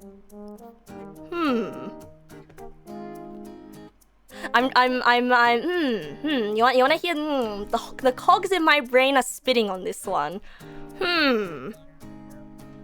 First of all, true, but also, I guess you could like start an untrue rumor. You can be like, hey, don't tell this to anyone. But like, you were still starting a rumor though. I don't know how I feel about this one. Like, you could tell an innocuous lie, but like it was still a lie. And then if you make it sound serious, then if you started the rumors about yourself, then it's like, no, but that's still weird. That's still weird in a certain way, because I think, okay, you know what I don't like about this? You know what I don't like about this? It's the inherent idea that like, it's the inherent idea that you are testing someone, right? Like, if you feel like you have to test someone on their loyalty, then maybe just err on the side of caution and not trust them in the first place, you know? Because I think nobody likes feeling like they've been deceived, and it's a horrible feeling, because like, what if you test them and then they actually turn out to be trustworthy, you know? And then it'll feel awful to find out that someone that you considered yourself really close to didn't trust you and they decided to give you a test, you know? Which is why like I don't like all those like relationship test things. Like, if you're dating someone, test them with this. It's kind of like, no, if you're dating someone, that person's supposed to be your brainworm. You're not supposed to test them. They're supposed to understand the assignment. You know? But like, I understand why. You know, I understand why you would do this. But like, definitely, like, this is high school. And I definitely wasn't mature enough in high school. I was not mature enough in high school to have the outlook that I have now. So you know what? This is fine. This is like funny, juicy high school drama. Yeah. Yeah, it also sullies your own reputation as well. Wow, crazy how I focus first on how it makes other people feel rather than what it could do to your reputation. Man, this is why I get caught in bad situations. Instead of being like, oh, self-protection? Nah, think of the other person's feelings first. Remember, think of other people's feelings good, but also don't forget to think of your own feelings, okay? Will I be able to see new posts? Yep, because every time there's a new post, it scrolls all the way back up to the top. Alright, next one. It's a secret. Oh, okay. Then I won't ask any further. Oh, and also, by the way, I don't say this. Oh man, I don't say the I tend to think of other people's feelings first over mine to be like, oh man, I'm such a good person. Look at me. No, this is not a good trait. This is I want to hammer home that this is a negative trait. Okay. Thinking of others before yourself is a negative trait. Have you not heard of always put on your own oxygen mask before assisting others? You have to protect yourself. Otherwise, there's no point in thinking of others' feelings, because everyone's gonna get hurt either way. You know? So it's not noble, and it doesn't make you an inherently good person just because... Yeah, anyway. Because half the time, I think you can... The whole, like, considering other people first trait, it usually comes from a place of self-preservation anyway. But then I feel like if I keep talking on this route, it, like, goes down the route of, ooh, what is true altruism? True altruism doesn't exist because you only do things because they make you feel good. So let's not go there. Hooray! Okay, next story!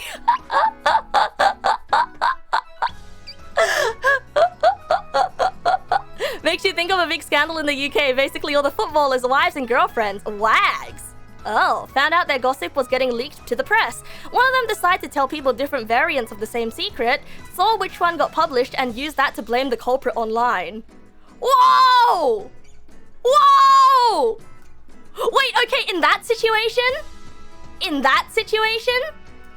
I think like, because the press is getting involved, I think in that situation, it is okay to be manipulative and to spread a false rumor.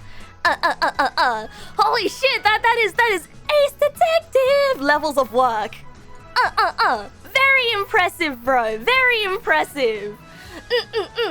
And yeah, Davros, I agree. Just like anger, having no control of empathy is just as irresponsible. This is true. This is true. And I think it comes from similar places of wanting to protect yourself. Right? Because, yeah. me when I can't think of something to say. Yeah, we're boys. Yeah, and we're friends. Yeah, therefore we're boyfriends. Yeah, yeah. Oh, you need to go to sleep? Okay, Mossy. Good night. Thank you for coming to today's stream, and thank you for letting me pick your brain. Have a good night's sleep, and I did notice that, like, you're up a bit later than usual, so sorry for keeping you up. Good night. You don't think it works like that? No, it doesn't work like that. It's just this stupid TikTok that my friend sent me, like, months and months ago that I can't get out of my brain. We're friends, yeah, and we're boys, yeah, we're boyfriends, yeah. Wait, hold on a second. You mess with me, you mess with my boyfriend, yeah.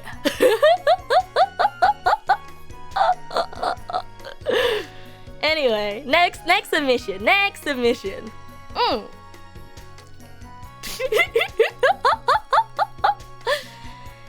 Secret by Anonymous. Back in Oh, wait, this one's another story time. Secret by Anonymous L. Okay, Anonymous L. Back in kindergarten, I fell in love with a girl. Innocent, simple, the only way a child could. And, being the naive little fool I was, I told my mom that I wanted to marry her. Ah. Big mistake. Mom, of course, did what mums do. She told the other moms, including the girl's mom. And naturally, the moms told their kids. Before I even realized what was happening, the entire school knew about my grand declaration of love. Small school, tight gossip network, no secret survived. Yeah, no, I get that. Then came the final blow. The girl came to confront me. Not privately. Not quietly. No, she rejected me in front of every single kid in school. And what did I do? I did what any heartbroken, humiliated, stupid kid would do. I cried in front of everyone. The end.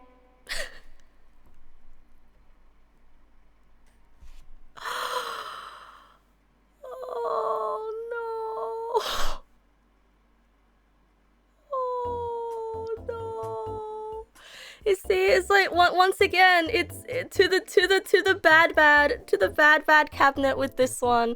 Look, I don't blame the kids, I blame the moms. First of all, shame on the kids' mothers. First of all, shame on your mom. Shame on your mother for telling your secret to everyone else. Like, it's such a big deal to everyone else's moms and expecting the secret not to get back. And also, shame on the moms of those kids. Your kids do not need to know about the secret gossips of love lives of other students. Do you want to raise good values in your kids? You shouldn't be teaching your kids these things. Okay? You should not be teaching your kids these things.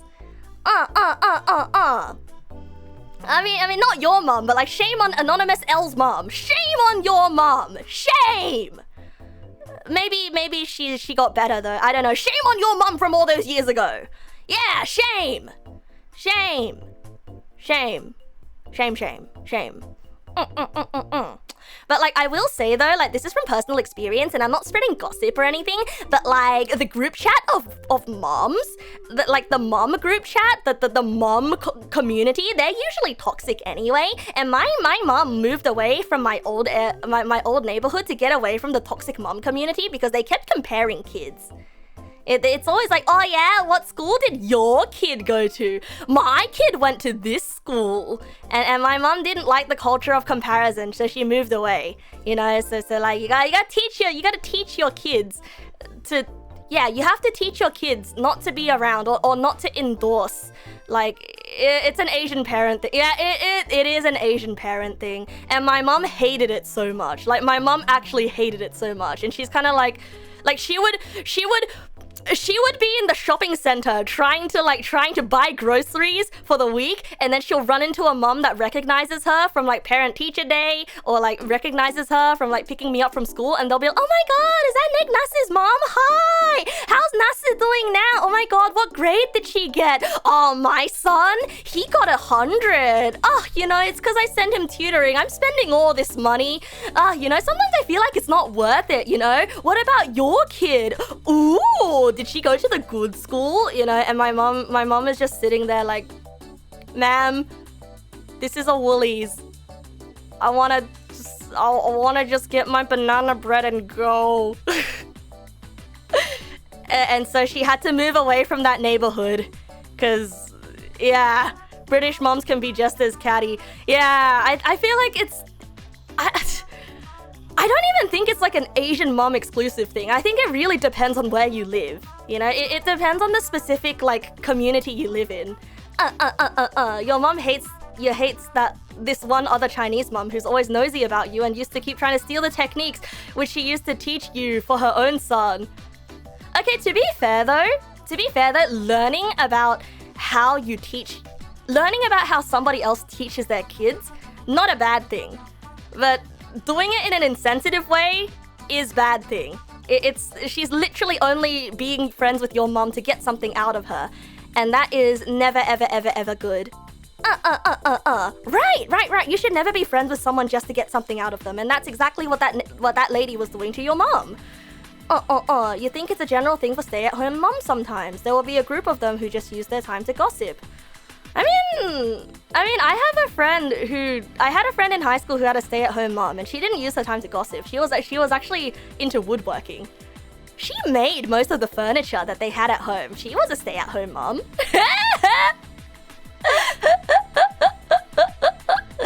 But yeah, no, this is just anecdotes, you know. Parent networks usually toxic. Your mom was at home playing Tetris or something. So true.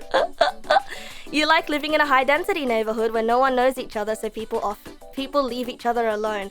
Yeah, I think that's a double-edged sword. You know, that's a bit of a double-edged sword because on one hand, it's nice to know your neighbors. Like I used to know my neighbors, and now it might just be a me thing. I don't know my neighbors because I don't really go out. Avoid eye contact. It's so much worse in private schools. Yeah, I can imagine. I can absolutely imagine. So it really is a double-edged sword. I mean, look, if you want to be around people, you have to get the good with the bad, right? And inevitably, people like to gossip. I mean, I ask you guys to submit these stories to me because, yeah, we're commiserating over our shared bad experiences.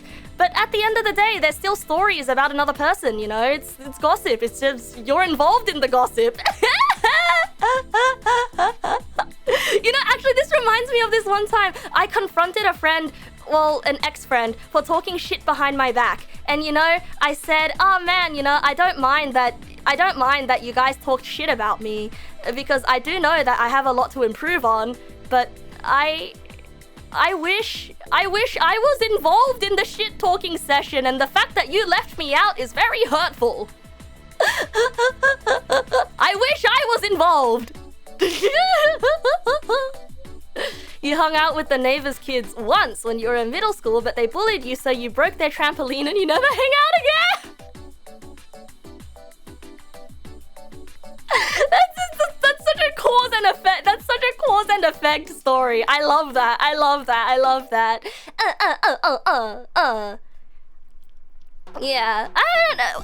You're part of the problem. I wouldn't say you're part of the problem, bro. I think like just by nature of being people, you know, we are all part of the problem. But it's about doing what you can to avoid people getting hurt, you know. And remember, people getting hurt includes yourself. Okay, bro? Okay? We must avoid people getting hurt, and that includes yourself. Because sometimes a little gossip is fun, you know? Like, who doesn't like, you know, looking at a bit of drama that has nothing to do with them sometimes and being like, ooh, I wonder what happened here. You know? And then like you read it like it's a story and then you move on. Yeah, who doesn't like that? You know? Like stories are fun for a reason. Fictional, real, yeah, it just depends on what you describe as drama. It makes you groan. Yeah, I mean if it's a very boring one, then yeah, I get it.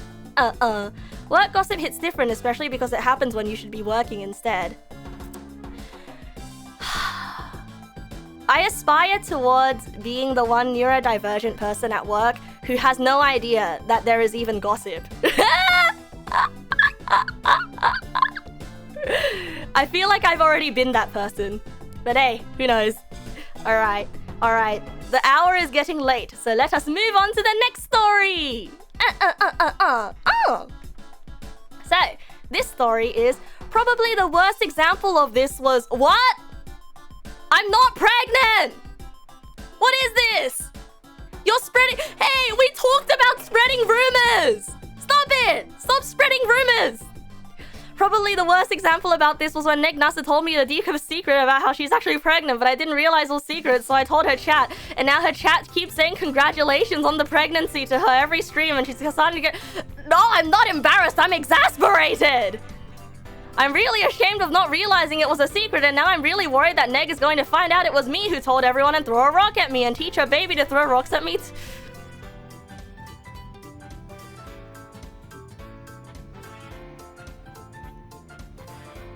I still have the VOD from when the pregnancy meme started. I can go look for it and see who it was that started it. I can look at the VOD. I know who started it. I don't know who started it, but it started from that one time I played How Fish is Made. I know when exactly this started, and I will find this person and hold them at gunpoint. But it's okay. It's okay. It's okay. You're right. I am too lazy. No, the pregnancy joke happened before the engagement joke. Wait, did the engagement joke happen first? I don't know. I don't know. I don't know. I don't know. Look. I don't mind. No! Oh my god! Just because the word husband and cousin sounds similar, my brain gets them mixed up, okay? I didn't invent pregnancy. Your mom did. Because she invented you, bro. Congratulations, bro.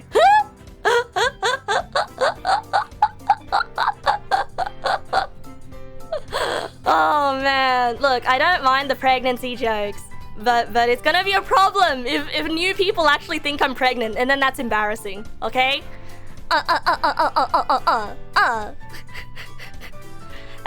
It'll be embarrassing if new people think I'm pregnant, cause that would be really, really embarrassing, and I'm not pregnant. It's not possible, okay?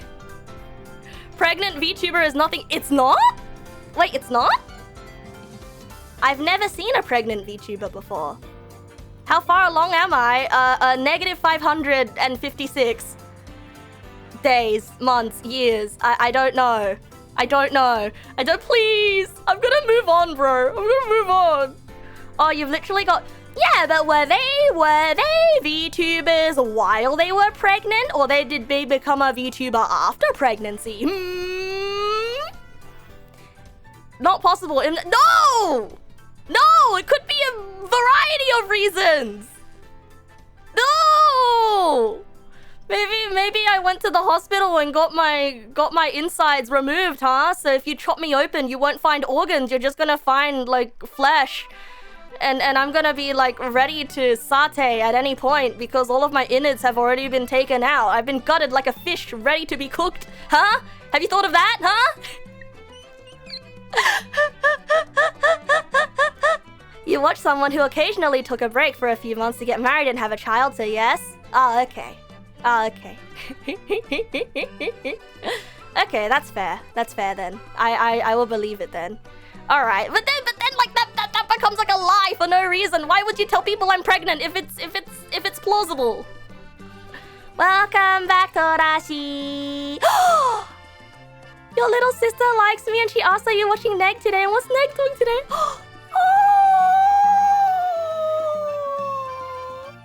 Oh, there's a tiny child that cares about what I'm doing. Oh, that's really scary though, because tiny children are a bit scary. Tell me that she's not tiny.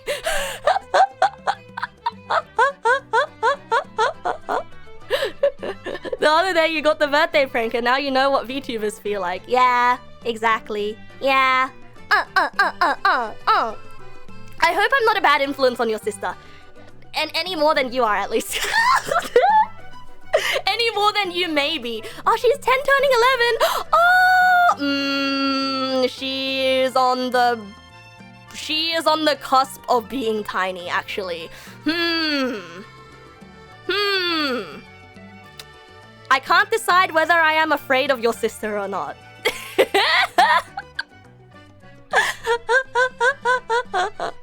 But aww, yeah, she probably is taller than me.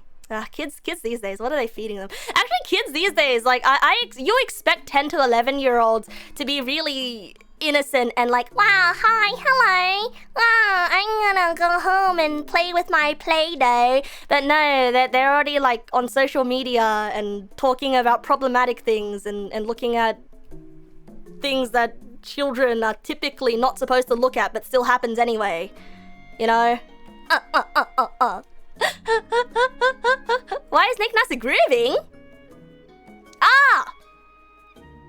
It's cause my tail's wagging. See?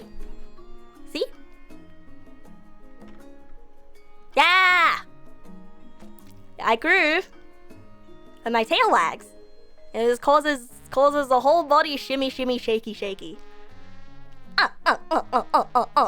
Yeah! I don't wag my tail, the tail wags me! That's like a real dog.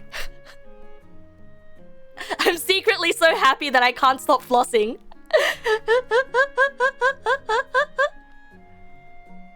Anyway. In high school, I mentioned to a few friends some bad thing happened to me and they just made fun of it. I should have known they can't take anything seriously, but still. I'm pretty sure at least they don't know it anymore. You know, I don't have much to say about this, but high school kids are bastards. And they probably don't think about it anymore. High school kids are bastards. They are absolute rat bastards. Including me when I was in high school. Yeah. No, I am lagging. I'm happy. Yeah. And we will high school kids will grow out of their bastard phase. And the fact that they made fun of it, they probably forgot. Like, let's be real. Like, they didn't take it seriously, they probably forgot. And this is, it's terrible and it sucks. And in high school I didn't trust anyone. I remember crying really hard when is the neg in my name stand for negative? No, actually, it's actually supposed to be neg for egg. It's actually supposed to be neg for egg, but there's only one. The Neg nasu, you know, like eggplant, neg, plant, Neg nasu. Yeah. I don't know why I made there only one, but now we, yeah, and yeah. And you guys are the neg pals. Oh yeah, and also for the new people, whoops, rare pal. Yeah! Yeah, there you go.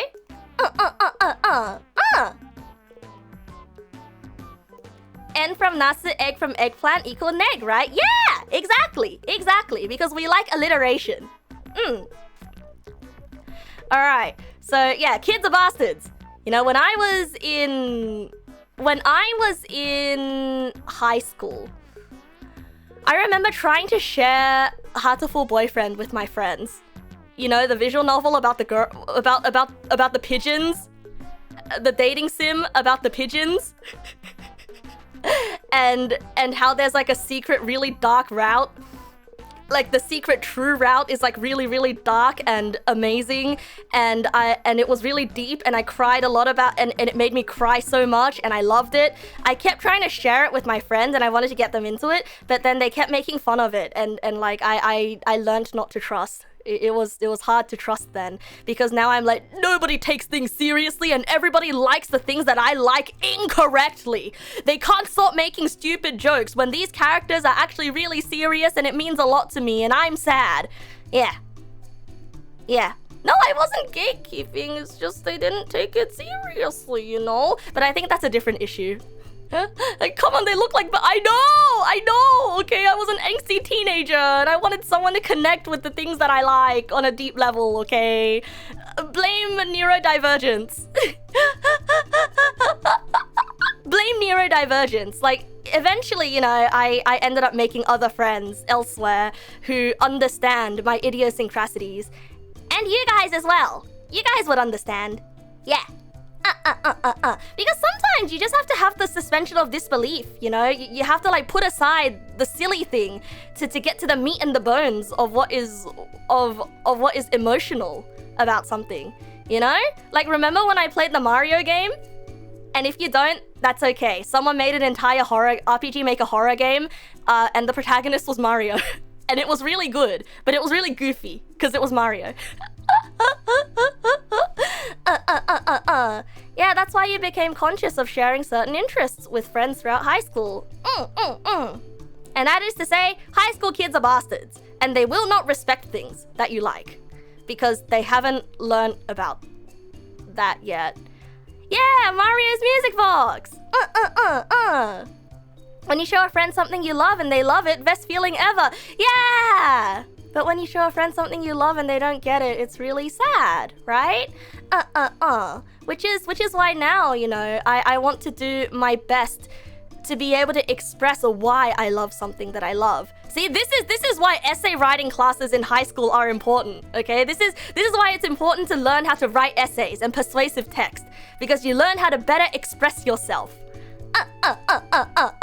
And yeah, sometimes failing to appreciate media is a skill issue. I agree. I know I'm on a tangent, I know, but it's important to me, okay, bros? It's important to me. It's important to me that I get to talk about things. Kids are bastards, adults are bastards, babies are bastards, old people are bastards, humans are all just kind of bastards, and me, I am El Bastard Supreme. Me, I am Rat Bastard. Davirus! No, not Davirus, sorry, Koichi! Welcome, hello, hi. Your name is neon green on my screen, so this is the first thing I read out loud. And thank you for the follow, Koichi. Thank you, thank you. Sometimes I say things that I don't mean, okay? Sometimes I say things that I don't mean. Literally. The brain neurons just failed to connect there. Next submission. My friend told me that she smashed the school's bathroom mirror.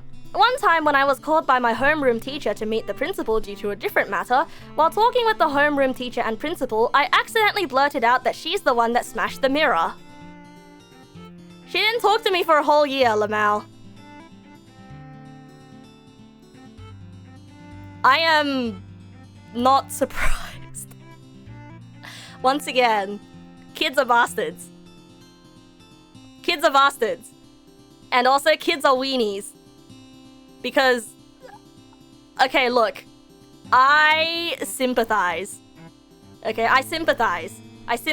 I'm projecting myself onto the person who submitted this, because if I were in the principal's office, I would feel really nervous. Like, I would keep thinking about the fact that I have this piece of information, and it would, and I would be afraid, because like, listen, even nowadays, I am afraid that the people around me are mind readers, okay? I am always afraid that people will find out what I'm thinking. Just, I don't know why, I don't know how, I'm anxious, which is why I am so honest about everything, because it's like, I'd rather I say it out loud than some stupid mind reader read my mind and then say it for me, you know? Live free, be free. And so, once again, high school kids are bastards. High school kids are bastards. And also weenies.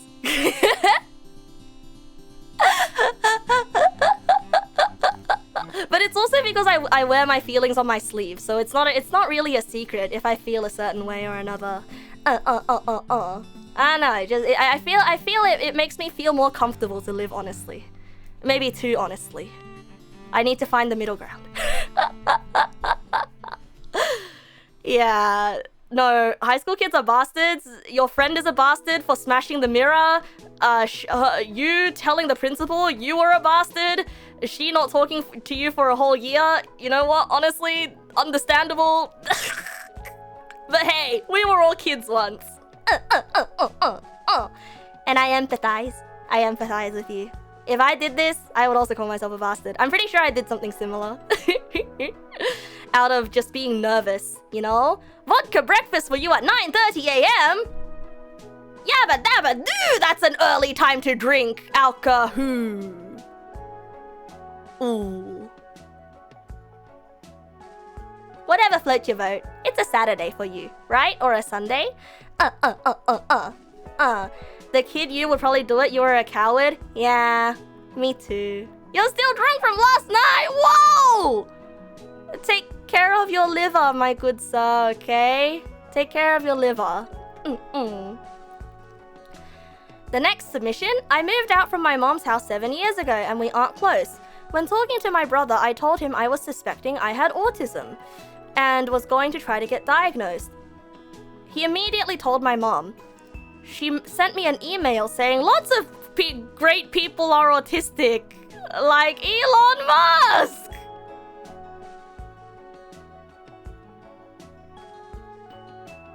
Since then, she's been frequently sending me videos on how diet can cure autism. I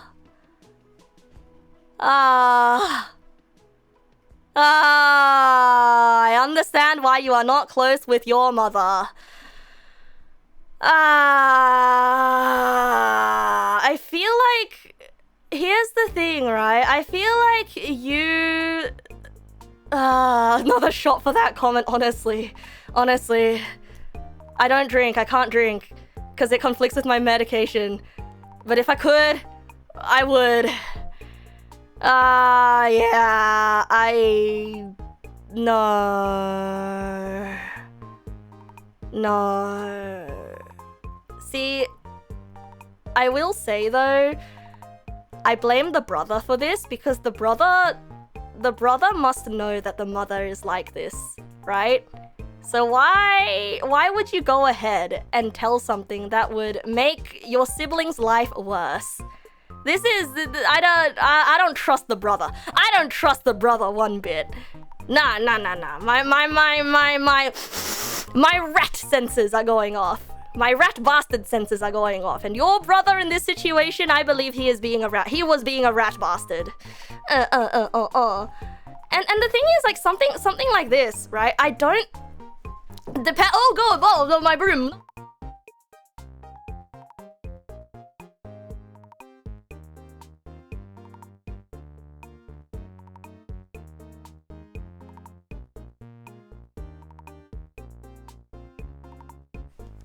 My dad has entered the bathroom.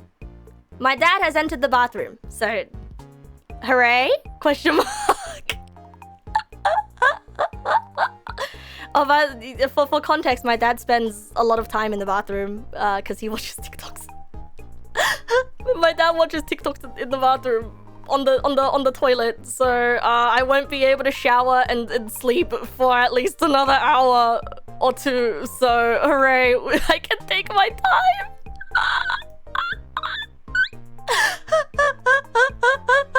Yatta! You've successfully trapped Neg nasu! Yatta! It's that time of the night again! Oh yeah, I also recently realized that my dad has... No, genuinely though, sometimes I feel like my dad is an iPad kid. Sometimes I feel like my dad is an iPad kid. Because I recently found out that he goes to sleep watching like YouTube videos. Or like he goes to sleep watching videos and his phone is just like always on. And there's always a video playing from his bedroom. He might be asleep, but the video's always playing. Yes, he does make fun of the rest of the family for being gamers. Yes, he does. Maybe it does help him sleep easier, but that it reminds me of iPad kids, you know? Yeah. I mean, to be fair though, I do think that his generation is more susceptible to tech addiction in a way because they didn't grow up knowing how to deal with that stuff. And it's a lot easier to sort of grow out of it when you grow up with it and be like, oh hey, this is probably not the best, and you have the conscious mindset of sort of quote-unquote detoxing, I guess, where people call it detoxing. But I think like once you're at that age, it's sort of like, you know, you do your thing. Do your thing, daddy-o. Do your thing, father of mine. Chicken fried corgi, whoa! It's the American Egg Pal time zone! Hi, good morning! Welcome! It's been so long since I've seen you! You always have your TV on, but if anyone changes it or turn it off, you wake up to silence. It is instinct now when you hit too old of an age. Do you also instinctively grip the remote in your sleep, so if anyone tries to take it away from you, you grip it harder? I actually have a story no, I can't tell this story. I'm gonna tangent myself into a hole if I tell this story. And I know, you're like, ooh, she says this now after she's let every other tangent go. Whoa, what makes this one different? It's because I don't know. I don't know what makes this one different. You as was a kid up late trying to get the remote from your dad sleeping. Yeah. Okay, fine. I'll tell the story.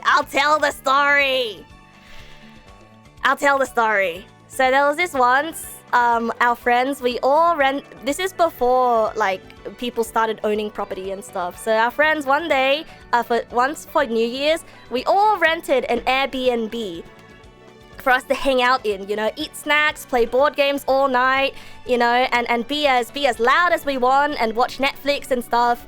And we rented an Airbnb to quote unquote have a New Year's party, but the party wasn't like, oh yeah, alcohol. In fact, there was no alcohol at the party. It was mom friend made okonomiyaki for everybody. She cooked in the Airbnb kitchen because you know, we couldn't use the kitchen if we were at someone's house. And we also played board games, and we were able to scream Uno as loud as we wanted to.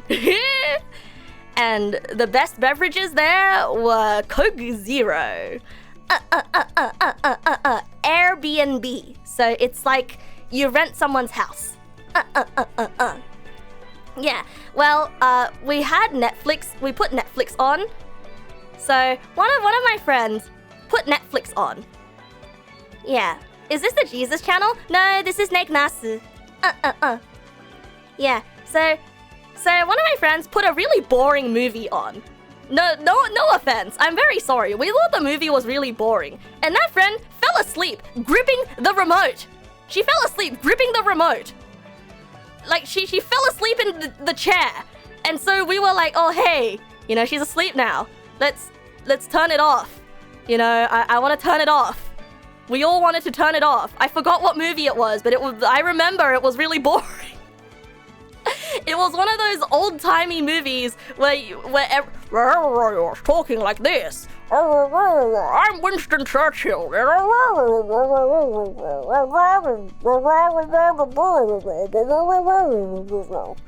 Yeah. So we tried to, it was, if I remember correctly, it was one of those movies. And we wanted to turn it off. By God, we wanted to turn it off. And she was asleep anyway. So we tried to, and it's like, it's not like she has the world's strongest grip strength, you know? She was small, right? And so we tried to take the remote from her, but every single time we tried to take the remote, she would grip it tighter. Like, she had this, like, death clutch on the remote. And the thing is, it's not like she was pretending to sleep. I'm pretty sure she was actually asleep. So we had to sit through the whole movie. And no one had access to the remote anymore. I guess we didn't really think about the TV having controls on the side. I think like we wanted to put something else on. I think we wanted to put another movie on. So it's like, well, I guess this is our life now if she's gonna grip the remote like that. Raven's Nest, hi, hello, welcome. So yeah, that's the story. Some TVs for a short period of time didn't, and it was awful. I think this TV couldn't just turn the power off to the TV. We probably could. Look, it was a good time ago. All I remember was we couldn't pry the remote from her. Why didn't you wake her up and put her into bed? 'Cause nobody wanted to wake her up, I guess. Nobody wanted to wake her up. What do you mean, thank you for saying hi? Of course I'll say hi if you say hello. Hi, hello. No need to subscribe as the thanks, bro. I'm just happy that you're here. Jorge was the name of your dog who passed away 6 years ago. Oh! I'm sorry for your loss. Oh. What a random thing to bring up out of nowhere, though.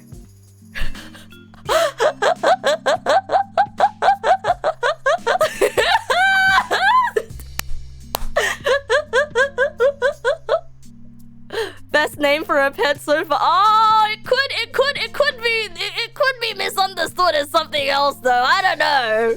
I don't know, bro. Oh, and thank you for the follow, Raven's Nest. Thank you, thank you. Aww. Aww. No, I don't think it's particularly rare to say hello to people, because like I'm sure that a lot of streamers, they miss messages, right? They're too busy talking about something and they miss a hello message. Like if I see it, I'll say hi, but you know, sometimes I miss messages too. All right, next. Oh god. Oh god. Oh god. Anyway, back to... Hi, Scruff Balls. Hello, hi. But back to this message, though. I think telling someone that you think you might have autism, it's not necessarily a secret, you know? So technically your brother didn't betray you by telling quote-unquote a secret, depending on who you tell it to, because this is the kind of thing that you would tell a friend, right? But like actively telling it to somebody who you know will be harmful is, once again, rat bastard behavior. I do not like this. I do not enjoy this. I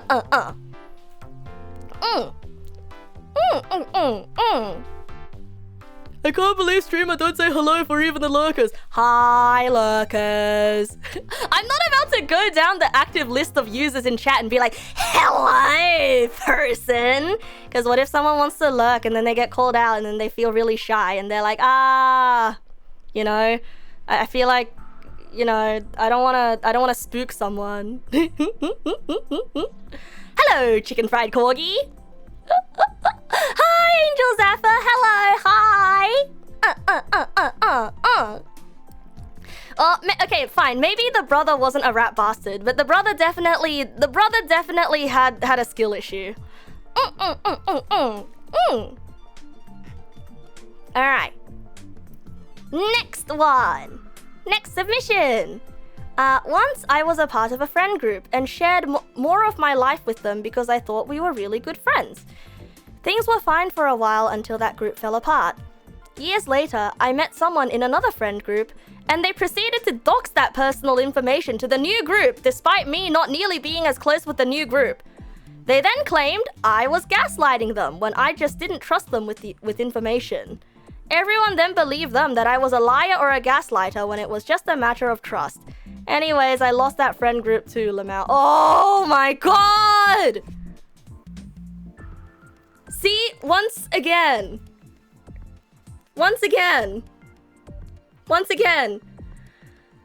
For those of you who weren't there at the beginning of the stream, this is the reason why you don't tell other people's stories. I mean, this is why you don't tell people's secrets to other people. Even if you think that these people don't know each other, what if they eventually do know each other? You know? It's a breach of trust, and it's not good. It's a breach of trust. Someone told you something in confidence, hoping that you wouldn't tell it to somebody else for, you know, for funsies. Like, it's serious to you, but they treated it as something to play around with for fun. And that really sucks. Oh, thank you. Oh, thank you for the bitch, Angel. Oh, thank you, bro. $20, $20. Ramen is ramen. Hey, look, buddy. Food is food, all right? But at the same time, it's like there's no good for loyalty, bro. It's no good. To be fair though, I feel like my instinct right now is to say, oh, your new friend group are full of snakes. But that might not necessarily be true, because there are people out there who are charismatic enough to get people to trust them really easily. For some reason, you know, some people, they may be the rattest of rat bastards and the buttiest of butt snakes. But, you know, they have a way with words that makes people trust them. And sometimes it really is about, like, you know, the person who brings up the issue is usually treated like the issue. And so that is probably what happened, which really sucks, you know. Something, something, something, shoot the messenger. I really hope that... I really hope that Anonymous found a better friend group. Also, yeah, you know that kind of person, right? Right? This is also why I don't really like the general idea of friend groups anymore. I think a friend group is only... How do I put this? I don't like the idea of a group being like a solid thing, you know? Like, oh, this is a group, this is a friend group, and it can never change. It will always just be the 5 of us, the 3 of us, the 2 of us, or whatever, right? I think a friend group should be treated as a happy coincidence, right? A happy coincidence that each and every single person in that group has a personal relationship with each and every other member. You know what I mean? If you're simply with a group for the sake of it being a group, then the whole point of you guys being friends loses its purpose. You know? Once again, that's not friends. That's a club. Yeah, those are not your friends. Those are club mates. Right? You may be friendly with them, but I feel like you can't really call them a friend. You know what I mean, bro? Like, the most important thing is establishing individual relationships with everybody. And it's fine to be closer to some people in the quote-unquote group than others, but the most important thing is to have a personal relationship in each and every one. Like, yeah. The only friends you still talk to from school is like that. You each hang out individually, but also together sometimes. Yeah, just a happy coincidence that I'm friends with this person and you also happen to be friends with this person who's also friends with that person. This is so great. We should all hang out. Yeah, you know? For you, it's more like you knew a couple of people in the group and wanted to hang out with them. They also wanted to hang out with other people too, so they added you to the group and you got to know the other people as well. Yeah! It's like 2 for the price of 1. This sounds weird, but it's like, I want to hang out with you, but you want to hang out with this other guy. I don't mind hanging out with you. I want to hang out with you and this other guy. Oh man, I don't want to choose. Why don't I just hang out with all of you at the same time? Hooray! And that's called a birthday party. Right. But I think it starts getting really messy, like once you start thinking of the group as an entity, like an immovable object, instead of individual people. You know what I mean? That's when it starts getting bad. Because instead of saying, oh, this person and this person dislike me, you end up getting into the mindset of, oh no, the whole group hates me, when that might not be the case, right? Like, it's really easy to get trapped in the logic trap of, oh, group, pointing at group, you know? Everyone is like an atom. You may form bonds with others, but you can never cross the boundaries of them and fuse into them. Or nuclear fission happens. So true, bro. So true. Wait. No, actually it's... Wait, Trollius, but that's how babies are made.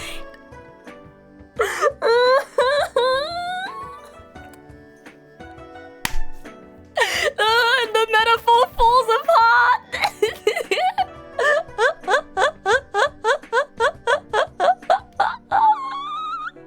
I'm sorry. Sometimes it can be awkward when the mutual friend isn't around and you struggle to talk to your bestie's bestie. Yeah, that is always awkward. No, I've been trapped in that situation before. It's not like I don't like the other person, it's just that I'm not as close with them, you know? And so it's like, oh, well, this is a bit awkward. Uh-oh. But then, like, I find that if you take a little bit of time to know... When you take a little bit of time to know the other person, like, you end up forming a unique relationship with them as well. Woohoo! So, it's always nice to keep your mind open. No, the other way. If you spend 100 billion points, I become your dad. And I will help you with homework and stuff. Yep. What do you mean this will be a late night stream? It already is a late night stream.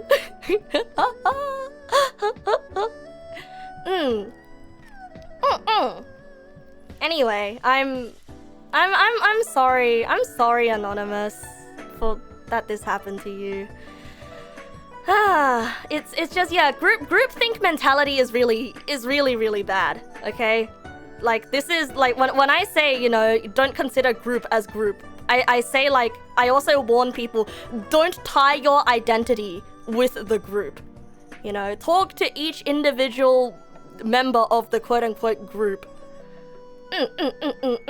Because what you might assume is groupthink might just be one very vocal person's opinion.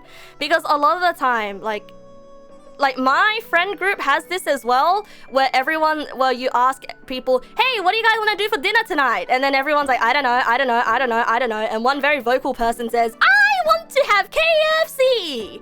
And then everyone's just shrugging like, yeah, okay. But then one person is like, I don't want to have KFC, but it looks like everybody else wants to have KFC.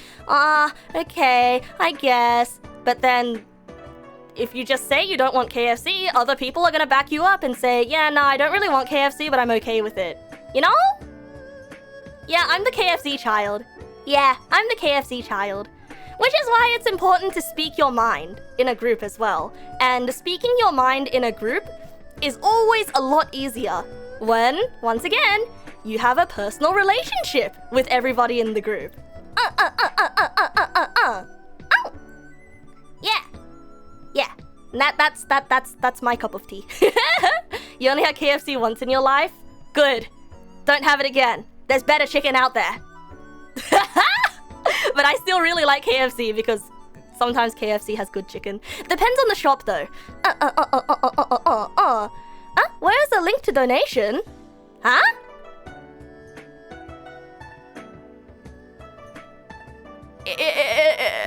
For what? For what? Donation for what? Huh? Like we don't have Jollibee.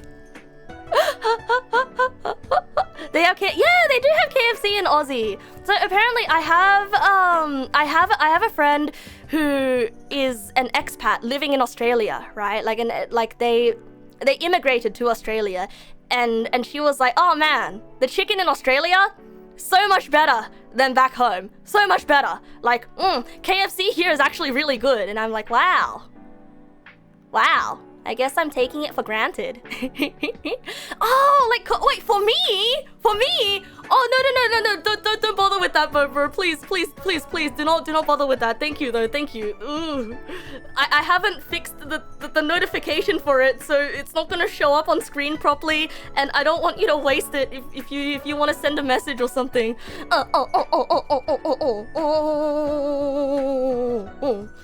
Yeah, no unique name for KFC. KFC is just KFC here. Okay, next submission. In high school, I had a group project. I teamed up with my friend and 2 girls.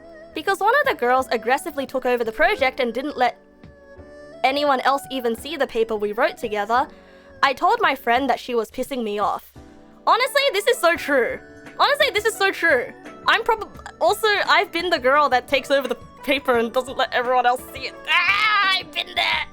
Control freak Neg nass. That was an arc of my life. Later I got a call from her. She yelled at me for saying bad stuff about her. What? My friend sold me to her just because he liked her. You guys want to say it with me now? You guys want to guess what I'm about to say? All right? 3, 2, 1. Rat bastard behavior. Rat bastard. Yeah. All kids are bastards. High school kids are bastards. Yeah. Rat.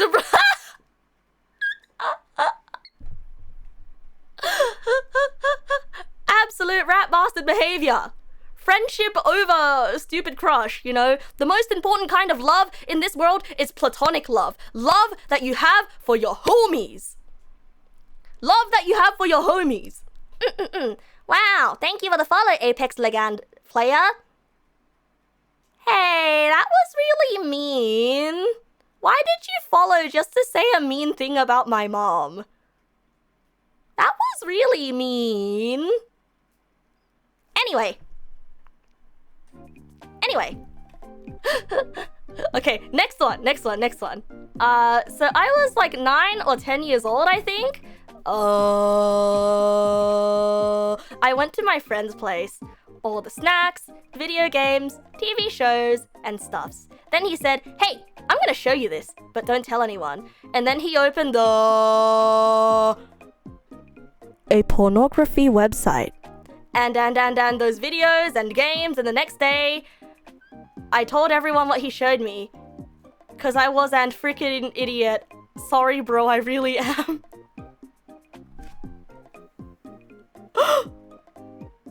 Whoa! Whoa! Whoa! Whoa! I don't know what to say. I don't know what to say. I don't know what to say. To be honest though, okay, you know what? You're a kid. And you didn't understand, and this is going to the cabinet, isn't it? This is going to the bad stuff cabinet for sure. The bad stuff cabinet in your brain that's gonna open one day.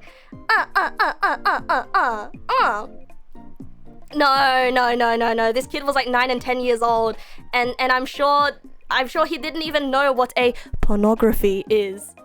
Right? I'm sure. Yeah, you're right.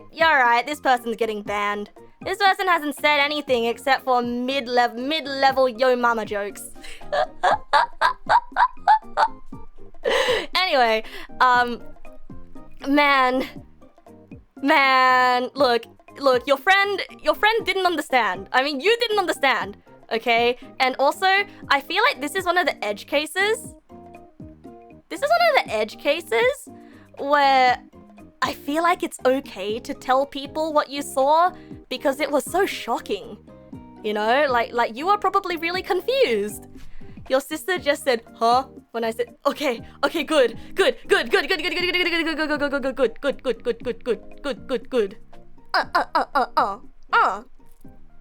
Yeah. It's okay, bro. I may not be your bro, but I forgive you, bro. I forgive you. Look, I was the kid at school that went... Long-time Neg pals know this. But I was the kid at school who went to the back of the class to show people the words... Wait, no, there's a child watching! I can't say it! Torashi! I can't say it! There are words in the dictionary, okay? There are words in the dictionary. Yeah, saxophone in the dictionary. And I used to bring my friends to the back of the class and point at it and laugh at the definition of that word. And I'll be like, this is so wrong. Ah ha ha ha ha ha. Right? And also, I discovered Urban Dictionary. And I would be like, oh my god, guys, look, apparently there's all these other bad words out there. You know? Yeah, so look, kids are dumb and stupid. You would have bullied my bullies.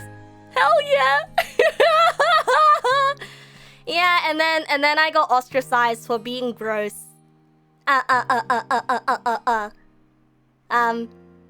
Yeah, not the dictionary lewds. Yeah, my first encounter with erotica was the definition of sexual intercourse.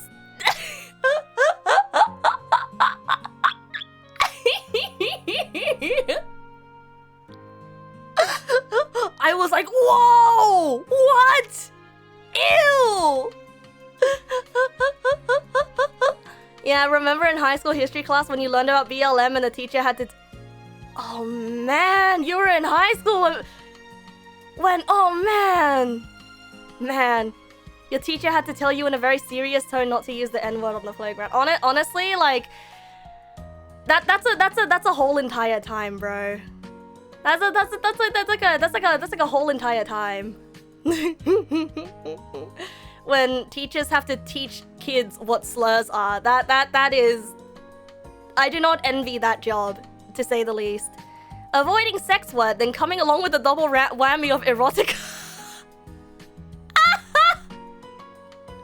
I don't know what to say. I don't know what to say. I feel like I'm more comfortable saying erotica than sexual intercourse. You know? Anyway. Next one. Okay, the secret I told to the wrong friend who tried to get acquaintances and friends to judge or think of me differently over a petty difference was knowing that I'm often taking my clothes off and staying naked in my own time. Whoa!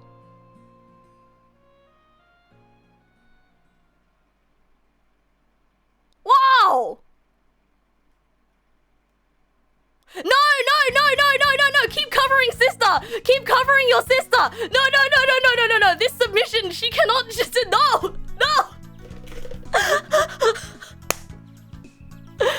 Okay, so, first of all, wow, your friend was a rat bastard for telling people your secret, but I'm really glad that it worked out better for you. I'm glad that I'm glad that your group is sex positive and non-kink shaming. I'm happy for you, bros, and now you can all talk about your kinks together. This is one of the cases where it worked out better. But oh my goodness, I cannot imagine how mortifying it would be for you to say, "Hey, I like to get naked for no reason a lot," and then people being like, "Ha ha ha, naked, that means sex." I don't know why I'm uncomfortable right now. But, you know, I can imagine the transition towards that kind of openness must have been really uncomfortable.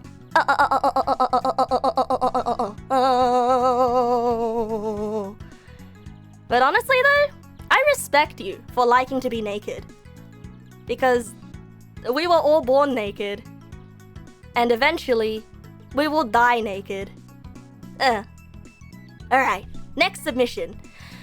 So one time in college, when me, a now ex-friend, and my crush at the time were hanging out, and as the crush is leaving... Wait, what? One time in college when me and a now ex-friend, so you and person you used to be friends with, and your crush. Okay, 3 people were hanging out. Sorry, I have to rewire my brain. And as the crush is leaving, she sort of... Oh, your sister says bye? She's going to sleep for gymnastics? Oh, have fun at gymnastics tomorrow. Good night, little Torashi. Good night. And thank you for enjoying my streams.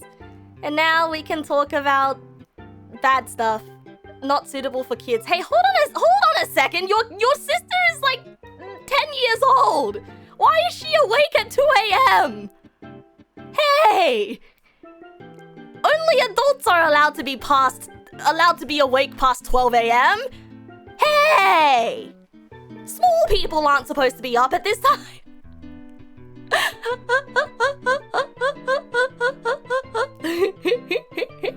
You would be lying if you didn't expect this from a confession stream. This wasn't supposed to be a confession stream. This was supposed to be a stream about people, like, messing up with their friend groups and being like, oh man, I told someone a secret.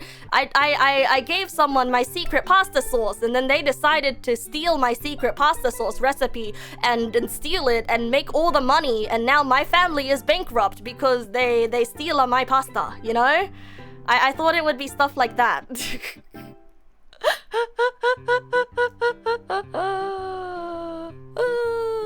It's you're and your parents' influence? Okay, fair enough.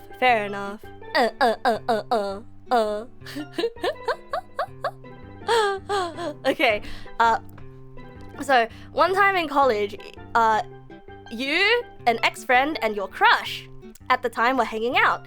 And as the crush is leaving, she sort of casually implies she's a virgin. How do you casually imply this? And I said, me too! yeah, this seems pretty casual. And my now ex-friend argues with me about this, and he was incorrect in front of her, making an embarrassing moment all the worse. This is one of the reasons this person is now an ex-friend.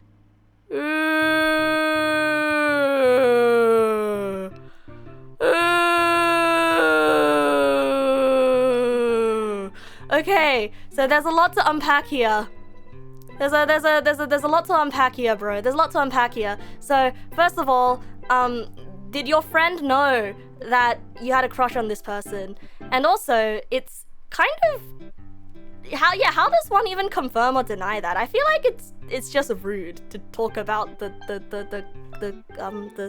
coital status of your friend. Right? Right. I feel like it's just rude to talk about what happens in the bedded room.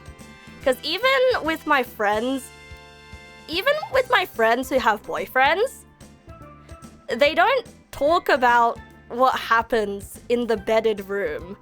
Like, they know that we all know that things happen in the bedded room for them, right? But they will always talk about it with delicate language. Either that or like they just don't bring it up, and like nobody casually asks about what happens in their bedded room, and nobody argues about what happens in the bedded room. You know? Even my friends with boyfriends. I don't know, maybe we're all prudes, right? Maybe we're all prudes.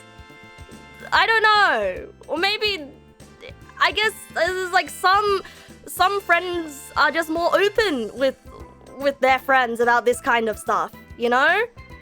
But like I've met the boyfriends before. Some of their boyfriends I've met before, and I appreciate that they don't talk about what happens in their bedded room, because I won't be looking at them and be like, oh, they had sex! Even though sometimes the thought crosses my mind, like, whoa! They had sex! But then, because I didn't get any details, it just stops there. Yeah. Yeah, you don't need to talk about your stinky, sweaty, slappy... Ooh! Yuck! Why did you have to say it like that? It is just a bit weird, though. Bedded room, is that an Aussie thing? No, it's not. It's just something that I do. No, it's just something that I do. It's like when I say hot dog, I say hotted dog. It's just a me thing, not an Australian thing. Hi, Brownie Cosplay. Hello. I'm Neg Nasu. Hi, New Year. I'm sorry. The second time I did this to someone tonight. Thank you for the follow. It's a Neg Nasu thing. Yeah. Hashed brown. Yeah, one of my favorite foods, hashed brown. Putting past tense on words that do not require a past tense. And you might have noticed me doing this thing a lot. Oh my god, it's not very often that I'm the first one to bring it up. Yeah, once again, another one of my verbal tics. I think you guys may have noticed, but I have ADHD. And I feel like my meds have worn off at this time of night. Hooray! I do have ADHD. I do. Barely noticed. No way, bro! You could tell? I remember like when I used to be really secretive about my ADHD. Like, I remember when I first started streaming, and I used to, I guess, be really self-conscious about the fact that I was not neurotypical, and I tried to hide it. Like, I remember being sent a concerned email by a Neg pal being like, hey Neg, I don't mean to like diagnose you, and I don't want this to come off as rude, but have you considered getting diagnosed for ADHD? Because sometimes your distractibility, I get a little bit worried about you and stuff like that, and like, oh sorry, don't mean to overstep, you know. I remember I got an email like that, and I'm like, oh no, it was that obvious. Maybe I should just come clean eventually. Maybe I should come clean.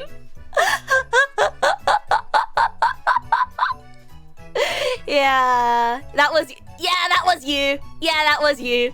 Yeah, I think about that email sometimes. I had to come out of the neurotypical closet, so to speak. I had to tell everybody, it's me. It's always been me.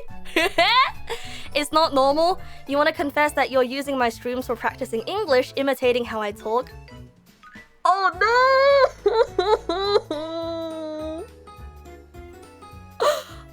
I'm a bad influence.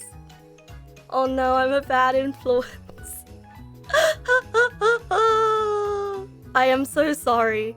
I am so sorry. I am so sorry.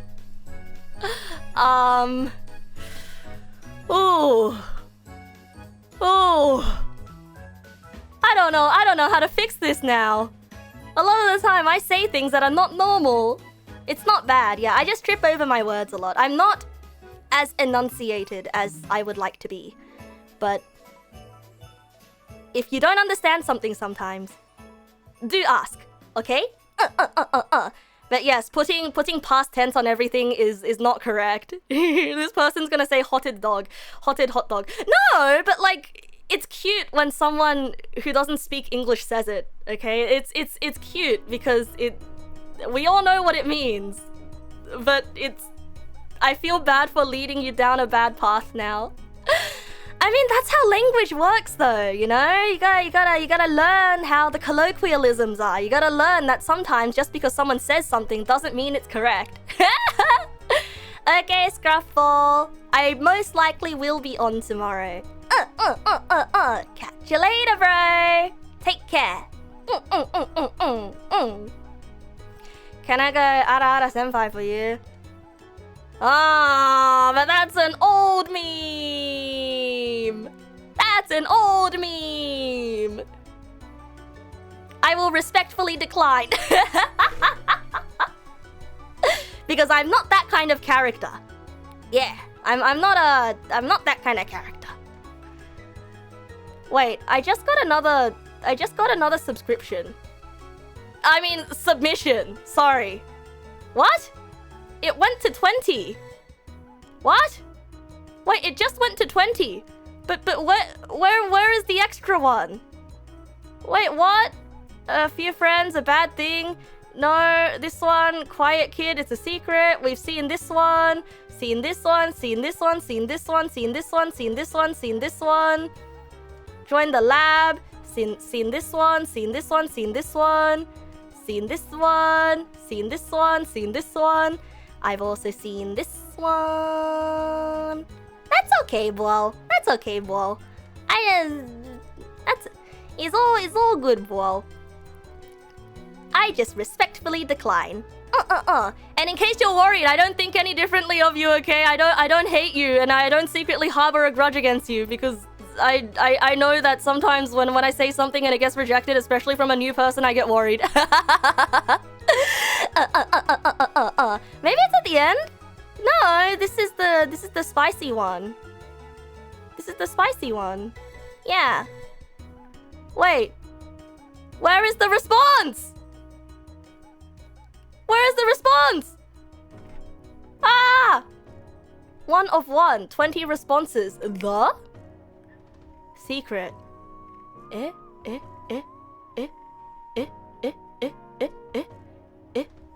Well, you know, maybe it got filtered. Wow. Wait, is this the response? Is this the response? The? The? Oh no, wait, that's the question! Oh yeah! Oh yeah, that's the question that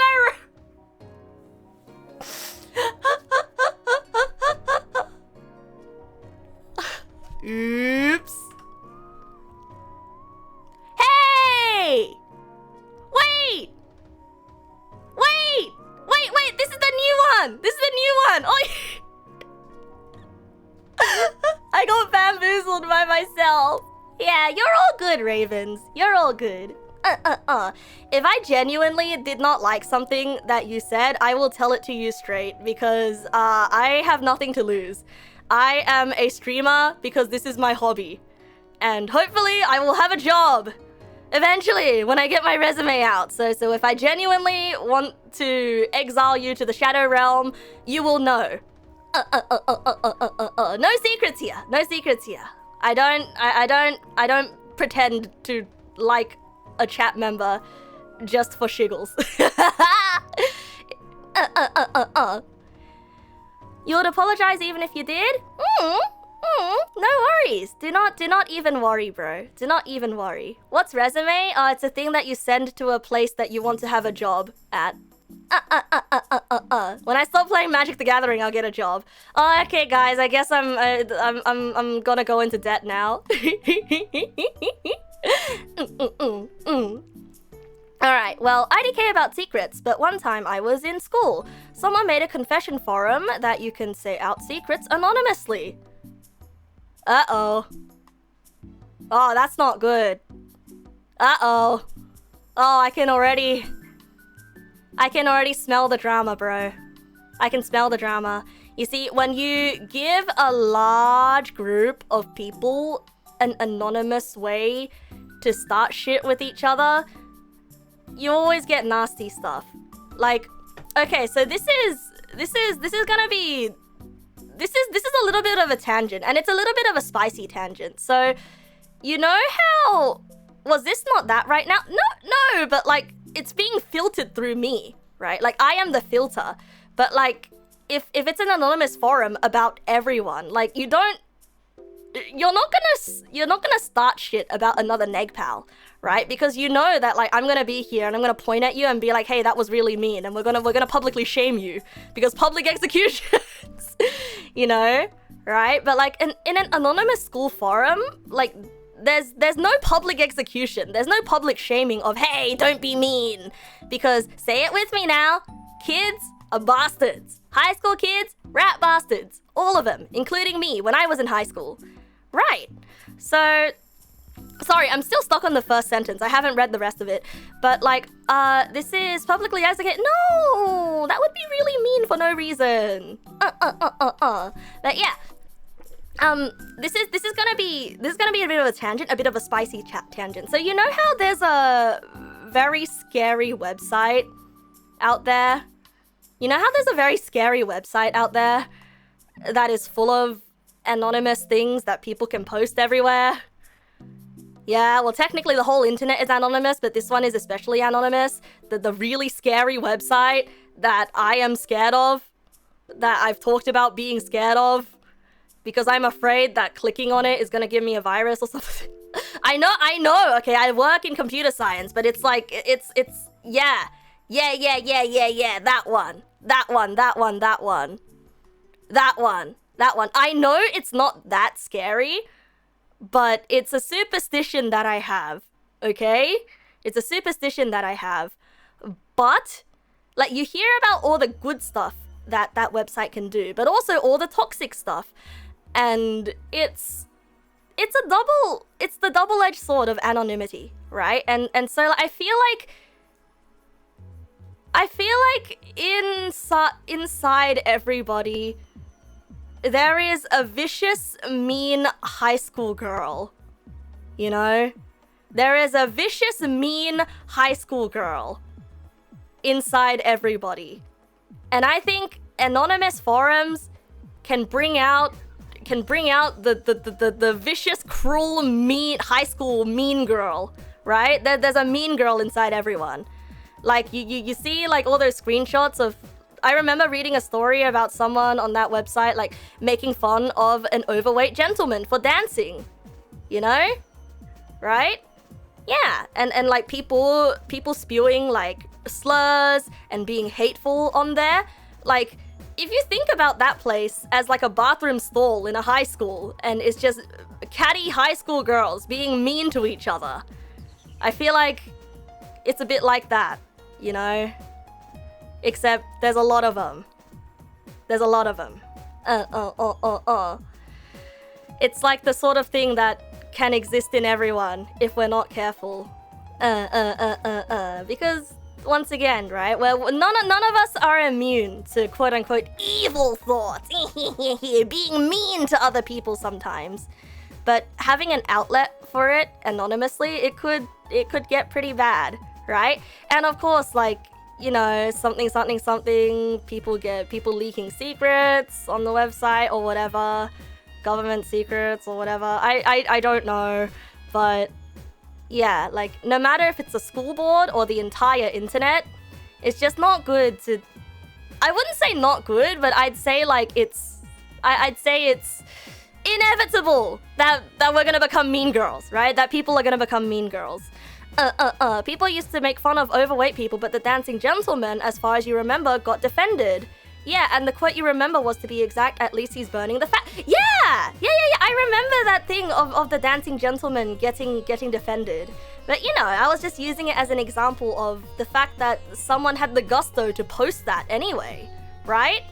Someone had the gusto to post it anonymously because they knew that they had an outlet for being mean.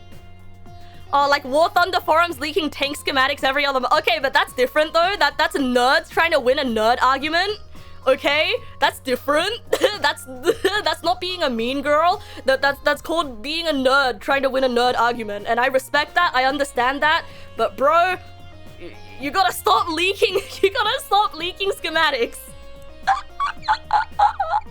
You're glad you were in high school when the internet was more chill in the late 2000s. Wouldn't survive now. Oh yeah, absolutely.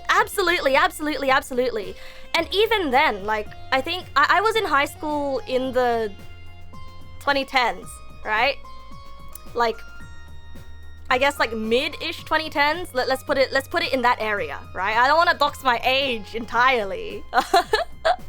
But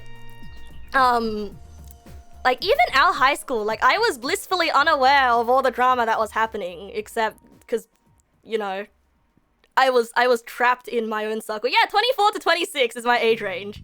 I know. You're still a high school mean girl, and you're a 26-year-old girl. Oh, but why are you a high school mean girl? Why? It's not nice to be mean. I try to be nice. Right, I don't want a mean girl anymore, because I know how bad it feels to be on the other side of it. But anyway though, what was I saying? Oh yeah, my school, we had a girl who ran a semi-famous Tumblr blog, and unfortunately, it was not a secret that Tumblr blog was hers. And so on Tumblr blog, and on Tumblr, you can enable anonymous asks, right?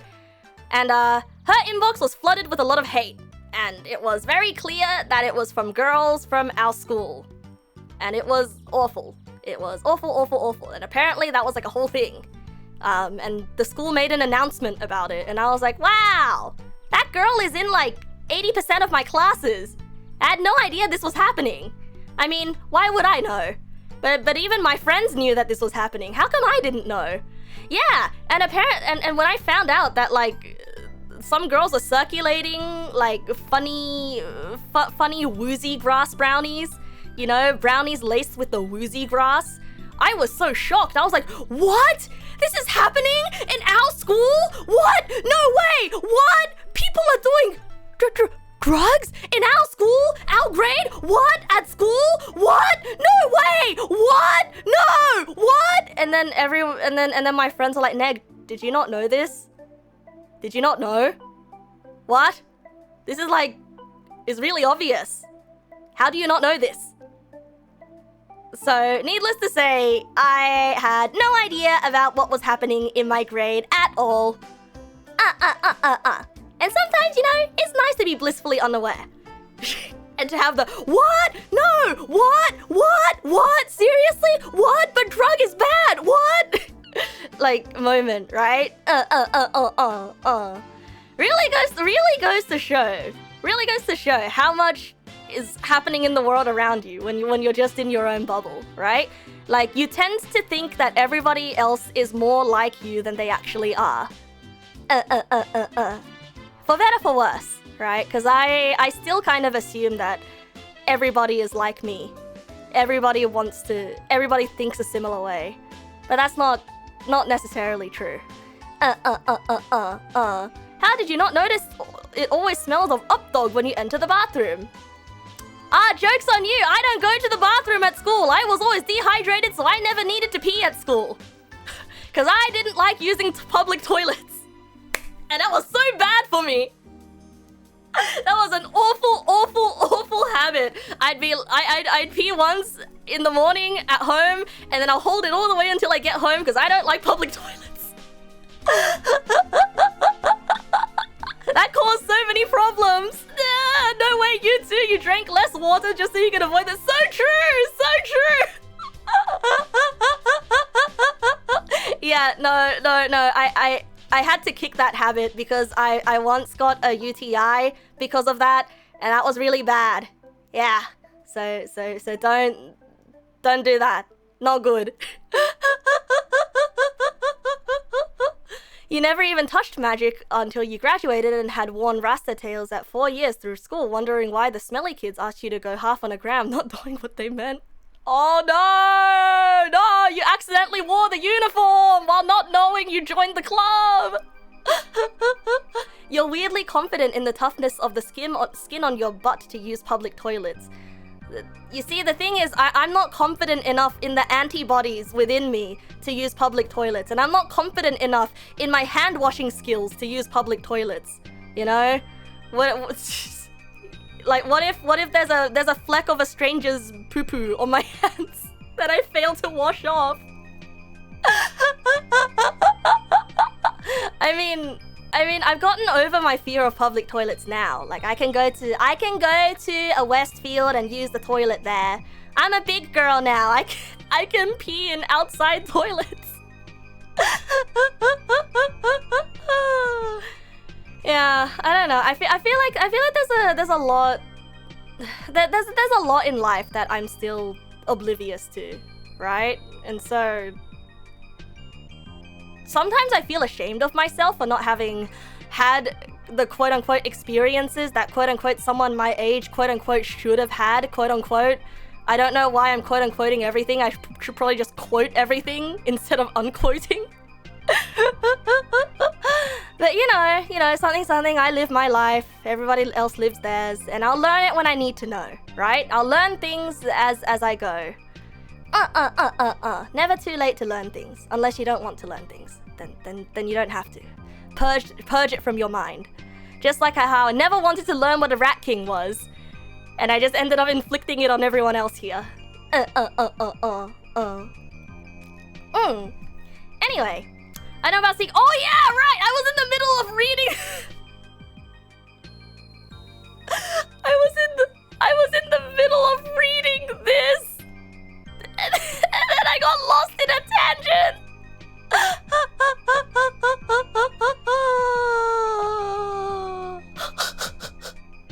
Well, IDK about secrets, but one time I was in high school, someone made a confession forum that you can say out secrets anonymously.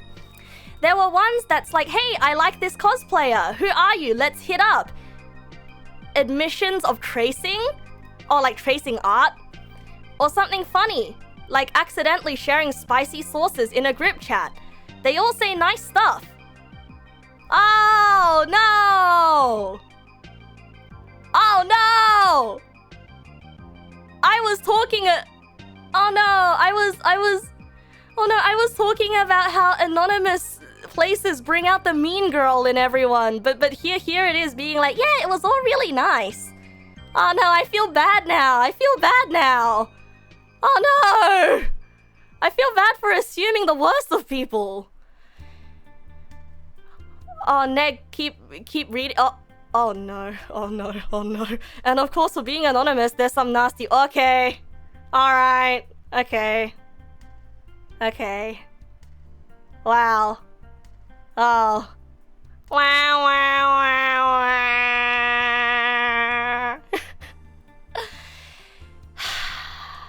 And of course, for being anonymous, there's some nasty ones, like shit on the stall, like someone threw it, someone playing loud music so you can do his business in the bathroom, and the most infamous one, a guy obsessed with a sock and used it till it's all crusty. You know, I don't think the guy was obsessed with the sock. I think the guy was obsessed with something else, and the sock was the unfortunate casualty in his obsession.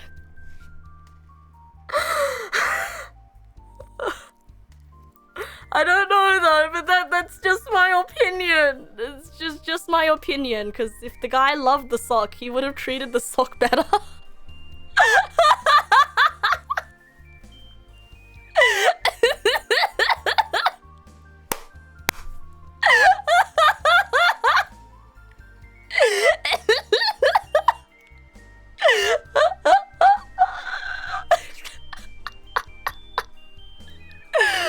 Oh, poor sock. Rip that sock. Oh yeah. Oh, he sure did rip that sock, didn't he?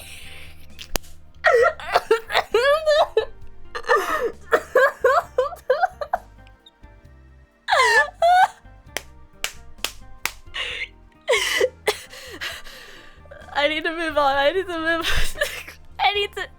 move on. Do I play Fortnite? I do not play Fortnite. I am afraid of Fortnite. I do not play.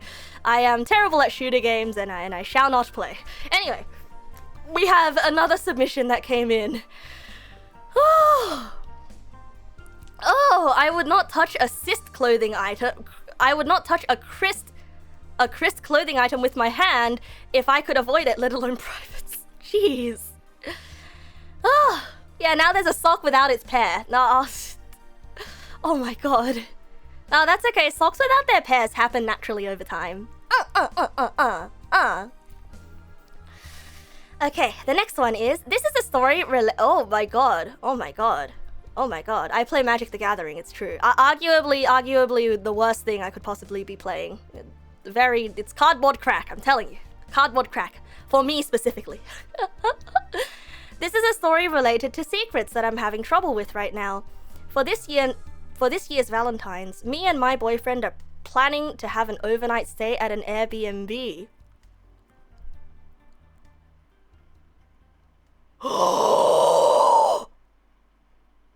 I know what they're going to do in the Airbnb! Wait, this is really personal. Are you sure? You should be sharing this with me? I mean, to hell with it. To hell with it. It's fine, I guess. We want to spend time in a house. Cook our own meals, maybe play video games, watch movies, and cuddle. Oh, this is like what our friends did for the New Year celebration. We cook meals, play video games, watch movies, except, you know, the friend that clutched the remote when she fell asleep, and so we had to watch her stupid movie. No offense, by the way. Look, we still love you. Just because you have bad taste in movies doesn't mean we don't love you. And most of all, sexual intercourse. Yeah, okay, that's not what we did. That's not what we did. We didn't really cuddle either. This last part, our friends, we did not do this. We definitively did not do this. Well, cuddle, maybe cuddle, like, you know, huddle together on the couch and everything. But this, I am 100% sure that we did not do this.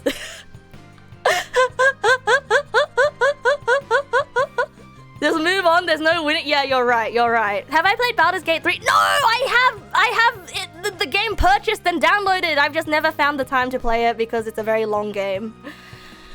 Anyway, this would be perfect. Our houses are not suitable to do that thing because of family, and quality time together alone under one roof would be amazing. Honestly, like, it's always really nice to have privacy, right? Even if you just want to have, like, a really nice conversation with someone, like a private conversation, a deep and meaningful conversation. You don't have to worry about parents overhearing and whatnot, and I yell really loud, so my family's probably privy to every single thing that we've been talking about on stream. However, I'm worried about my parents. Oh no! Why? This Valentine's Airbnb stay means I'll be at the place overnight, away from my house for like a day and a night. I always tell my parents where I'm going whenever I'm going out, and sometimes I can tell them what I'm going to do. I see where this is going. But there's no way that they will allow me to spend time with my boyfriend in an Airbnb overnight! Well, girl, it is... I think, I'm really bad at giving advice for this stuff. Because, like, I'm in my mid-20s and I still listen to what my parents say. This is a very different context, okay? But, like, my dad doesn't like it when I don't have dinner at home.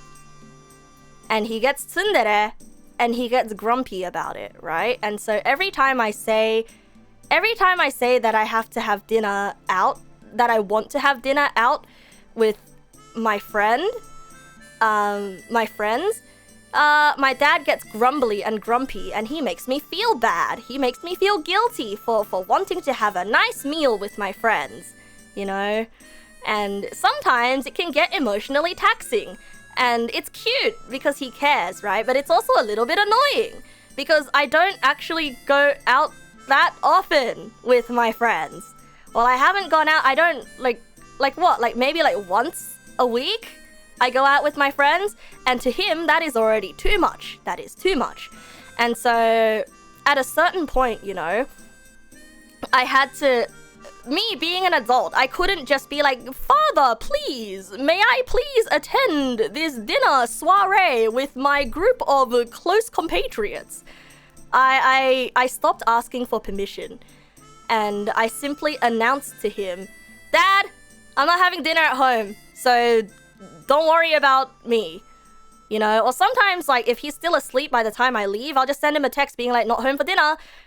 And at first, when I started doing that, he was really upset. He was like, you're never at home. But, like, over time, you know, I learned to put my foot down, you know? Like, as much as it is sweet that my dad guilts me into staying home, it is still emotionally taxing for me to have to go through the but Dad, I want to go to dinner thing, you know? And part of being an adult is knowing when it's okay to put your foot down and say, listen, I may live under your roof and I may be your child and I know you care about me, but I must live my life. I must live my life. And assuming that both you and your boyfriend are of age, if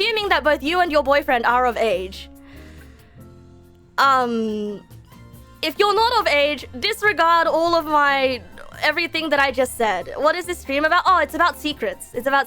But somehow it's morphed into this. Somehow it's morphed into this.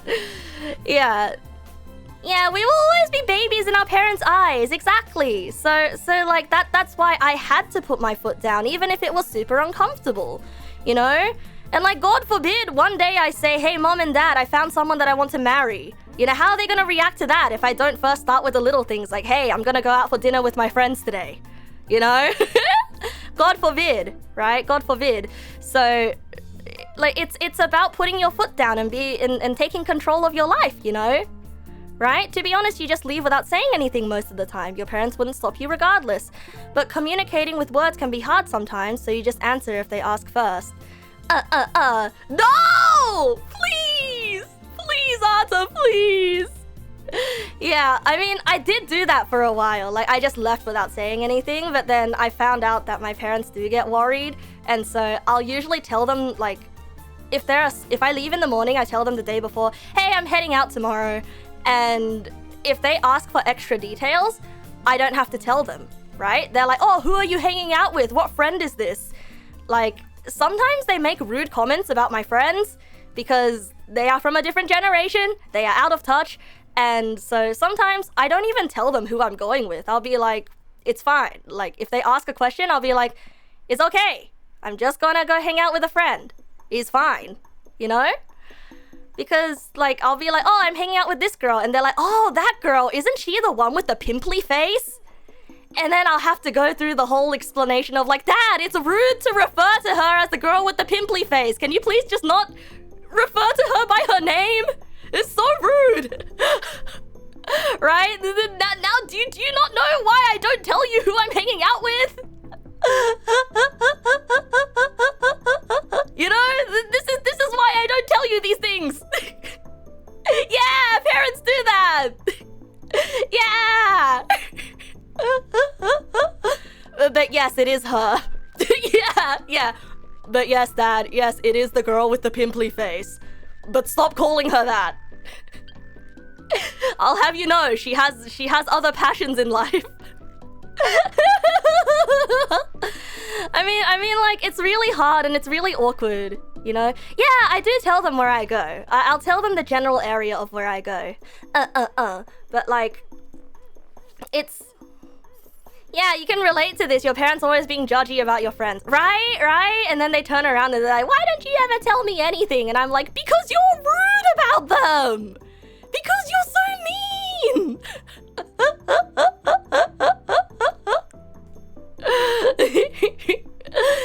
Yeah. Anyway. So, I haven't read the rest of this message yet, but, I think it's rough if you haven't crossed the line of boundaries with your parents.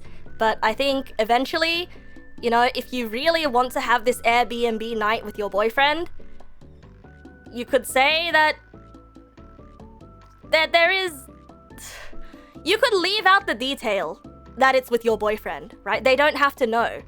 Because like, on one hand, telling lies is not the best choice, but sometimes it's the path of least resistance.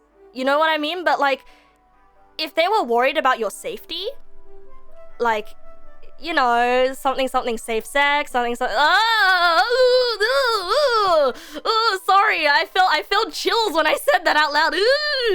Like something like safety, and also like making sure your boyfriend doesn't pressure you into anything, you know, because like as far as they're concerned, you don't even think about that stuff, you know?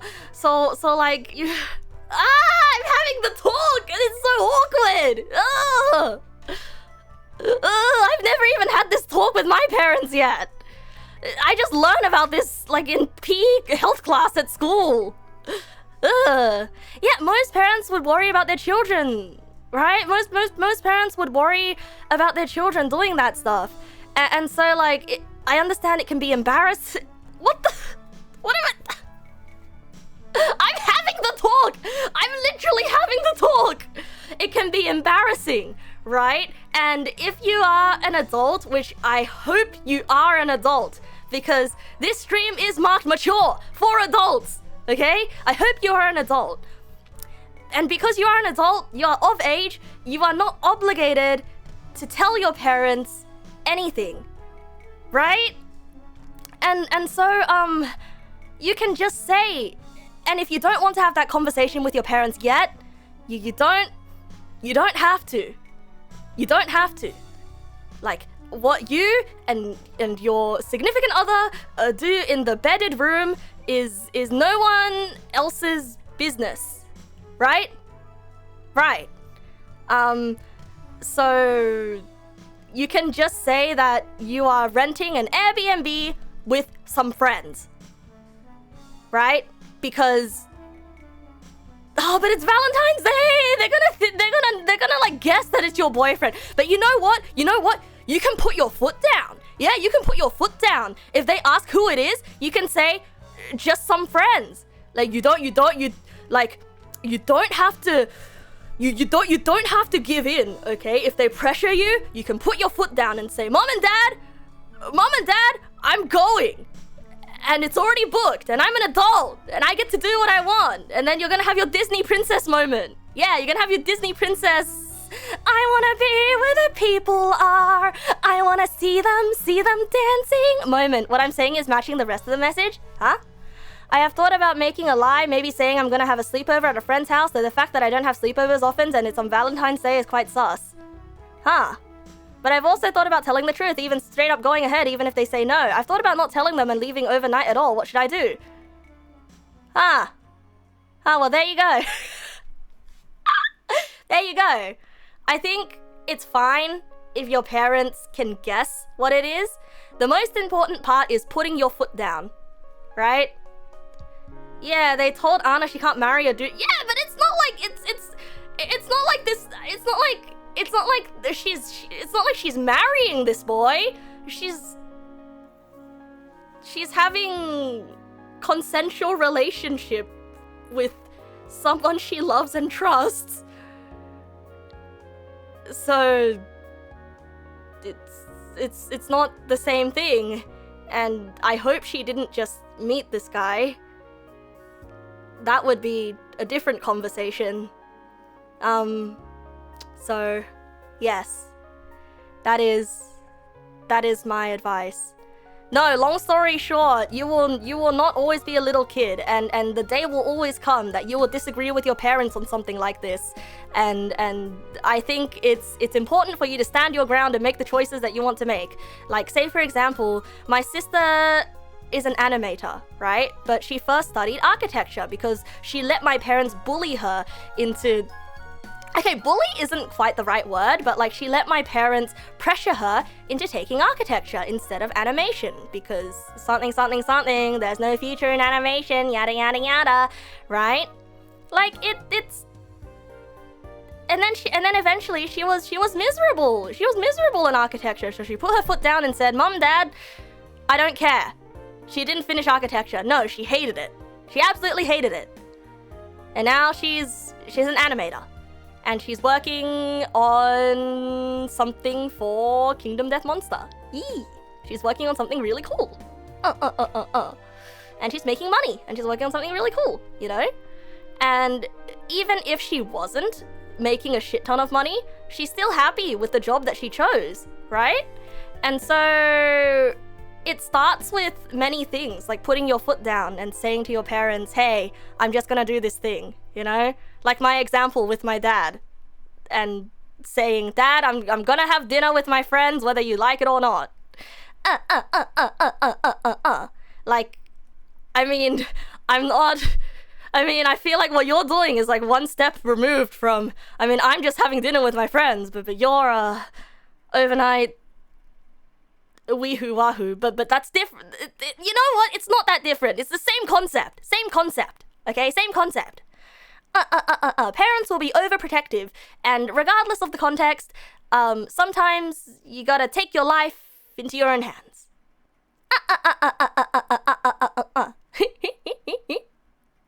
Yeah! Big sis like little sis, changing the subject they actually like. Yeah! Parents just worried about black companies in the animation space, or their architecture can be like that as well. No matter what industry you're in, there's always gonna be gross, shitty companies, right? It's just that the animation space is very small. You're afraid you'll get privileges taken away, a weekly allowance for uni, as well as your BF being seen as less by your parents, and even with you being seen as less than by your parents. Then, okay, so my question for you then is, are you... See, this is a hard thing, right? Because I think this is a cultural divide between like parents' generation and our generation, where I guess this is such an awkward conversation with me because I don't know what to contribute. I don't know what to contribute, but from what I've seen out there, right? Like, it's doing the deed before marriage can be seen as blasphemous in the parents' generation, right? And that's just values dissonance. And I think no matter what, these value dissonances are gonna happen, you know? Like, either what, you listen to them and you just don't weehoo wahoo before you get married. You don't weehoo wahoo before you get married. Like, it's either one or the other, right? It's like 50-50. Like it's either this way or that way. And sooner or later, sooner or later, it's gonna come to a head. Like, clearly you would like to enjoy consensual relationships with your boyfriend, right? Clearly you would like to. But by your parents' standards, you're going to have to wait until marriage. And I think no matter how long you wait, your parents' stance isn't going to change on this. So you either get married to this guy or, you know, you do it now. And you deal with the conflict that comes after, because you live your life however you want to live it, right? And I feel like there's no avoiding this conflict unless you cave in and you marry this guy just so you can eat on, which I don't think is a good idea. I would highly advise against marrying someone just so you can boink boink. Okay? I would highly advise against that. I would highly advise against that. Do not marry someone for that express purpose. Okay? So those are my 2 cents. And it's also gonna cause resentment if you are unhappy with the choice that you make. So, once again, consider how you feel. It sucks that privileges might get taken away. Like, your boyfriend might get seen as less than, you might get your allowance taken away. It sucks. But at the end of the day, like, you have to... I guess you have to consider these things, right? Because do you want to wait until you have your own income? Until you can safely say to your parent, get fucked. Guess who got fucked? Your child. Yuck! Yuck! Yuck! Yuck! Yuck! Yuck! Yuck! Yuck! Yuck! Yuck! Yuck! I'm sorry for saying that. I'm sorry for having you listen to that.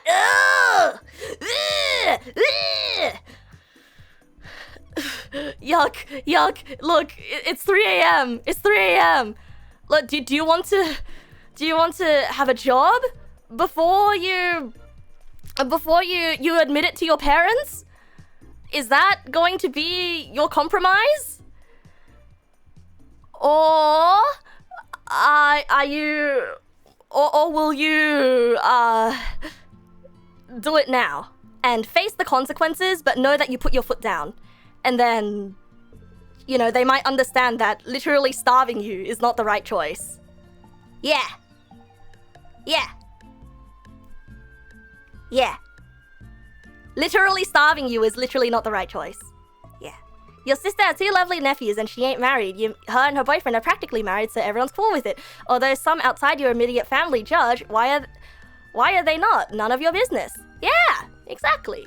I mean, like, when it comes to family, things get really messy, you know? Like, you want the best for everybody, and sometimes that can lead to judgment. And I think sometimes people can feel responsibility over family members to the point of backseating their life.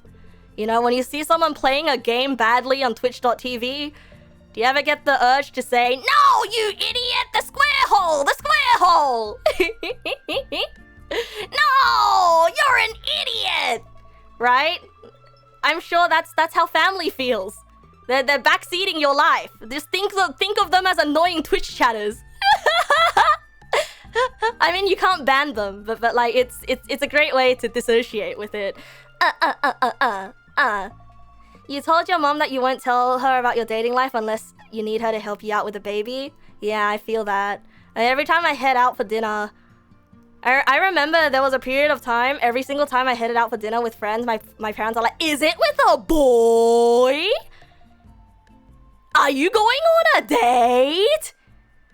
And then I would feel really ashamed for no reason. I'll be like, "No, it's with my friends. Stop being weird. This is why I don't tell you anything." I'm not going on a date. I'm literally going to someone's house to play board games with like 4 other people and have pizza. Is it with a girl? Are you on a date? Oh, they don't even consider that, bro.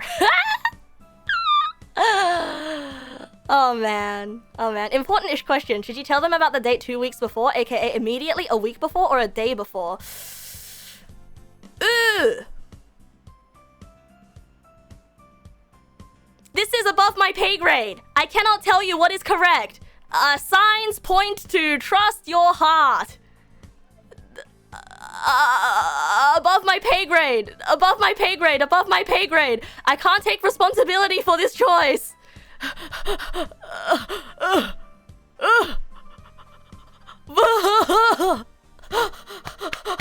Sorry, I'm having an aneurysm right now. I can't make this choice for you. You'll go with immediately? Okay, but just remember, I didn't make this choice for you. Woohoo! Okay, bros. That is the last secret, quote-unquote, confession of the night. It is 3 a.m. and I should probably go wash my face and check to see if the bathroom has been freed from the clutches of my dad. Neg naso is not liable for the choices you make. Something additional fees and charges may apply. Speak to your doctor to decide whether the choice that Neg naso made for you is correct. It's okay. I mean, these streams are for digging brains, right? I dig everyone's brains, and it's time that you dug my brain and put me in an uncomfortable situation. But I think it was a good, important conversation for you to have had. So I take the L on my psychological damage. Right? It's an open space. I want you to be comfortable. And I think I need to be more comfortable with this topic as well. You know, as someone would say, Neg naso, grow up! It's just sexual intercourse. It's a normal part of life. Yeah. Neg pals shared secrets today. It's saxophone. It sure is, bro. Alrighties, bros. I think it is time. For me to go to the honkety shooity place. And my mouth is feeling really parched. I need to drink some water. I will be back tomorrow. I'm not sure what I'll be doing tomorrow. Maybe we'll sing songs. Or maybe we'll play a video game. Maybe I'll play Origami. Maybe I'll play Slay the Princess. Whatever I feel like. But just know, I'll be here again tomorrow. Thank you for hanging out with me, bros. And always, like, hearing me out on the stupid little tangents that I go on. And for enjoying my yappity yap time. Now, does anybody have a raid target that you would like to suggest? Your boy LaShawn, thank you for the follow. Welcome. Little Miss Tina? Okay. I mean, I trust that Little Miss Tina is doing something appropriate for us. So let us raid Little Miss Tina. I don't even know what they're doing right now, actually, so I should probably check.